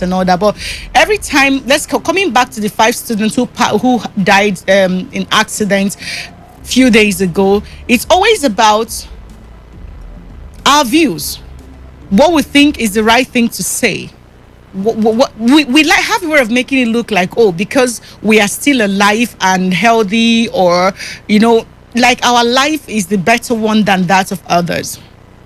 So 5 young people went to club. This is something that happens almost every day in other parts of the country, and of course in other parts of the world. People go to the club, they get high, they get drunk, and sometimes they do narcotics, which is another conversation I hope to have next week with you. But on this incident, can we look back at ourselves as a people and begin to ask some questions? This is not the first time that people go to club and they get drunk and they drive themselves. Now, is that okay? Is that right? No. For a matured person who understands the danger that could come up with that is the wrong thing to do. You should actually get into a hotel or do something to protect yourself. Or maybe get someone to drive you, or park your car there and call a boat or call a ride or something. It's not something you should do. We know that. But can we come back as a society, as a people, as a family, and begin to ask ourselves, these are young people. How did they get to where they are? What role did we play in their life? You see, I'm tired of getting to the point where when something happens, we begin to shout and scream about what we have seen, what is happening at the moment. These kids belong to a community, they belong to families, they have relatives, they have friends, they have other people around them. How often did we even realize that, okay, something may not be right the way they live their life, let's cancel them, let's talk to them about it? Okay, let's forget about that. They have passed on. The young ones around you today, I mean, those who you see every day, they go out, they come back late, or you call them as a parent, they are supposed to be in school, and the sound of the environment. What exactly are we doing? Do we pay as much attention as we should pay? Or are we just waiting for when there is an accident, young people coming back from the club, and then something happens, and then we begin to have that conversation? Oh, we begin to criticize them and say what they should have done, how they should have done it. Like I said, don't get me wrong, I agree. I'm of the opinion that if you find yourself in that situation, it is unsafe for yourself and other road users for you to be driving at that point. That is standard. I don't have a problem about that. But when can we become that society? Growing up, then when you do something wrong, like especially when you travel to the village, you do something wrong, any other older person can scold you, tell you this is not what you should do, and this is not how you should do it. And then when you go back to your dad or your mom, they would point blank tell you did something wrong. But today we seem to be minding our business so much so that it looks like we're waiting for something bad to happen, and then we'll now come up to say, oh, they were making out in the car. That's why they had an accident. They had narcotics everywhere. They were smoking. Yes. This is what people do. So if you're holding them responsible for drinking and hanging out or taking drugs or whatever you can come up with or making out, why are you not holding the club owners responsible? At what point? What about the safety? Is it just about serving your customers? What about their safety? I mean, at the end of the day, if these customers don't come back, your business is not going to be going on anyway. So at what point can there be a regulation as to this is what should happen? Because you cannot stop people from clubbing in today's world. Even your religious your religious views, your religious ground cannot stop people from clubbing. People will do what they would do. Those of us who believe in Christ and go to church and want to follow Jesus, we still do what we are doing because we all share the word. So when something happens and it becomes a source of concern to us, can we go back and look at the roots of where these people are coming from? What do they know? Are you saying that there was nobody around that could have even done something better? Okay, what about the business owners? While we're having, so I just like us to talk about the other side of this conversation by I'm just going to open the phone line so you can also be part of the conversation. Why we hope that Andy joins us at some point. Now, I'm pointing all this out to say about the accident. We need to come down from our high horse. I mean, I don't even know if the horse is still high right now, but we need to really begin to ask ourselves some questions. When is it going to be okay for you to check in thoroughly to see that the child you have in the house is not drunk, is not taking drugs? Or are we just waiting? Are you just waiting for something to happen? And maybe when you see a child, like Chidima's parents, you basically kicked her out at 11, and today they are going to say, I have not seen my daughter in over 10 years. Excuse me. You carry that child in your womb, you give birth to that child, and then the child ends up killing someone after you sent this child out at the age of 11. What were you expecting to happen? So we have kids, young people who are in university. I call them kids because I don't know their age, but as far as I'm concerned, it's only a child that will put themselves in that. When you think like you might be an older person, by your biological age, but if you think like a child, you automatically become a child. So the question I'm asking everyone listening to me right now is very simple. The young person that is living with you, that you are a mentor or a guardian or you are a parent to, when last do you actually get into their life to know how they live their life and what they do with themselves?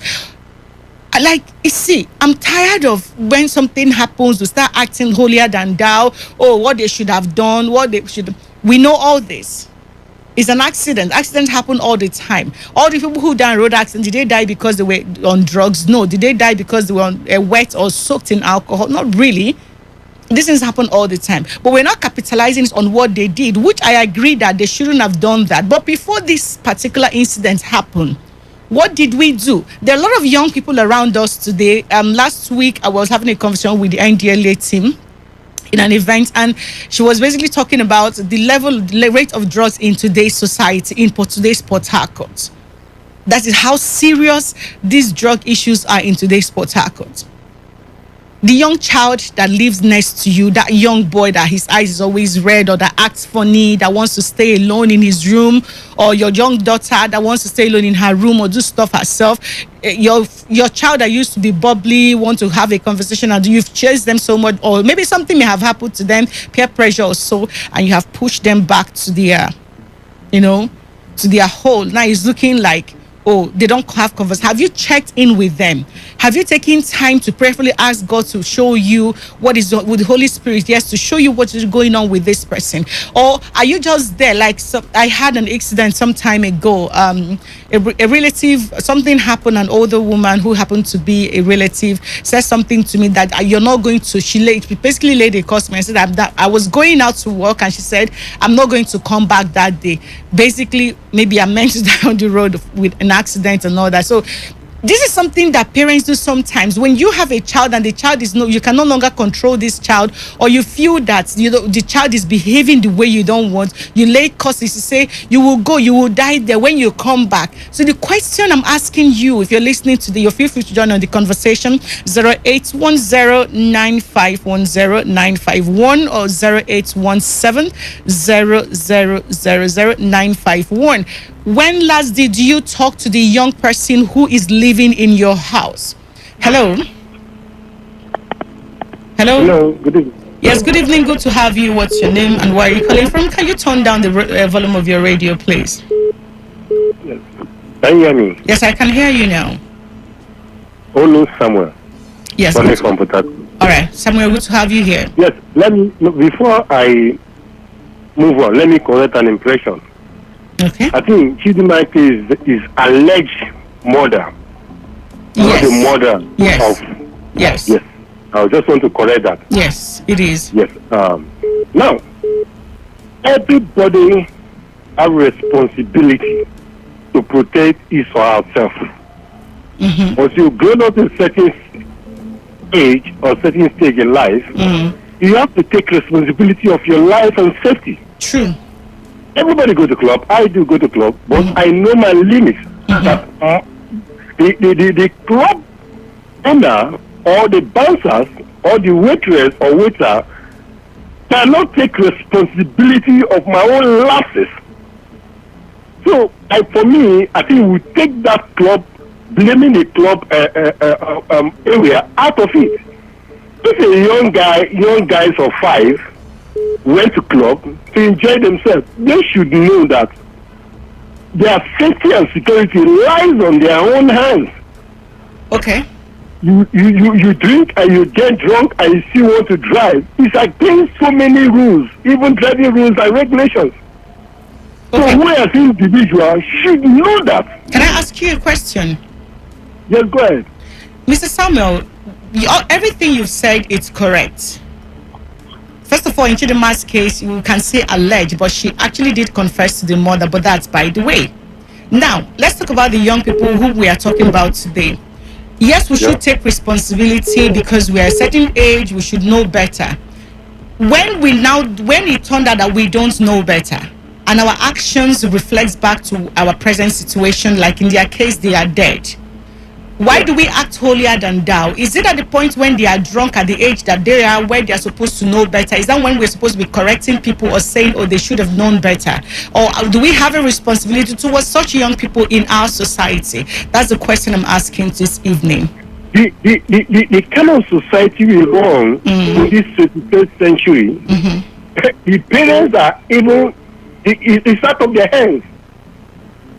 It's out of their hands because everybody wants to pack down to school to go to school or to no accommodation. Do you train a child when the child is when is it training supposed to be? When the child is in school or before they get to school? The parents, Nigerian parents mostly, they are failed in their responsibilities. There are others that are still in school with good headed and thinking straight. Okay. According to the principles and guidance of their parents. Why some decided that, oh, they have left my house, now I can have my peace. These are the kind of parents that have introduced their children into disastrous activities that is, at the end, turning against our society. Yeah. So for me, it is wrong. Everybody in life should take responsibility. I'm from River State. I've been living in River State without joining court. I've not joined courtesan before. I've not joined kidnapping. Does it mean that I don't face challenges in life? No, not at all. So, because my background, where I came out from, I've taught me to be that no matter where I am, I should be contented.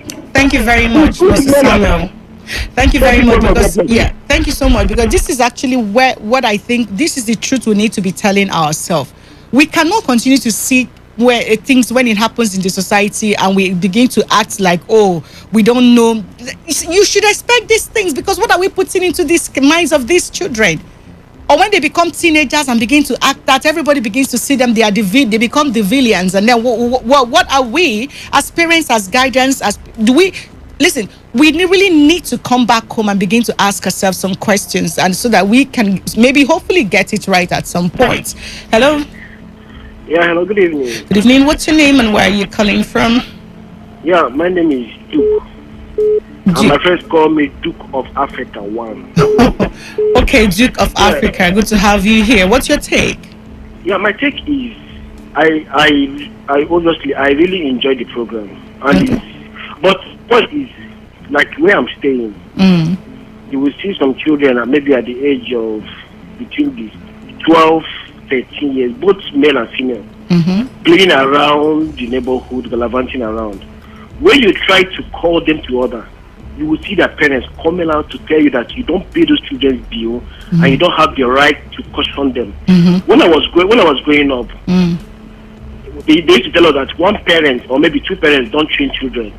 Even when your parents travel, and you mistakenly do anything wrong, the way they will spank your bum, they will flog you and leave marks on your body. When your parents come back and they report you to the parents, your parents will even say you didn't even flog him well. They even flog you more.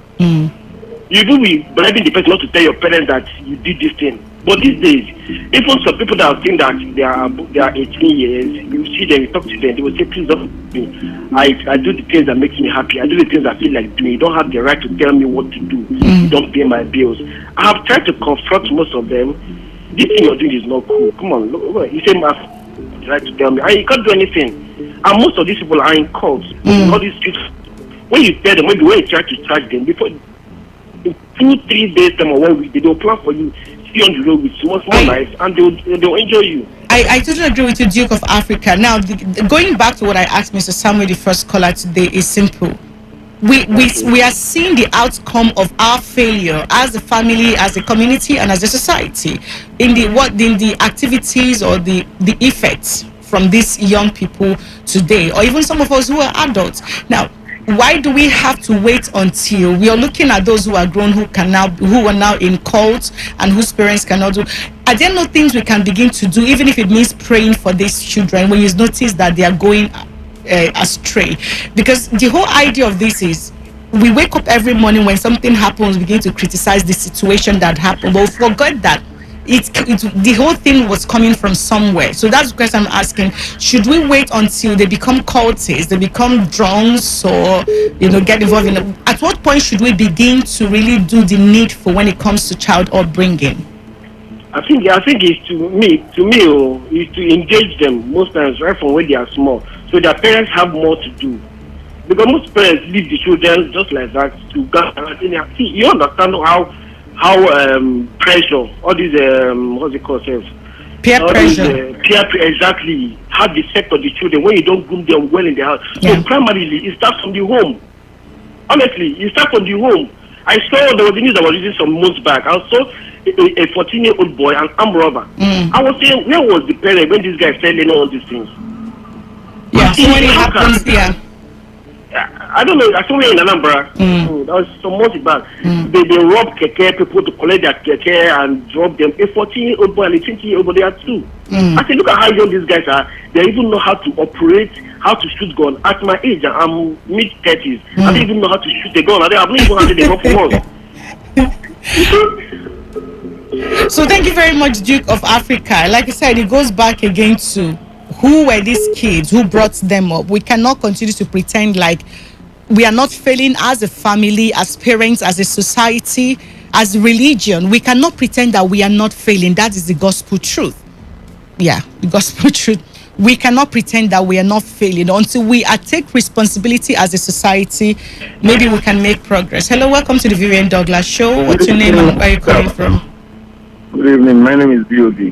B.O.B., good to have you here. Yeah. So what's your take? Listen to me.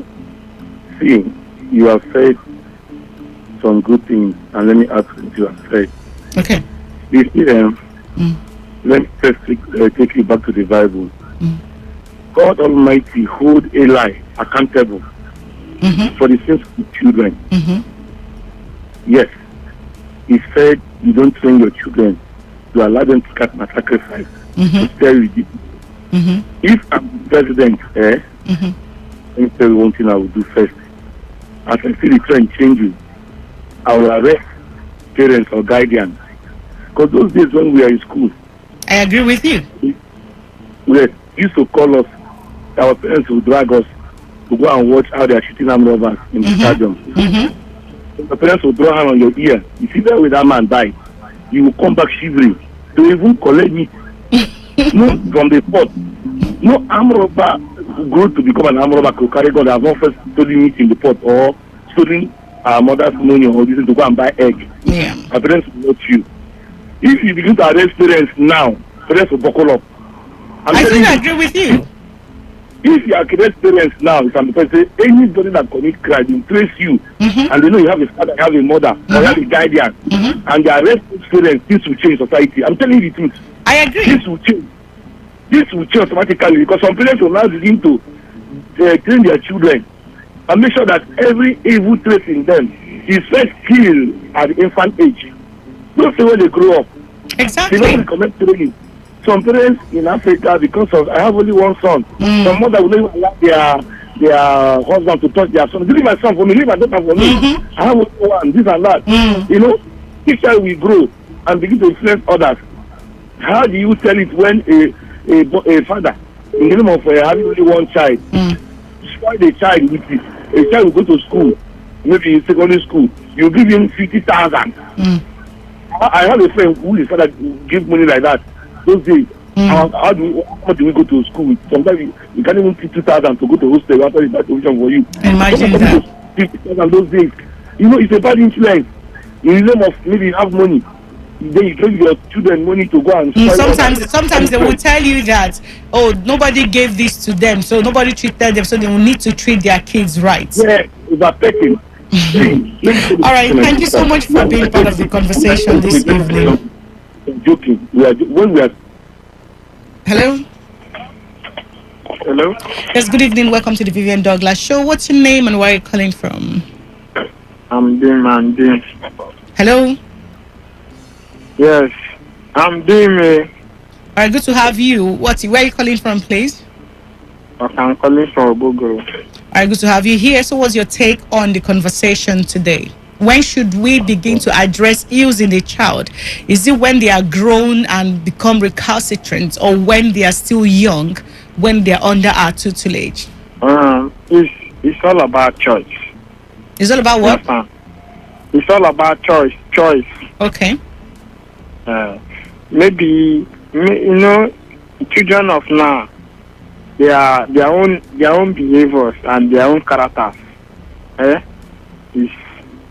Children of now, were they given birth by a parent, a man and a woman, with a family and community and society, or did they fall from above? What's the difference between being a child then and being a child now? Did the parents, did the society take away parenting today? Just look at a child that is doing Yahoo. Your son, the child that is doing Yahoo now. The child grew up. The child grew up and began to do Yahoo at a certain age. But what led him to? What made him feel comfortable to become an internet fraudster? Didn't start at the point when he became an internet fraudster or when he was caught.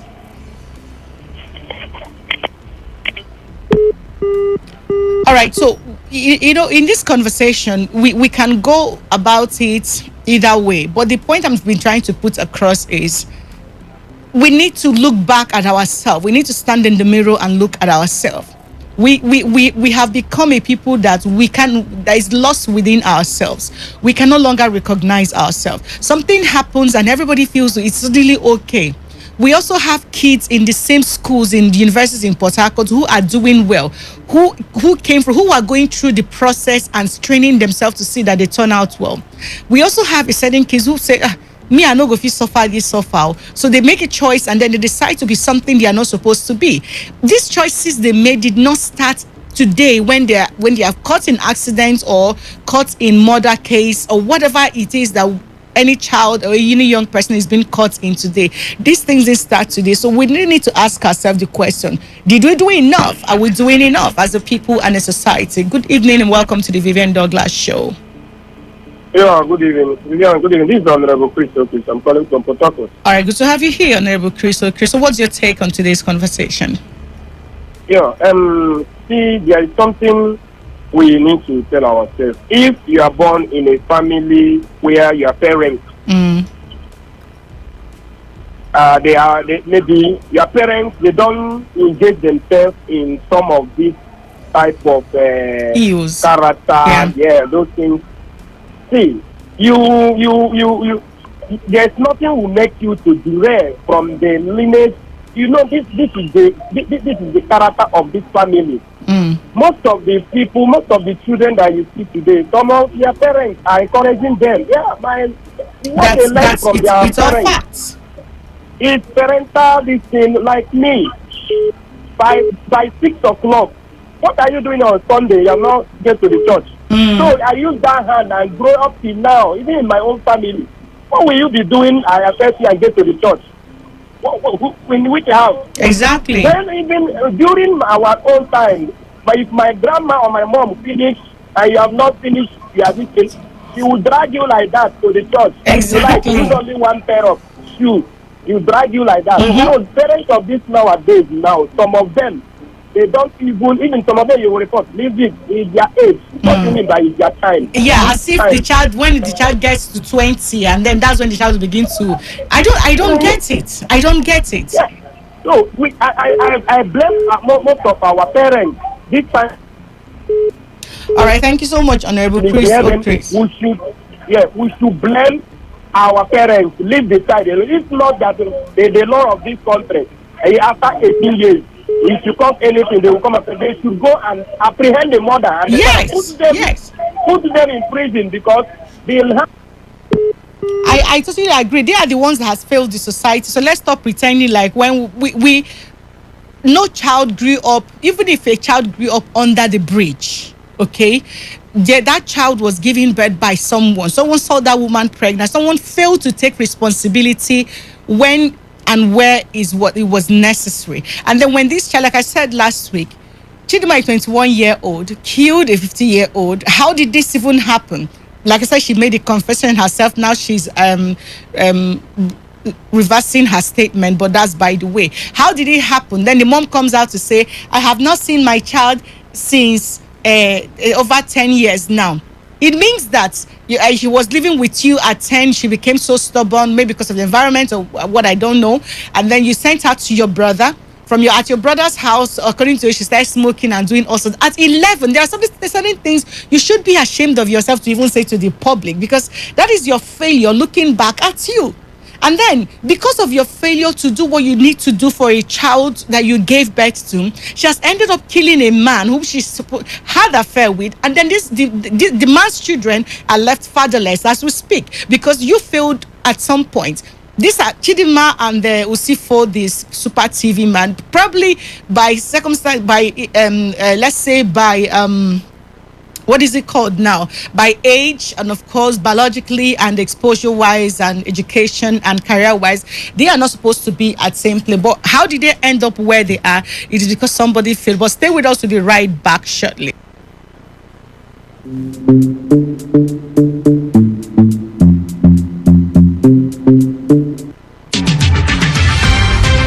Today's news in 60.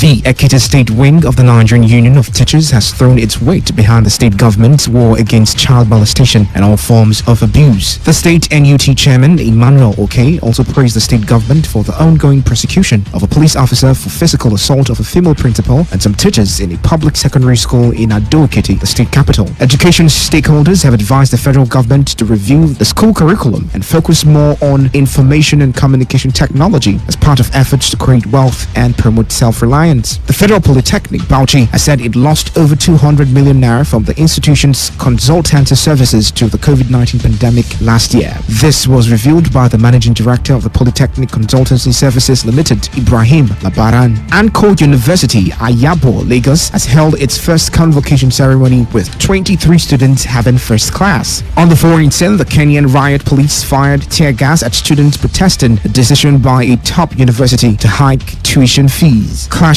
erupted when medical students from the University of Nairobi blocked roads in the capital and attacked motorists with stones. Police responded with tear gas and some students were arrested. Today's news in 60.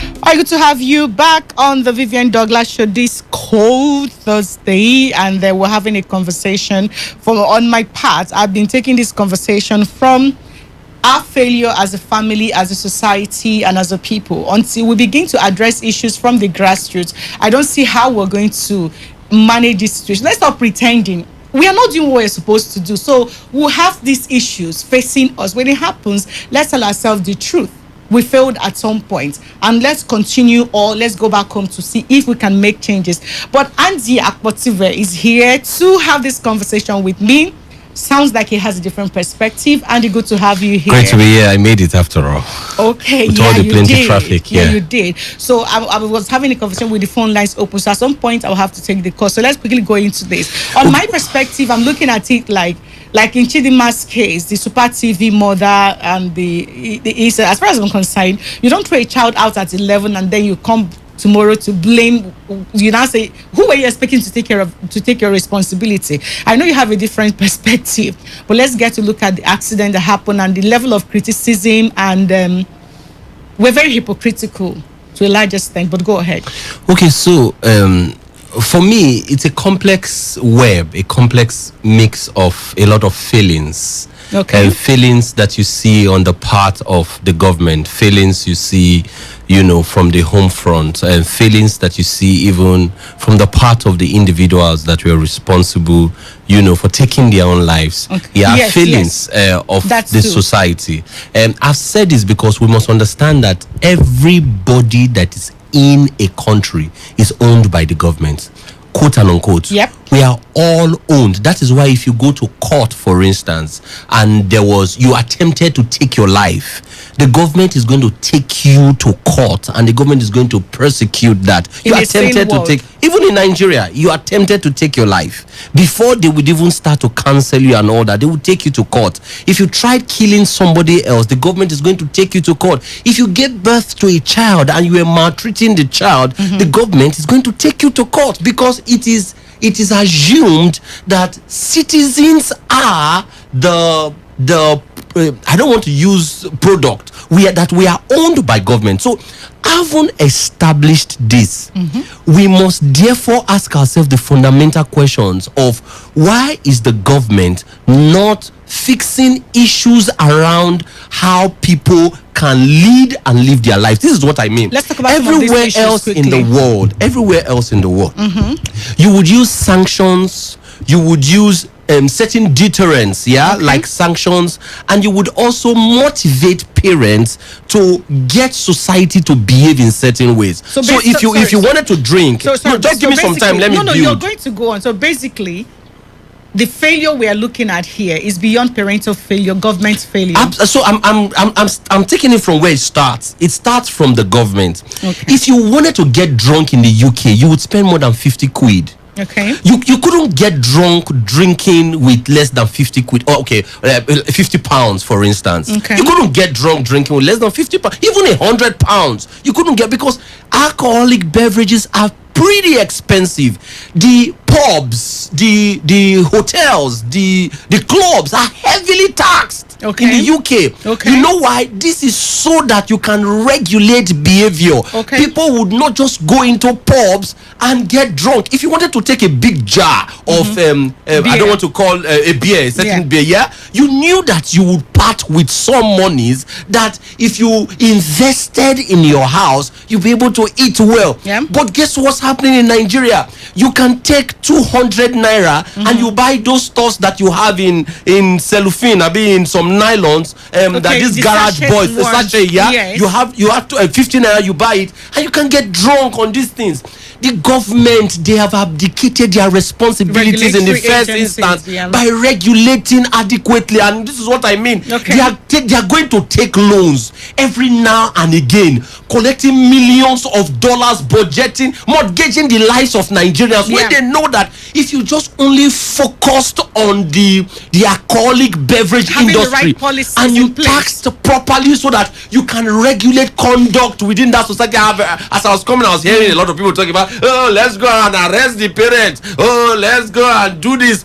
if you refuse to do the foundation, then it didn't matter how highfalutin you thought the building should be, the building will not sit, because the foundation is what is very important and germane to the kind of building that you want to have. The government, in essence, they have failed in regulating it, so that today anybody can go to a club and buy alcoholic beverages and get drunk and claim. So that's the first thing. Secondly, it is also important for us to understand that these people drove into a pothole. No, not a pothole, not a ditch. They drove into a sewage truck. A sewage truck. The sewage truck. There is a bad spot. Yes, I'm building there. Okay. As I was coming here now, as I was driving to your station, I saw trucks parked by the side of the road. Just parked there. And you have got FRSC agents. You have got Riwama agents. For crying out loud, how is hazard defined? And I'm wondering, FRSC agents are supposed to be safety personnel. How is hazard defined? If you plugged, that's why if you walk into certain companies, certain safety conscious company, they will say to you that there are certain things that you must not do in certain ways. You cannot put wires just exposing them in certain, because you know that you are going to be predisposing the people who will pass by that place to evil, to harm and all of that. So what happens is that the safety conscious company will do everything possible to prevent that harm from coming to their people. They will also tell you to wear things like helmet and all of that around that company. So as I speak to you, there are potholes everywhere in the country, potholes everywhere in the state. The government, again, they have abdicated their responsibilities. Everywhere else in the world, you tax people and you fix potholes. If you were driving in Alabama, for instance, in certain places and you found potholes, you would see that there are very vivid billboards that are kept in certain places where you can call numbers to say that 5 minutes after this place, I ran into a ditch, and in 2 hours, in 3 hours, people will come there to attend to that. That's a government that's government that is working. Today in Nigeria, there are ditches everywhere. Then you would find, particularly on NTA Road, and I heard that they want to investigate this. I'm waiting for their report. I hope their report is not like what happened in GRA when that building collapsed. They say, they are going to set up a commission. The commission is going to investigate and they are going to come up with a report. Today, as I speak with you, Rivers people do not know what happened, what sanctions have been meted out to the owners of that facility, how they have compensated the families of the people that died, what deterrents have been taken so that you can forestall, prevent, a reoccurrence of that. Rivers people do not know. We are operating a government that is a government of secrecy or a government of secret. So this is what they are saying to us today. They are saying that they want to invest. I am pained. As a matter of fact, when I saw the way the people died in the vehicle, I'm pained because it is one death too many. As a matter of fact, from the north, Boko Haram ravaging people, killing people. From the east, we are seeing unknown men, unknown gunmen, unknown men gone, and everything ravaging people. From the south, we are seeing others. And to cap it all, we are also seeing that the government is contributing to taking and snuffing life from young individuals. That's what I want to explain. Why do you have these things stationary there in the evenings as you drive on NTA Road? So we can make progress. Yes. So I also need to take some calls. But before I take that, I have a question for you now. I've listened to you. I totally agree with everything you have been able to bring to light in this conversation. However, while we know that government has failed, as a society and as a people, at what point do we begin to take responsibility, whether to call out government, like you said, whether to make demands for this thing? Because when these things happen, the kind of conversation we have, conduct is regulated by laws. Conduct in society, in families, they are regulated by laws. So do you agree? Let's not. Do you now agree that the person who called to say if a parent was arrested for the outcome of his or her child? In my opinion, that's total total, to be kind to the person, that's total gibberish, in my opinion. Why you arresting the parents? Now let me ask you a question. Why you asking government to be why do you want government to be held responsible? Because I just told you that we are owned, quote and unquote, by government. Government should set the tempo. Government should set the template. See, why do you think you have children that go to school in America, that go to school in Saudi Arabia, that go to school in this developed society? It's government that will put those devices, if you may, within the society to make those things happen. Why do you think you have a lot of people in the north that don't go to school? Just one question, Andy. Yes, I agree we should hold government responsible and all that. Now, they are investigating the case, how these guys died, what led to the death. Of course, there was a sewage truck, which is government failure. But at the point where you get drunk and you get high, you talked about policies. I agree with you.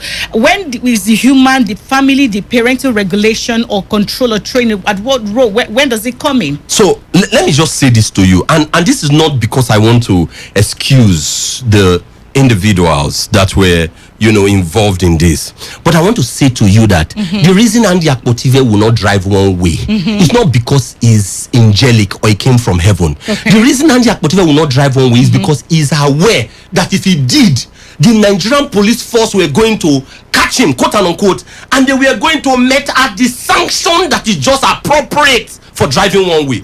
So you would then find that a lot more people will not be driving one way because you have got police officers that are stationed there who would indeed make. I'm answering it. The reason you have misdemeanor. Back to you. Hold on, please. Hello. Okay, I lost that call. The phone lines are still open. Feel free to call. Hello. Hello. Good evening. Yes. Good evening. Yes. What's your name and where are you calling from? My name is Lawson. I'm calling from Yemekwa. All right, Lawson, what's your take? My take is, I don't know, sometimes, Andy, I find it difficult to understand him, really. Because the upbringing of the child, yes, he never fails to take a swipe at every opportunity he gets at the government. I don't understand. But that is Andy's opinion. So what's your take, Mr. Lawson? What's your take on the conversation? Look. You see, no matter how the society is, a child upbringing starts with the family. Okay. When a child is brought up properly, a child will behave. See, let me tell you, a goat, no matter how much meat you throw on the ground, a goat will not eat meat because a goat is trained with grass. So when you get drunk and get careless, you keep asking him that question, he has not answered. Lawson, remain on the phone. No, please don't let Lawson. Let's remain on the phone because I want to ask you a very simple question. Remain on the phone. Just take it down. Lawson. Just take it down in there. Yes. See, Andy, in fact, I'm challenging you to a debate. Yes. Just the time and place. Yes. Lawson. So Lawson, listen. Listen. Listen. Let me finish, Mr. Andy. Let me finish. Now, when you see, let us blame government. Mr. Lawson, can you go straight to the point? Can you just listen? Lawson. Let me put information before you. Let him just finish, please. Calm down. The point I am making is that the first step of value a child receives is from the family. All right. Okay. So granted. It's taken. Vivian, I've heard you severally talk about your family. Yes. You talk about your brother. You talk about how they all go to the kitchen. They do all that. Yes. Because they were brought up properly. Lawson. All right. Lawson, don't go. Lawson, don't go. Can you listen? Lawson, can you listen? Today, the government regulates the smoking of tobacco. Governments all over the world regulate the smoking of tobacco such that you can. Excuse me, Lawson. Would you listen? Lawson, would you listen? Would you listen? I have to call the conversation. Okay, so let me explain to Lawson and every other person within Lawson's confines. Just a moment, please. You have a right to your opinion. They have a right to your opinion. Beautiful. Let's try to moderate it properly. It's perfect. But guess what? The government everywhere in the world do not want to have lung cancer cases on their wards in the different hospitals. Okay. Government everywhere in the world do not want to have people, just take to smoking. So what did they do? They set deterrents to say to smoking, to tobacco making companies to say, See, and you said this. Sorry, one question for you. I need again. Lawson to understand why it's government. I need Nigerians to understand that it's government that sets the template that regulates character, behavior, and conduct. Hold on, Andy. He didn't say government should not regulate. He's only saying that the first point of call for value starts from the home. And now back again to the question I asked you: should the government responsibility in creating policies and laws, should it now negate the responsibility of the parents? And I say this to mean that now we know that these guys had an accident. There was a sewage truck. Hold on. They ran into a sewage truck that was parked by the road. By law, the parents can claim, the family can claim damage. Good lawyers right now should be looking for the parents. Hold on. But you're also forgetting the other side of it, which is they can make excuses. The government would have their reasons why those trucks are there. So where does the parents are you kidding me? That government will make reasons why those trucks are parked there? Are they not going to have a defense lawyer for themselves? On the express road? Are they not going to have trucks? It's not parked on the major road, it's parked on the side of the road. Side of the road. Yes. The roads are supposed to be classified everywhere in the world. So what if the policy for waste management includes that the trucks has to be there at a given time, because this thing happened at 1 a.m. So the truck there can be such policy. Let me take one more call. I'll come back to you, Andy. Hello. Hello, good evening. Yes, good evening. What's your name and where are you calling from? Yeah, I'm Kingsley. I'm calling from Port Harcourt. Okay, Kingsley, what's your take, please? You have just 60 seconds. Okay, well, to be honest, everything has to start from home. The parental first. I can use my family as an example. I'm married now and I have an issue. Okay. There are some things I want, if I do now, you know, I was the kind of beating that my mom beat me, and I won't even do that at my age now. Okay, so basically for you, everything should start from the home. Everything from home. Then government should be the secondary. Okay, thank you very much. I totally agree with you. Hello. Hello. Yes, good to have you. What's your name and where are you calling from? Andy, if you have a child, will government to bring your child for you? Why is the God that created you said train up the child? How do you call somebody statement gibberish? Is it because you go to school and you have to speak English? We are talking about formation of a child. How a child should be brought up before government take over. We are talking about government setting laws. Are we in America? We are in Africa. All right, thank you very much. Okay, so let me explain. Thank you very much. Let me explain to as many people. Sorry, let me just take one more call so that you can just wrap up because we're almost out of time here. Hello. Hello. Yes, good evening. What's your name and where are you calling from? Calling from my other way. All right, please quickly. What's your take? You have just 60 seconds. Parents have a duty to bring up their children, as the Bible says. Okay. But government have a duty to. If government fails to carry out their responsibility, especially concerning human development, you see frustration of life in some citizens. All right, thank you very much. I totally agree with you. Sorry, we are out of time now. So, Andy, quickly wrap this up so that we can run. I was in Lagos and you had street urchins everywhere in Lagos. Then the governor comes and says, we are going to pass a law that you would not have during school hours any child, and the definition of child was classified. Any child found on the streets of Lagos selling or hawking anything. Okay. If you were found, then the parents will be arrested. Guess what that would have done?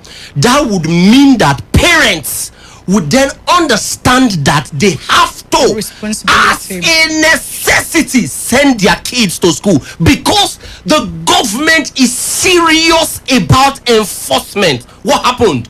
Kids that were in school, kids that were on the street hawking, began going to school. The good luck Ebele Jonathan's administration saw that there were a lot of Amaljiris in the north, for instance, and it created a Amalgiri schooling system and gave sanctions and said that as many children that are Amaljiris, they must be taken to school. This is the point that I'm making, that before even the family, government actually has the responsibility before the family, absolutely, because the family is a component of a society. The family is the smallest unit, I agree, but you see, The amalgam of families make government. The amalgam of families make government. And it's government that has the responsibility to set the tempo, to regulate how the families will interact within the society. So how you go to church, how you go to church is a function of the regulation of government, for instance. So you say, okay, my mother says I must go to church every Sunday, and the government says that every Sunday between the hours of 8 and 12, people must clean their streets. People must clean their houses. What then would have happened? Would you be able to go to church? No. I am saying to people that government actually sets the tempo. Government actually regulates conduct in the society and help to nip these kinds of vices in the bud. Guess what? Smoking, tobacco smoking. You cannot, this radio station, I've never heard them advertise tobacco. Tobacco, I've never seen billboards where you put tobacco. I've never seen tobacco adverts on television stations. You know why? Because the governments of the world, they have come together to say that we understand that tobacco smoking has a lot of what's it called, against the humans. Guess what? They are going to have lung cancer. They are going to have medical issues. So what did they do? Andy, do we have governments allowing alcoholic beverages to be advertised in this country on TV? So I've just said to you that government has so I would have done it as government. So let them listen. I would have heavily taxed so alcoholic beverages.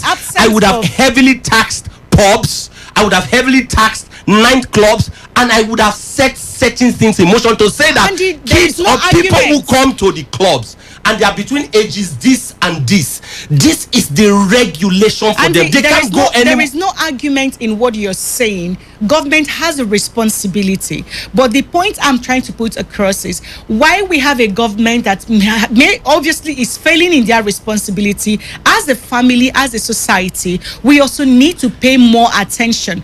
And sorry, we don't have no, but let me just say this. I think that and this is not me insulting it. I think that it's rather very lazy for us to think for us to think that it is the family alone. Andy, nobody said it's the family alone. I'm saying to you that nobody said it's the family alone. Would not be able to do as much as we expect, except the government does. Andy, his responsibility. We agree with you. Everyone listening to myself too, we agree that the government has a role to play in policy regulations for alcoholic beverages and of course pubs, as the case may be.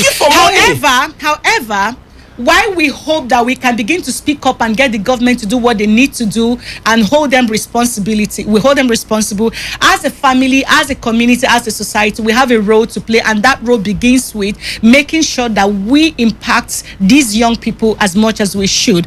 And that's how much we can take on the show this but you see, you didn't really give me time to enunciate. Andy, no. On some of these let me also quickly correct this. It's not gibberish when people say that a parent should be arrested if they fail.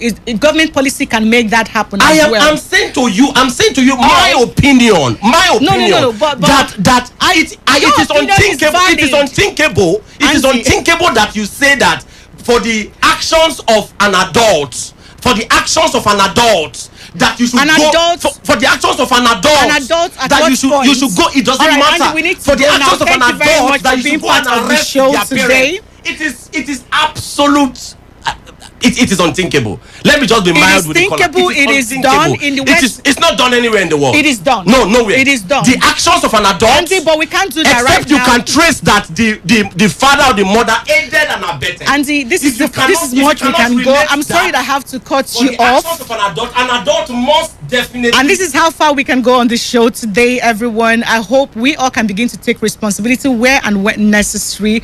If it's to demand the government to do what they should do, or if it's for us to take responsibility from the home front, all hands must be on deck to see that the outcome of the young people we're seeing today can be managed properly. My name is Vivian Douglas. I hope you have a beautiful evening. I'll be back here next week. Please take good care of yourself and your loved ones. Bye.